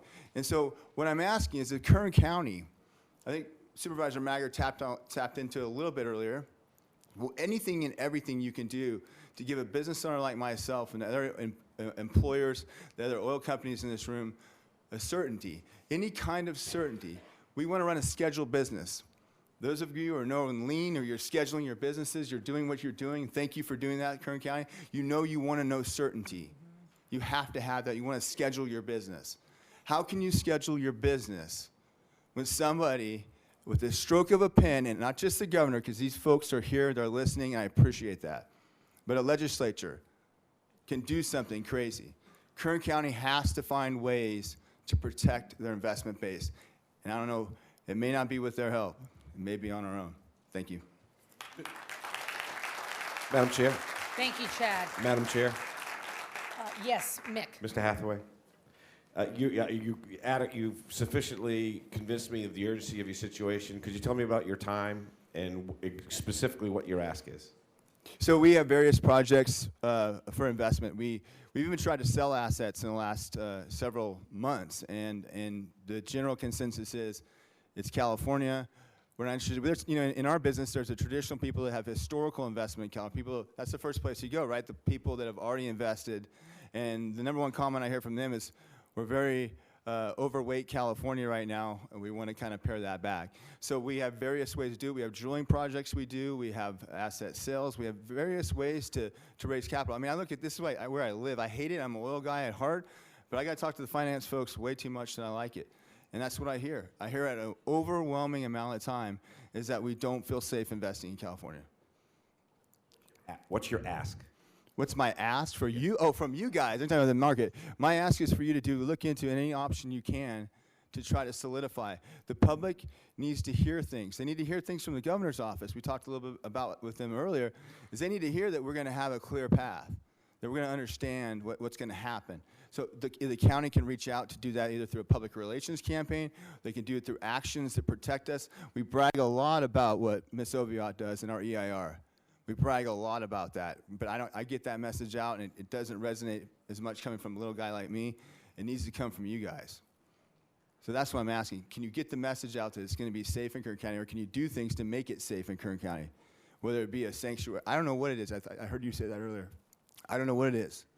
But the more people that hear that in the investment world, the better off I think we'll be in the long term. Is that fair enough? I think what I'm hearing you say is we need a clear, concise, specific definition of this transition, this that we used, the term we used earlier in the day about this transition. What is this transmission? It's nice, flowery rhetoric, but I don't see exactly what we're trying to do as a state. And so I don't know how to position the county to respond to that need. I mean, I just don't understand what The that more things transition you is. do like this EIR put Kern County in pole position are the type of things we need. Anything you can do, no offense to my friends of the state, to cut them out of the decision-making process and to be able to give us certainty, that's marketable. Okay. That's marketable. Thank you, sir. Sir, thank you. Oh, I'm sorry. Sorry about that, Mike. Supervisor Maggott has a question for Chad. Sorry, Chad, I Sure. want to jump on something you said about certainty. You are spot on that the biggest hurdle business has in obtaining financing is an uncertain path. We must be able to solve all the variables. That's exactly how we have landed new sectors into our economy, how Amazon got to be here, how other distribution sites, how we got the solar stuff here. All of that is by eliminating uncertainty in the process. So if we must go in the direction of the declaring ourselves to be a sanctuary, that'll be one of the tenets of it, because if we cannot do that, there's no way you can survive. So that's a fundamental element of that. So I appreciate you mentioning it. Thank you. Thank you very much. Can I ask Ed Hazard to make his way down, as well as, is Juan Campos from LULAC still here? Thank you. And then also, Russell Johnson, are you present? Oh, there you are. Okay. Ed, thank you. And then if Juan could tee up next. Thank you, Ed. Good to see you. Good to see you too. Thank you, Chair Perez and supervisors for having us here, and thank you very much for coming all the way from Sacramento to listen to us. My name is Ed Hazard, E-D-H-A-Z-A-R-D, and yes, that is my real name. My family and I are California royalty and mineral owners, oil and gas royalty and mineral owners, and I'm president of the California chapter of the National Association of Royalty Owners. We represent the interests of the estimated 500 to 600,000 private citizen oil and gas royalty owners of this state, and even many more mineral owners who, if this state decides that it wants to produce more oil, which I think is the proper decision to make, they would have the opportunity to become royalty owners. We, as mineral owners and royalty owners, rely on producers to produce our oil. Without them, our assets are worthless. The uncertainty that is being generated out of Sacramento is causing them to delay investment. It's, as Mr. Hathaway said, it's causing lenders to question and investors to question whether they should invest in this state, not just in Kern County, but throughout the state. My family's production is in Santa Barbara County. We have mineral rights in Kern County, but none of them are producing. Our producer in Kern County, one of our producers, has now stopped all investment in our lease there. They have approval for 12 wells. They've drilled 2. They're not going to drill the other 10 at this point because of the uncertainty. I don't have anywhere near enough time to say everything I need to say. But it's tough to, in 1 minute, represent the interests of over 500,000 people. I would appreciate the opportunity to come to Sacramento or to meet with you gentlemen here in the very, very near future. NARO California has had a very good relationship with DOGGR and DOC for a number of years, and we've participated and cooperated in various educational programs that NARO has put on, and we've gotten a lot of support from DOGGR. I'm hoping that that continues. One other thing I would like to say. Ed, you got to wrap it up. Okay. We talked about imported oil, and this is something I've thought about for a long time. This country has spent trillions of dollars in military and foreign aid defending or protecting overseas oil, lost thousands and thousands of lives. I would say no more blood for oil. Let's produce California oil on California soil. Thank you.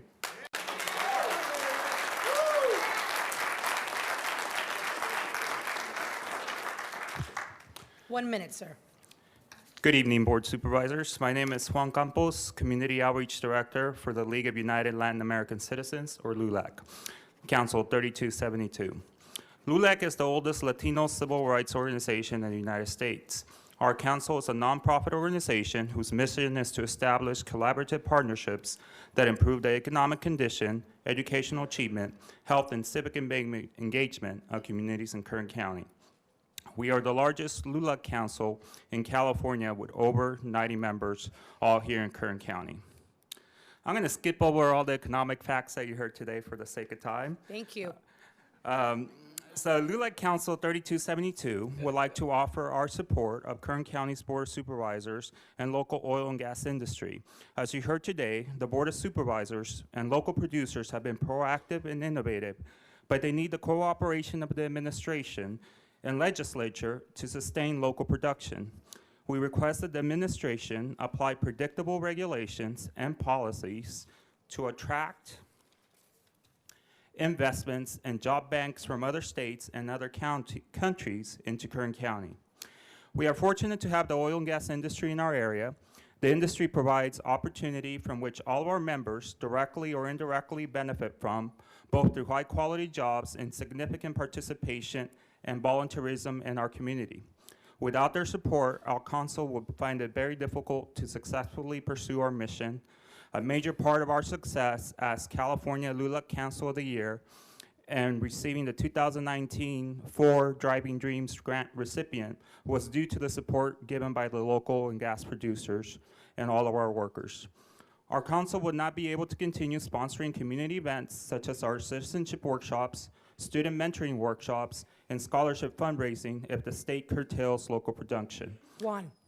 We That's strongly double the urge time. the administration and state agencies and join with the Board of Supervisors to our benefit. Thank you very much for Thank the you so time. much, Juan. Appreciate what you do. Russell, is the Bakersfield Association of Realtors rep still here, Scott? Yes, okay, but can I have Russell and then Scott? Can you guys tee up and share with us your brilliant insight? Good to see you, Russell. Thank you, Chairman Perez, members of the board. Thank you for providing this forum for lots of the folks in Kern County to be able to provide their frustration, their fears, and also share it with folks that are directly in line with Sacramento and can take it back and hopefully make a difference to impact us positively here in Kern County. My name's Russell Johnson. I'm here on behalf of the Associated Builders and Contractors Central California chapter. Our member companies are the contractors that build the infrastructure that make enhanced oil recovery possible in the state of California. We're an oil field story. You know, back in the 90s, ABC was started right here in Kern County with the need for a skilled, trained, and safe workforce. So a lot of the major oil producers and a lot of the contractors got together and said, hey, we need to make a difference to skill up our industry. So they established ABC Workforce Development Training Center, of which tens of thousands of people have received some sort of craft skills or safety training at our facility. That has uplifted their lives. They're now electricians, they're welders, they're heavy equipment operators, and they're safety professionals. And that was all done, paid for, and invested in by the oil production that occurs right here in Kern County. Since November, amongst our member companies, we did a brief survey, and we think the number is actually much higher, but just among the member companies that replied, over 30 million in projects have been stopped since November. That's 30 million in projects that people are not working, that people are not being hired, that people are not getting trained, engineers have stopped drawing. That's a huge impact just right here to Kern County, 30 million. And we actually think the number is much higher. It was a very informal survey amongst our member companies. So from our association's perspective and on the behalf of the people that we train and help get employed in careers in construction, we ask that you please move forward, put our people back to work, keep them going, and let's keep permits going in California. Thank you, Russell. As Scott makes his way, is Clint Olivier still here? Oh, he is. Clint, could you make your way? I didn't realize you were still here. My apologies. Scott, floor is yours. Madam Chair, Supervisors, my name is Scott Knob, that's K-N-O-E-B. I'm representing the Bakersfield Association of Realtors. It is a pleasure to be here before you today to discuss the proposed California legislation and regulations that would essentially shut down the oil industry. The Bakersfield Association of Realtors is a nonprofit organization that serves more than 2,200 realtors and industry partners.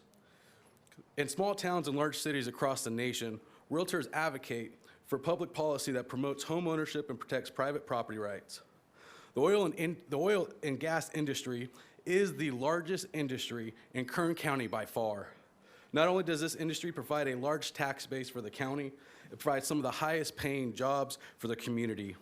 The average salary in the oil and gas industry is around $80,000. Compare that to the average income of Kern County of about $40,000. These good paying jobs that provide families with opportunities unparalleled by other industries in our community.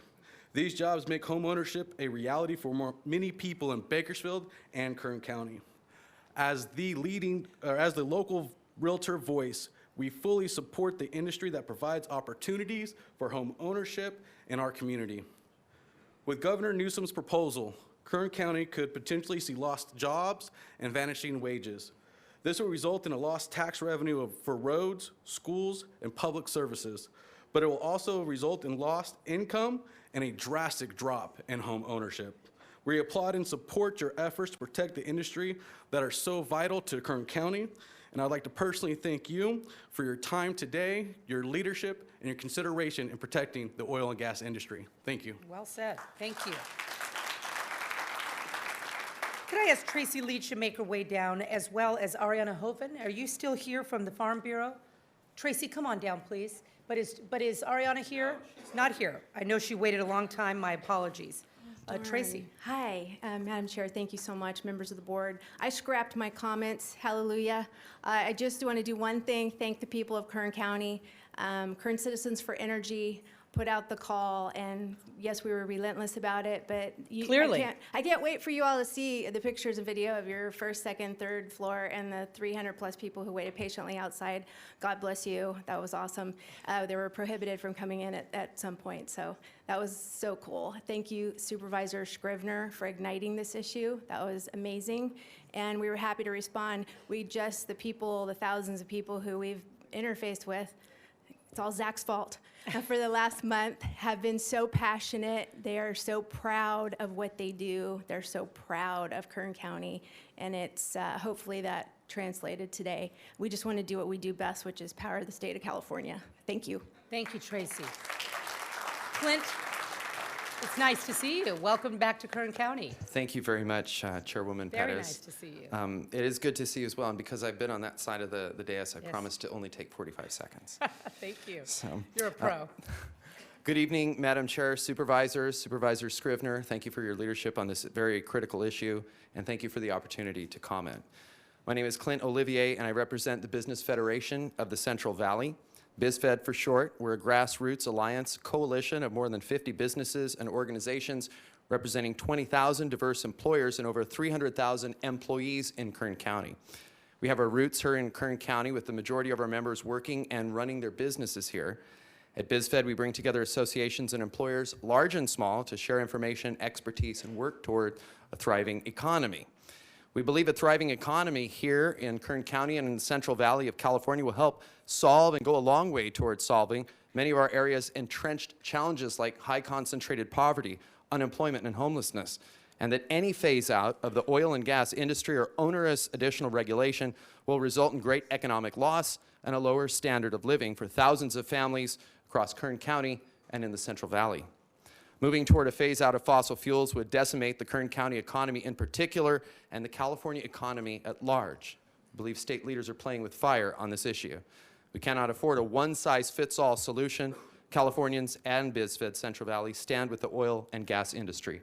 Thank you for coming down from Sacramento to hear this. Thank you, Chairwoman Perez. Thank you very much. It is Happy New Year to you, Clint, and good, nice work you're doing. We're going to do 3 speakers, and then we're going to take public comments. So I'm going to ask if Greg Gutierrez, are you still here, Greg? Can you please make your way over? And then Brandon Archuleta. Brandon, are you here? Okay, thank you for your patience. If you could make your way down, and then lastly, who am I missing? Tim Crawford, are you still here? Okay, thank you, sir. All right. Thank you for the time today. My name is Greg Gutierrez, and I'm the president and CEO of Trude Oilfield Maintenance Corporation. I'm also representing from the board of directors, Associated Builders and Contractors, and Young Professionals in Energy.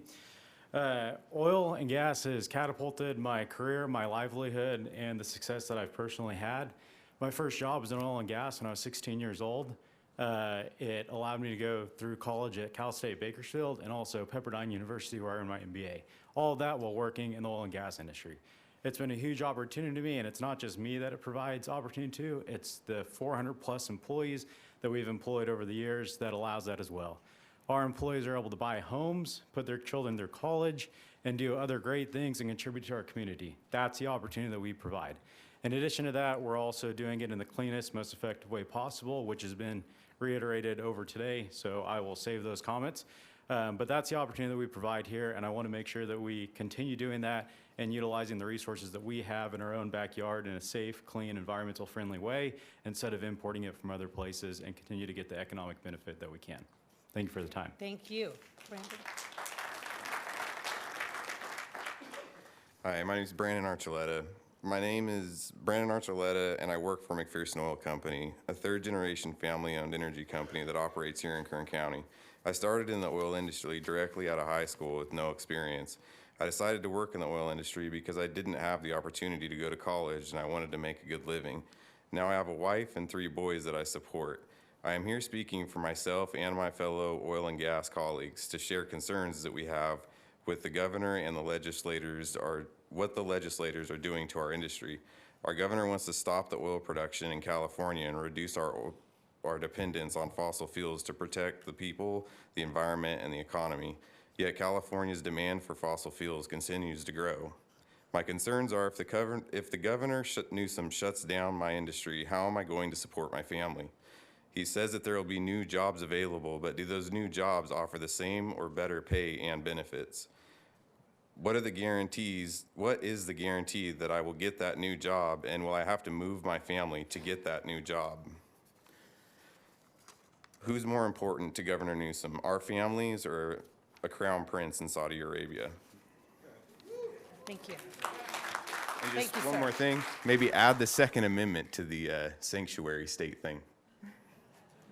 Thank you for your time, sir. Okay, this is the public comment period. Please, please try to stick to 60 seconds because we've got a lot of folks, and I do appreciate. Ken, you're back? I'm sorry.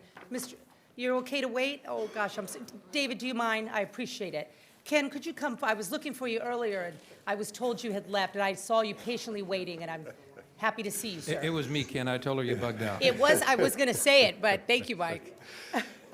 Madam Chair, Supervisors, thank you for coordinating this evening. Visitors from Sacramento, thank you for coming. My name is Ken Keller. I'm the CEO of Bakersfield Memorial Hospital, part of Dignity Health, one of the largest healthcare providers in the entity. I'm also a native son of Louisiana, very, very deep roots in the oil and gas industry. And Supervisor Gleason made note that I'm donning my purple and gold today as a result of LSU's victory last night. 2 things that haven't really been talked about a whole lot that oil and gas is absolutely impressible for within this community. First is in healthcare, in medical care. You know, we talked about fuel and everything else like that, but forget about the medical products that are made that are petroleum-based.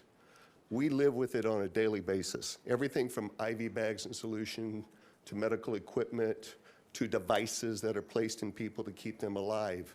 Without the oil and petroleum industry thriving here, that'd be a very, very significant thing to hurt us.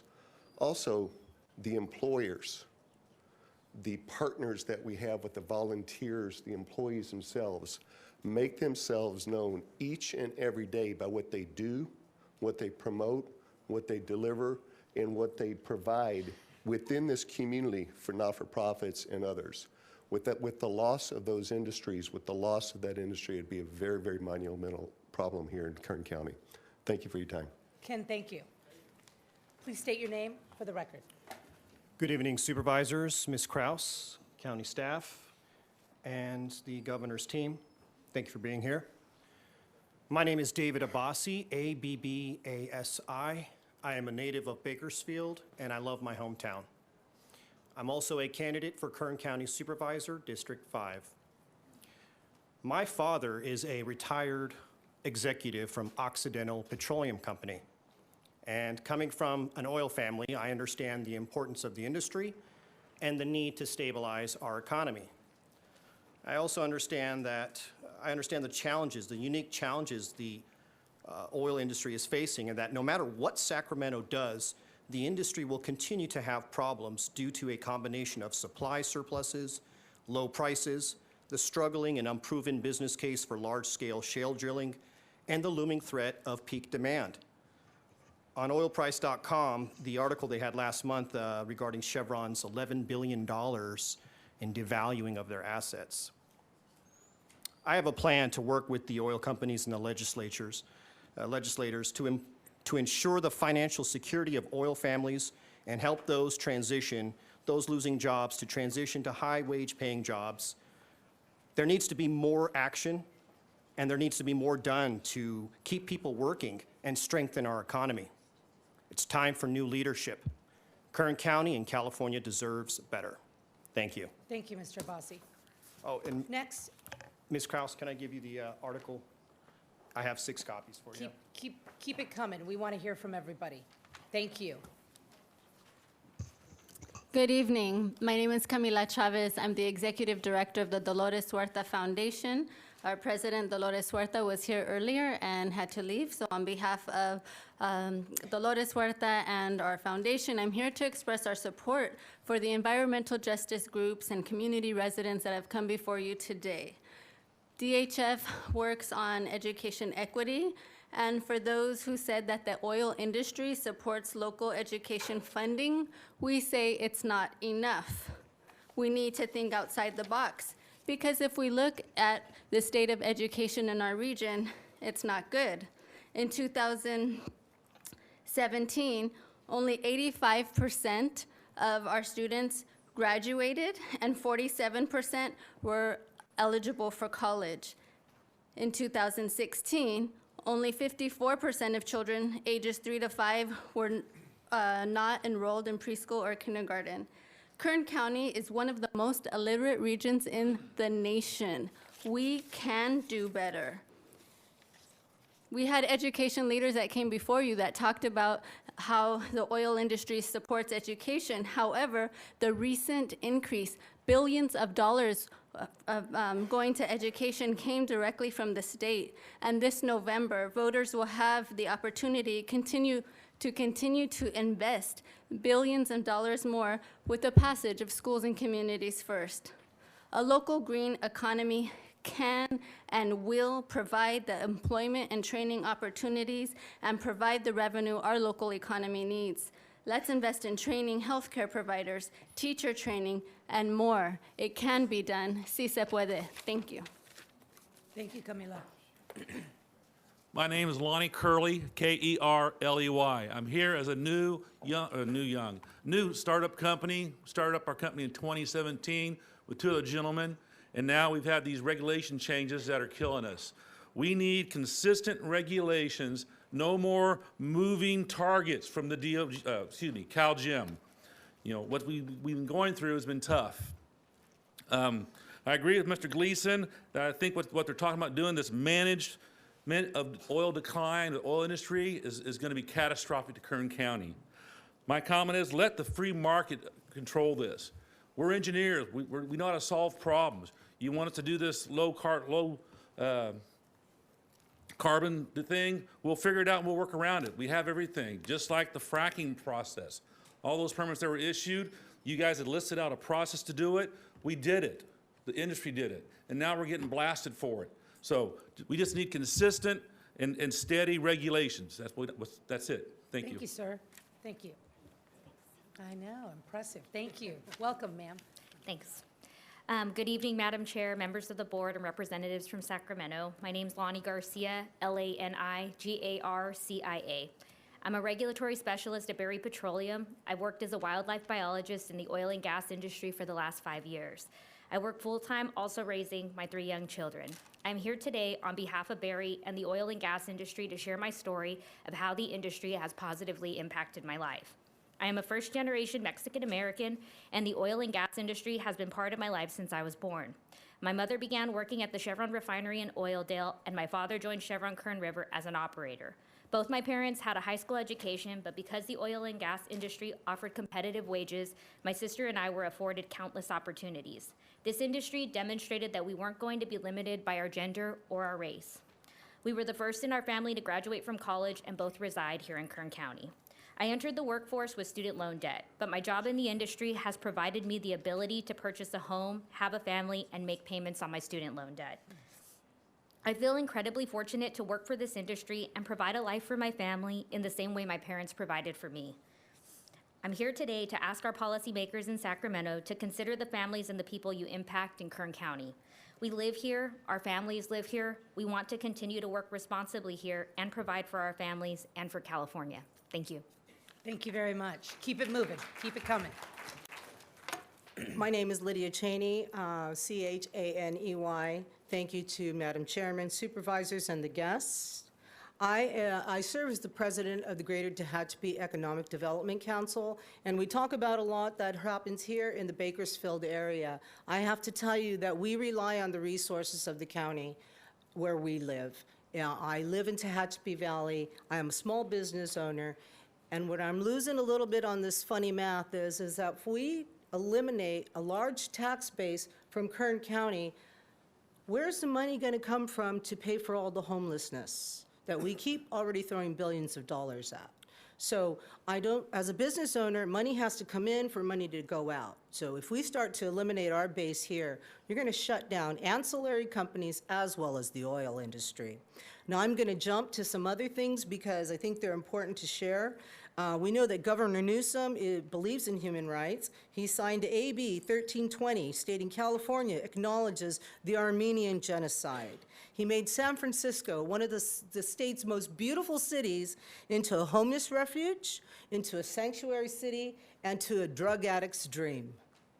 And he's also passed the Crown Act. Now, we take those things and we look at that. But what I want to know is how is he going to explain sending our oil production to countries who, if you're from the LGBTQ community, you're dead, you're gone. They don't believe in Christianity. It's a crime. So if we want to be stewards of our environment here in California, and we want to be the example for the world on climate change, there is not a wall around us. Everything goes beyond us. We can't let the dirty oil be coming from countries that have no regulations, people that kill people because of their beliefs. So I don't understand where the balance is from the governor's perspective of destroying our natural resources that we have right here, that are God-given rights to us, to take and to send them out to places that do not care for the United States. So please ask the governor on my behalf and on my community's behalf to reconsider this thought. Thank you so much. Keep it moving. Thank you. Good evening, Madam Chair and members of the board. My name is Lisa Rollins, and I am the Health and Safety Manager for Barry Petroleum.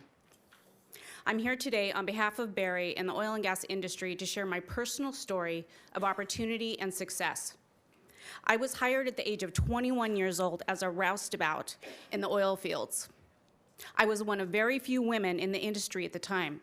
The company not only paid my full tuition to go back to school, they paid my wages while I was on the campus, and they paid my fellow workers overtime to cover my shifts. Over the next 30 years, I was promoted through the ranks into leadership positions. Sorry, I'm a little nervous, You're a little doing emotional. great. You're doing great. In 2008, I took a position in environmental health and safety, and I have dedicated the past 12 years to protecting people and the environment. It's what I do every single day. I'd like to add, I'm a wife, I'm a mother, and I am a grandmother of 14 grandchildren. I am a taxpayer, I'm a registered voter, and I am the oil industry. Thank you. Thank you for your time.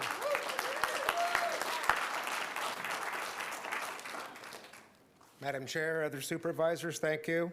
I was prepared for 2 minutes today, and I only have 1, so it's going to seem a little discombobulated. Okay. But what I do is I explore for oil and gas, David Hartley, Hartley. And Mr. Couch, I know him, and he is exactly right that we have a lot of petroleum left to be produced here in Kern County, a lot of it undiscovered, a lot of it just needs other avenues of extractment. So I'm not going to focus on that, 45 years. I'm going to focus on my second favorite passion, and that's unraveling eco fraud, the eco-Nazis who want to control every aspect of our life. And I said that, eco frauds. And they've created a false fear that somehow the earth will overheat from CO2 emissions caused by the consumption of oil and gas. Nobody's touched on this today. This fraud, man-caused warming, is patently false, and there are zero facts for warming caused by CO2. Recorded in the long geological record of the Earth are CO2 levels that are 10 times higher than we have today. And those plants and animals that lived at that time thrived, and there was no unnatural warming. Man-caused climate change is a fraud. It's a ruse for imposing radical economic change. The eco-frauds are demonizing our modern lifestyle, and they don't walk the talk, by the way, and want to take us back to a primitive lifestyle of deindustrialization and socialism. This is not about climate. We've heard it from AOC's campaign chairman. We've heard it from other people high up in the United Nations. It's not about climate. It's about changing the economic system. That's the ruse. CO2 is a biological gas necessary for life. It's not a pollutant. It was only made a pollutant under the Obama administration EPA. It's the equivalent in importance to oxygen, another biological gas. It's patently ridiculous to demonize life-giving CO2. Can you please wrap it up, what sir? can we do? Thank you so much. What can we do? We start by realizing the way Sacramento operates. Those who make the most noise get the legislation they desire. These guys are the handmaiden for the environmental lobby. It's unfortunate, but that's how Sacramento politicians operate.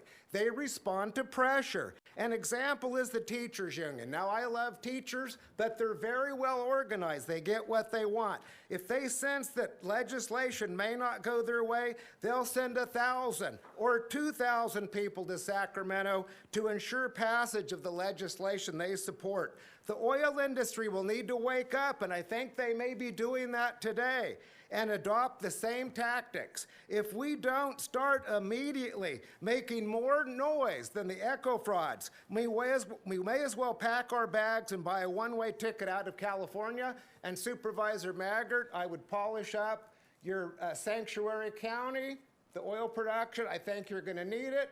And we may take a look at joining up with some other counties and build a bridge to the state of Nevada. Maybe join up, leave California, leave these guys, and join up with a more friendly state. Thank you, Thank sir. you very much. Thank you very much. Appreciate your passion. Ms. Solis? Good evening. My name is Julie Solis, JulieSolis. I'm a Valley Fever Awareness Advocate, and I'm also a candidate for California State Assembly, 34th District. And I'm here because we all have the same goals. We should all want a prosperous economy, good jobs, and a healthy place to live. This means we should be working together to ensure the best future for Kern. Now, when I was in line earlier, there were hundreds, possibly even over 1,000 people here. And what they were telling me is that their boss told them that today was their work day, show up. They didn't know the issues. They didn't know what was going on. They just knew today Guys, was please, an easy please day. don't do that. Okay? I hear the oil executives talking as if they care about their employees. If they cared about their employees, in 1985, when the oil industry started to decline, we would have started searching for other avenues to start training our employees and to diversify our economy. That did not happen. All I've heard today is people whining, complaining. Nobody has a solution. Governor Newsom has sent his administration here with an offer of millions of dollars to bring aid to Kern County to help us diversify our economy. And instead of people coming up here with solutions, we have these people complaining with no solutions. When you ask them, what would they do? They do not know. No solutions is what they brought today.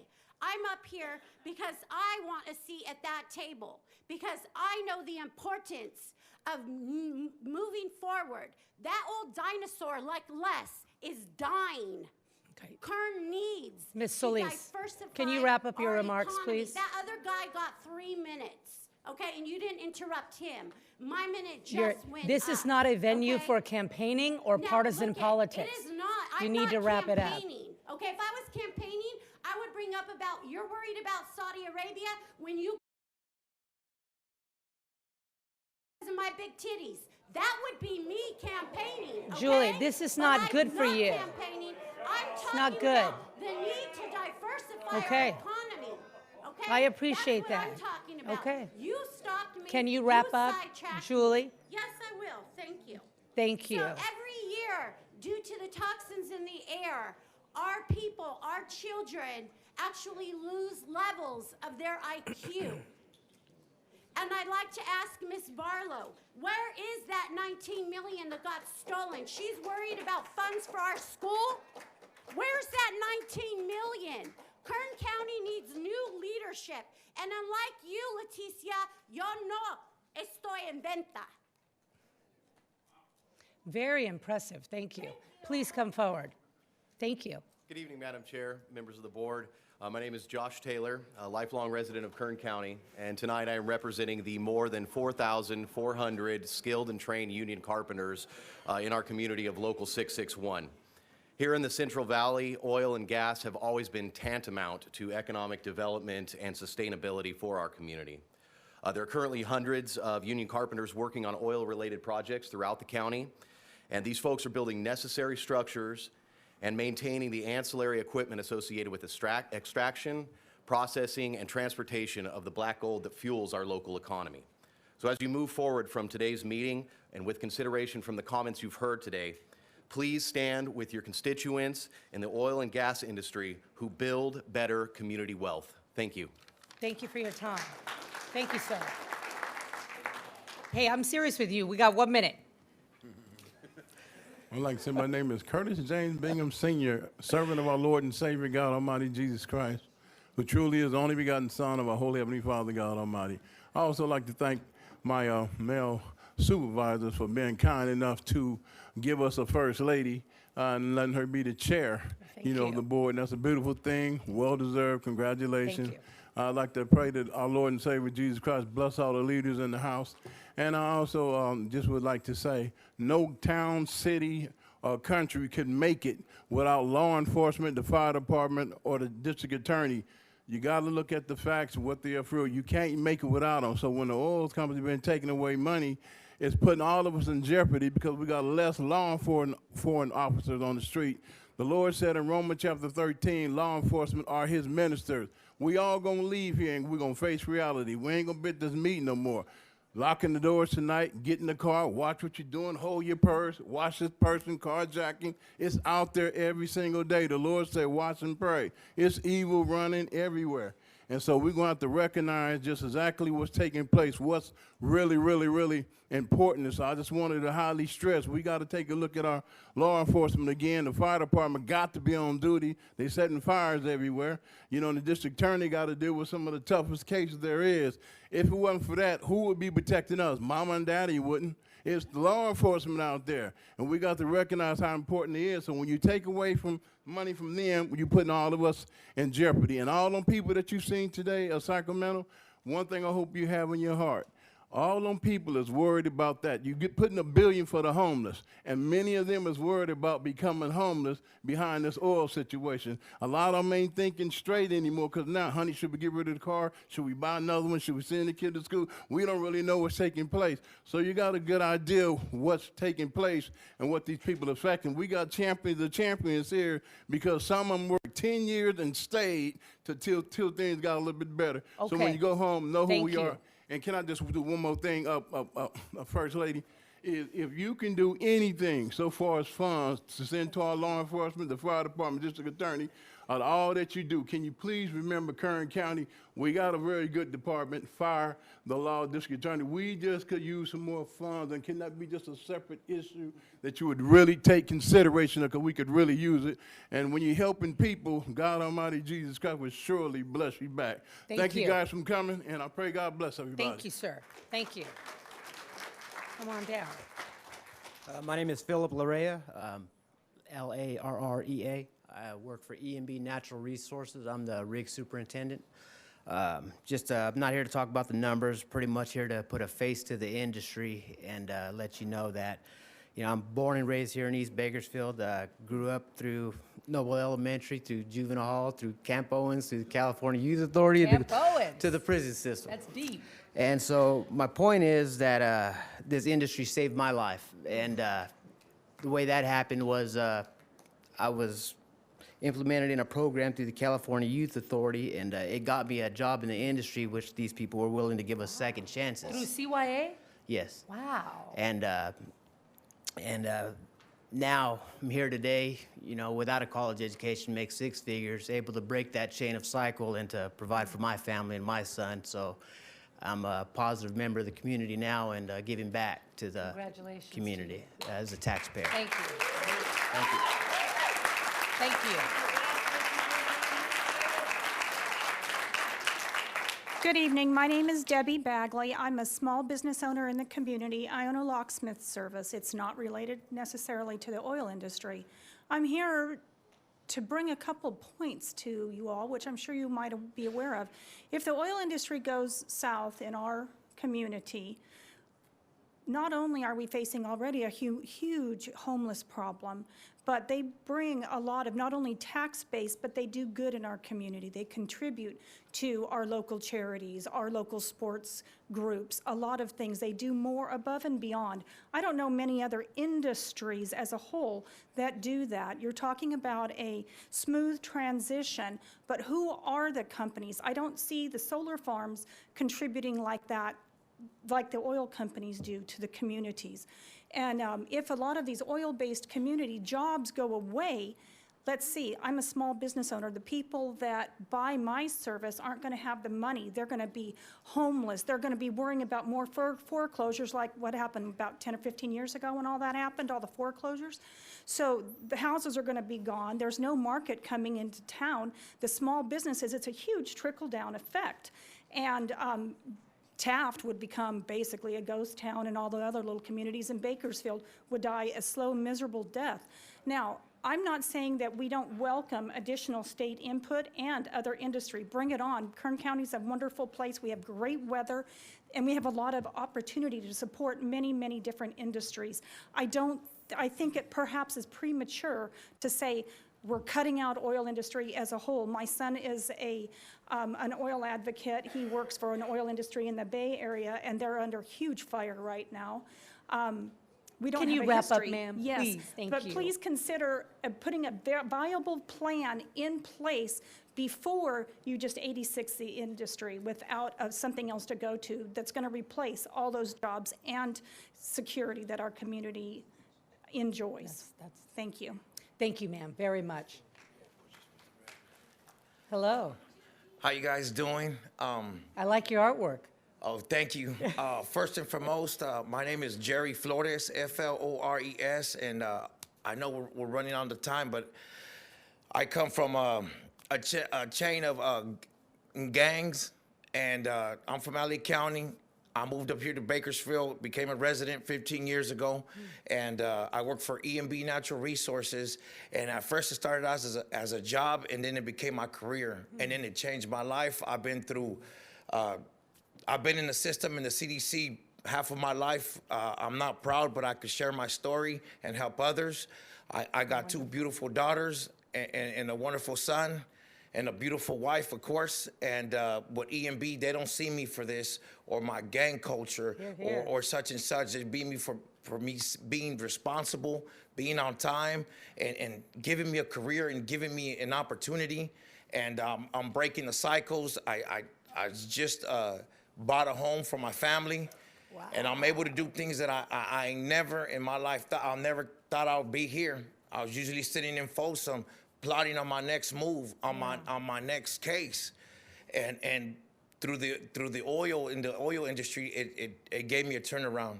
I'm able to be right here in front of you fine people, not on a parole, trying to be released, just saying thank you guys. Amen. And if we could all work together, helping the schools, helping our police department, helping our first responders. Thank you so much and have a blessed night. Thank you, EMB. Thank you, EMB. Okay. Try to top that, sir. No way. I wish I had that much beauty on my head. A lot of artwork. Thank you, Madam Chairman, Board of Supervisors, people from the state of California. I've written a 6-page. Can I get your name, sir? I'm sorry, my name's Bob Shore. I'm Senior Vice President of Monterey Oil and Gas Company. I was born and raised in Oildale, California. Worked in the Kern County oil industry for 55 years. Been working on projects that have developed and produced over 2 billion barrels of oil. Managed engineering staffs that developed significant projects here in Kern County. I've been working for major oil companies. I've been an independent oil producer. I've been a consultant. I'm a royalty owner. I have a lot of interest and love of Kern County. Many of the things I wrote, like good afternoon, things like that, are kind of out of date right now. And I appreciate you coming to Kern County and listening to us. And what I've listened today from the three of you, I already have heard from Laura Lee before, but the three of you brought a message to us that there is hope to do something. I was going to start my speech saying most people here today are facing losing their jobs. I don't think so. I think there's a future in Kern County's energy world, and a very important part of that is a good, clean California oil business that essentially funds the alternative energy industry. The $1 billion a year we pay in cap and trade taxes, that's what gives the tax incentives to get solar projects done and things like that. So don't cut us off, or those projects aren't going to be economic. We did receive your comments, sir. We provided them, and we'll give them to the governor's staff as well. But we got to wrap up, sir. I think CARB's cap and trade credit procedures and such need to be revised and reviewed. Also, the low carbon fuel standard credits need to be looked at. That Kern County oil is not dirty oil. Kern County oil is the cleanest produced oil around. We don't dump our oil in the ditch anymore. We have a very clean operation, and I think that needs to be reviewed. The most significant thing, what we ask for in industry, is there's thousands of wells, aquifer exemptions, some of them being delayed as many as 6 years. There's a $500 million that is waiting to be invested in projects that our company's working on in California, and waiting on aquifer exemptions that have been approved 3 or 4 times and got changed and revised and revised and revised. Got to have some focus on that. And all of those wells that aren't affected by, extreme fracking issues or extreme pressures, let's get them processed. There's things to be done here in California, and we can't support imported oil that isn't done the way we do things in California. Thank you so much, sir. Thank you. Thank you very much. Good evening. I'd like to thank the Board of Supervisors. We're proud of you guys. Thank you guys for coming. It's great to have an opportunity to talk to you. I hope you'll come back soon. Can you speak into the microphone? Give me your name, too. My name is Rod Geis. That's R-O-D-G-U-I-C-E. Of the 7 highest crude oil producing states in America, California is the only state of the 7 where production kept declining after the 2015 oil price drop. when Governor Newsom took office, our production decline got worse. In my opinion, this is due to overregulation and anti-oil bias. The phase out of California production is not just being studied, it's actually underway. And it's hurt Californians who work in oil and gas and have lost their jobs. Worse yet, California's energy policies have hurt us all. When I travel and talk to the public, I ask them what do they think about the oil and gas industry. One comment that I frequently hear is that we don't like oil and gas because of the prices you charge at the gas pump. Well, here's the fact. And all Californians pay about $1.08 in government taxes and fees per gallon of gasoline everywhere in California, 90 cents of which goes to the state of California. So if anyone is overcharging the public at the pump here, it's the government, not the oil and gas industry. Electricity is also expensive. 23% of our power comes from wind and solar, which is much more expensive than fossil fuel. The average cost of electricity here in California is 66% higher than the rest of the United States of America, and over 1 million households in California right now are living in energy poverty. They can't afford or can barely afford to pay their electricity bills. Sir, I'm going to have to ask you to wrap up. Thank Okay. you. If you work in oil and gas, buy gasoline, or pay for electricity in California, the state of California has hurt your livelihood. Here are the facts. The oil and gas industry does not deserve to be phased out. In 170 years, fossil fuel industry has powered a global industrial revolution, the big side effect of which is that it's lifted billions of people out of poverty, hunger, and disease, and improved the quality of their lives worldwide. The small effect, in 170 years, CO2 concentrations in the air have increased by 1/10,000th. The non-effect, that has nothing to do with global fossil fuel use, is that global temperature in 170 years rose from 57 degrees to 58.4 degrees Fahrenheit. In fact, there's no valid scientific evidence that global temperatures, sea levels, or storm energies are catastrophically rising or worsening, and there's no need to sacrifice oil and gas production in California for foreign oil or wind and solar that cost too much and can't generate close to the power we need. Governor Newsom should have the courage to stand by California's oil and gas industry, eliminate the moratoriums, and reverse the overregulation. I'm proud to have spent 42 years working in the oil and gas industry to help produce the most affordable, abundant, and reliable energy resource in history. Sir, thank you. Thank you very much. Hi, my name is Laura Rosenberger. A fluid containing hydrogen sulfide and endocrine disrupting and or carcinogenic volatile organic compounds was pushed up through an abandoned oil well near the Midway Sunset oil field. An oil company supervisor was killed when he fell into a 10-foot diameter crater of 190-degree fluid. This is an article on fractracker.org titled Literally Millions of Failing Abandoned Wells, and it's by Kyle Farrar, March 29th, 2019. It is likely that the oil water that spilled into the stream bed contained radium and was radioactive, since other produced water on the west side of Central Valley was over the Mount Loudon drinking water for radium. Some samples were 1,000 times over. See Environmental Working Group data. Clean Water Action found an increased rate of thyroid disease in Lost Hills. Shale is known to contain radium that is brought up by fracking fluid. It builds up a scale on pipes and must be disposed of as hazardous waste, from the Medscape article on hydraulic fracturing. Can you wrap up, ma'am? 56%.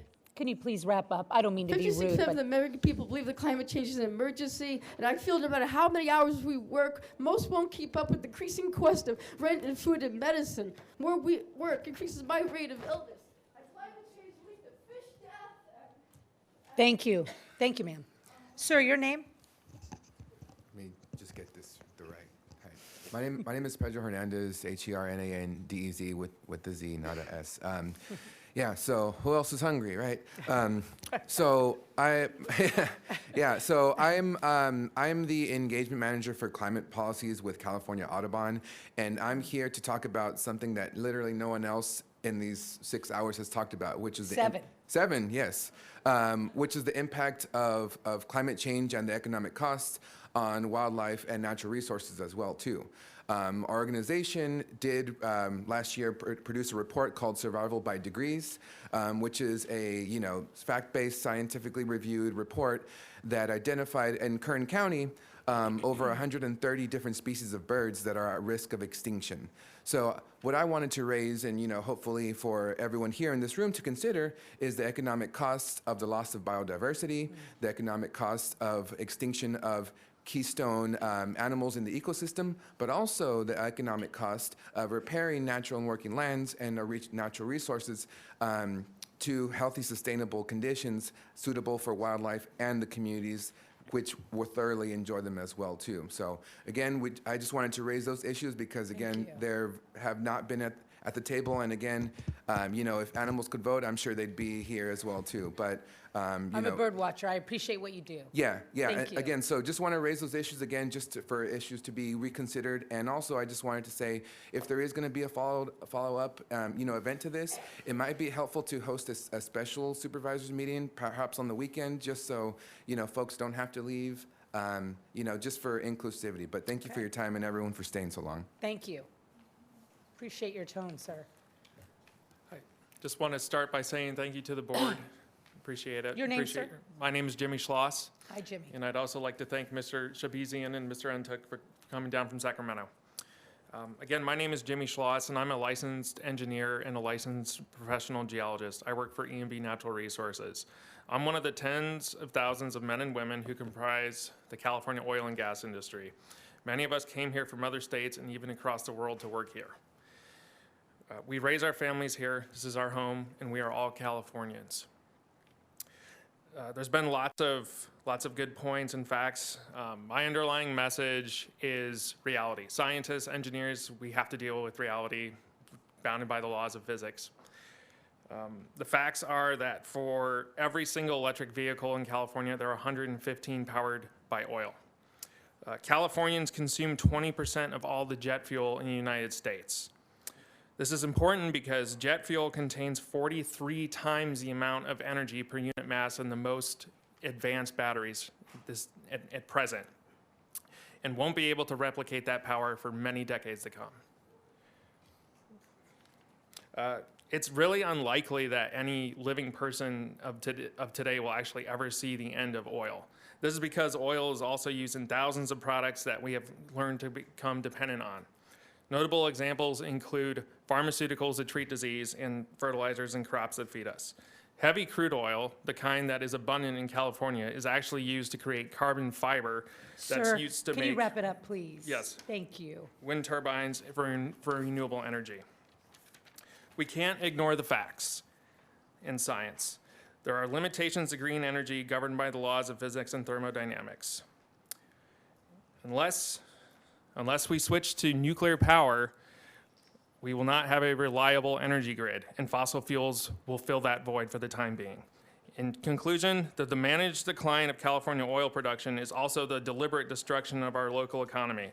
This will have enormous ramifications on our careers and our families' livelihoods. It will ultimately impact every Californian. As long as there is a strong demand for oil consumption in California, it's best for the economy and environment to produce it here locally. Thank you. Thank you, sir. Appreciate you. Finally. My name is Gary John Amstutz. I'm president of the Kern River Valley Democratic Club, and I'm a regular member of the Kern County Democratic Central Committee and a member of the Environmental Caucus and the Rural Caucus and the Progressive Caucus. And Can you speak into the microphone? I could barely hear you. I wrote the Green New Deal 12 times. Okay. And had it endorsed by my club and our central committee right here, and sent it up to Sacramento, along with many other Democrats. Lots of us do this, okay? And so what happens up there is it's distilled, it's combined, and we come up with one document, okay? And that's called the California Democratic Party platform. Okay. Okay. That represents our values. Okay, so if you want to know, I keep hearing from Mike and Mick, why are you doing what you're doing? What is it? Okay, read that document. Okay, that's our values. All right, and so we endorse the Green New Deal.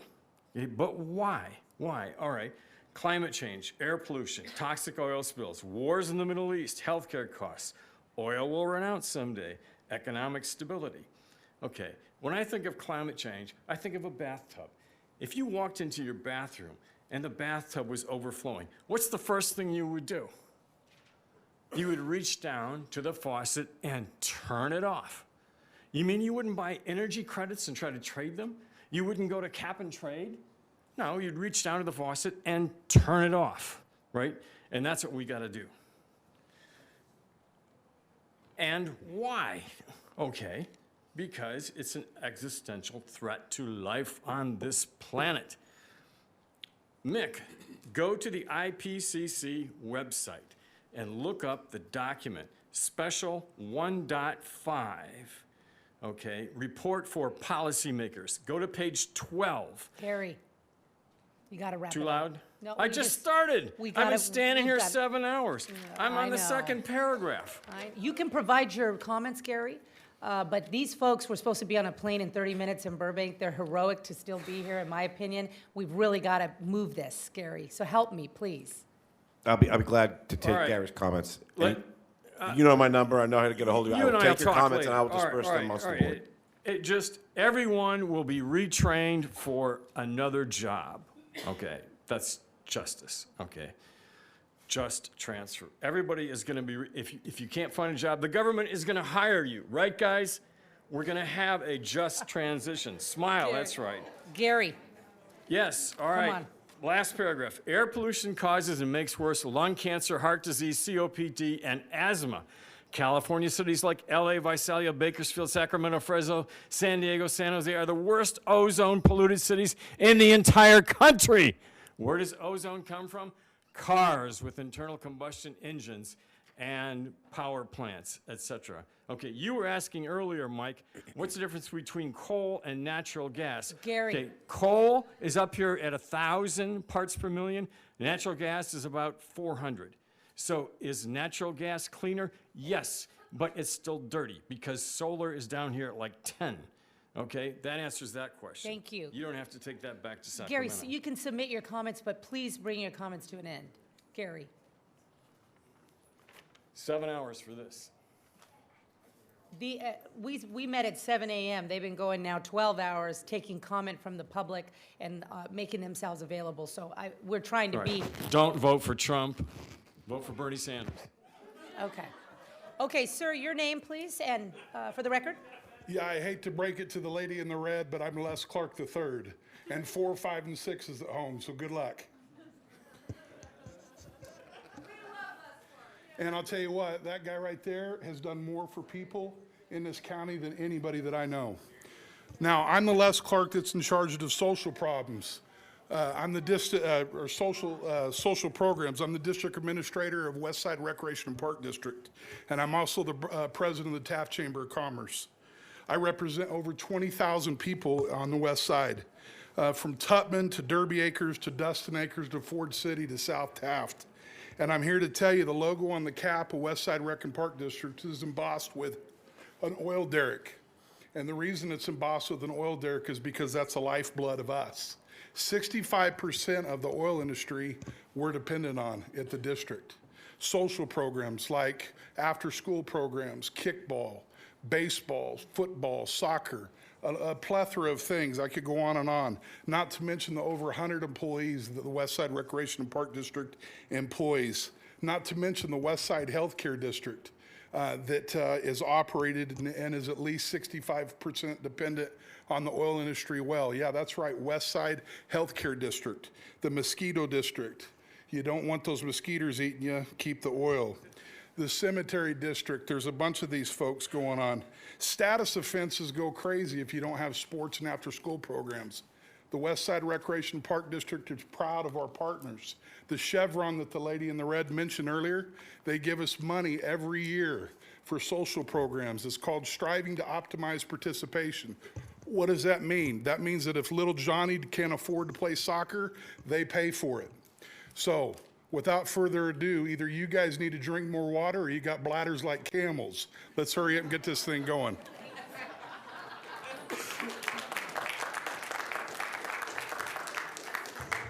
Hello, board. Thank you for being here. My name is Cesar Aguirre. I'm a community organizer with the Central California Environmental Justice Network, and especially a big thank you for the state staff that's been here for a while.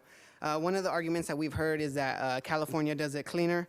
The California Air Resource Board gives a list of carbon intensity based on oil fields every year. The most oil-intensive oil field in Ecuador gets a rating of 10.7, Colingas 25.81. In Saudi Arabia, the most oil-intense field is 9.23, Midway Sunset is 29.33. The most intense oil field in Venezuela is 23.04, Round Mountain is 24.04. In Colombia, it's 11.78, and there was another one, I erased it. Meaning Kern County is not a good example of how we do it clean. Here, specifically in Kern County, we're more intensive per barrel that we produce than the dirtiest countries that you guys mentioned earlier. This is thanks to rules like the Rule 4623 of our local air district, which allows people who are considered small producers that make less than 6,000 barrels per day be exempt from all air mitigation efforts from our local pollution control district. The Simric oil field was producing 3,000 barrels per day when it spilled. In 2014, the head assessor made Kern County declare a state of emergency due to plunging oil prices. This is because oil companies are worried about profits, and that's why they left Kern County. If there is no just transition, the workers are the ones who are going to have to pick up the pieces, and if they don't have a bridge or a chance to transition to another job, you will be the ones who are responsible for burning their bridge. Thank you. Ms. Passanti, nice to see you. Nice to see you. It's been a little while. It's been a while. My name is Lori Passante, and I'm a constituent in Mr. Gleason's district. And I chose to be here today because my son almost died when he was 2 over there at Bakersfield Memorial related to a respiratory-related illness. And he has since had chronic issues with his health related to respiratory problems. My daughter is now looking at a 3rd surgery related to something similar. And we'll find out on Valentine's Day. You want to feel the love? There it is. And so I came here because my primary concern was environmentally related. But after watching what has unfolded today, I am more concerned about the role of oil and gas money in decision-making power structures in this county. I have never seen what I saw today. With the exception of our federal elected leadership, you saw in front of you today what constitutes every decision maker in this county with any kind of power. And you can see what all those philanthropic endeavors and all those donations have bought the oil and gas industry. They bought them today the full support of this county at the expense of my kids. When we move forward, it has got to be with some more transparency, and I would like very much to see the state explain to us who is this delegation that's coming from Kern County to go talk to you guys? How much money are they getting from the oil and gas industry? And where is the plan to include people like me who are directly affected by whatever we do in the future of this county? Please share with us this information, and please include us. Thank you, Ms. Passanti. Thank you. Sir, your name? My name is Mike Finch. I don't have any special credentials or titles, just a Kern County resident for 51 years, and I've never had a respiratory problem. What I heard tonight was there's a Plan A, which is working with the state to transition us off of fossil fuels, so I understand that that's something that needs to happen. But I agree with Supervisor Scrivener and Chad Hathaway. I hope we have another plan. I think we owe it to ourselves to do that. We need to be thinking about something in case it doesn't work out. There was a couple items here that I'm not a supervisor, but I guess if I was, there'd be a couple questions that I would want to ask them. The first one would be is there's a lot of confidence coming from your group, and I've heard every single environmental group up here tonight say that there's going to be a bunch of jobs, that they're going to be available, and that we don't have to worry that we're going to be able to transition. If that's the case, then let's put a guarantee behind it. Why don't you guys put a plan together that's a guarantee to say, listen, we want to know what you made, we'll average it out over the last 10 years, whatever that may be, and we'll compensate you for it if our policy ends up making you lose your job. I think that's something you can do. You guys said that you're willing to do stuff like that. I'd like to see that in the plan, right? That seems like it's a fair thing. There were some big numbers rolling around, $6 billion for this, $150 million for that. Put up some money to compensate some of the people that are going to lose their jobs. The other one, too, is I keep talking about the integrity of the process. Recently, you guys had a disclosure, or you guys went through, the state ended up terminating the supervisor for the Division of Oil and Gas because he apparently didn't disclose on a 7100 form that he had investments in fossil fuels, and so he was removed from his position. How do we have guarantees that the people that are going to be doing these studies and the agencies that you oversee aren't members of environmental groups? That's a conflict of interest too, and I think that they owe us that. I want to know that the people that are overseeing our industry and the ones that are going to be writing this report have integrity, and the only way that I think we can find that is that people are not part of anti-fossil fuel groups, because I don't care what anybody says, we have nothing in common with those groups. They want to end oil. Go on any one of their Facebook pages and you can read what they're saying. They want to stop oil. Do not be fooled by this stuff. Thank you. Thank you, sir. Good evening. My name is Kristen Kraftheffer, Krafthefer. I realize it's a mouthful. I'm coming to you today as a citizen here in Bakersfield. I'm a third-generation oil woman, but also I'm a breast cancer survivor. And what gave me certainty in a very uncertain time was my dad, who said, "Kristen, you will never be homeless. I know that you're an adult, but you can always come home." He was able to say that because he has a sound business, small business here in Bakersfield. My dad spoke earlier today and lost that certainty that he gave me as his grown-up child, saying, "Sis, I don't know my future. The people in this room get to make the decisions and have influence on his certainty of his future for not only his kids, which is me, but my family as well." And I would just really hope that you see a bigger picture and that you guys look at homelessness, because I was scared I was going to lose my home when I was fighting cancer. But my dad being able to say to me, "Kristen, it's going to be okay. You will always have a home." He's not able to say that now.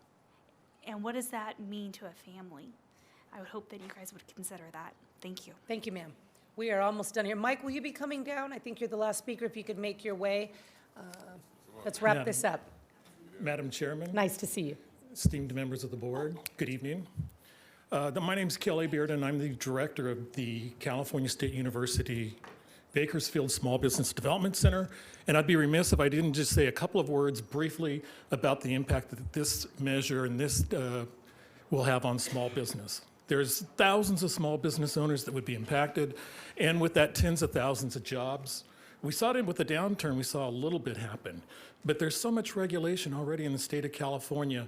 Please don't add any more, and please help what we can do to help our small businesses that provide jobs, provide services, and provide benefits to all of rural Kern County and to Kern County in total. Thank you. Thank you. Mayor Go, could you make your way over? I know that you were here much of the afternoon and then wanted to wait after public comment, which I think is very gracious. Welcome. If you could state your name for the record. Good evening, Madam Chair, members of the board. Karen Go, Mayor of the City of Bakersfield. Good evening. Welcome to Kern County, where we feed and fuel the world. Welcome to Kern County, where our families have the same hopes and dreams that our governor has for Montana, for Hunter, for Brooklyn, and for Dutch. The families who spoke, Jerry, Kristen, they want a future. They want the same future that you do for your children, that Secretary Williams wants for his 3 beautiful children. And what we are asking of you tonight is that you will listen to the comments that have gone forward, take those to heart, listen to the facts that you have heard, and work together with us. We want to partner. We choose to partner with you to bring hope and future that Kern County needs. The governor has talked about regions rising together, and we ask that you support us in a way that Kern County will be one of those regions in California that will rise together. This is about people.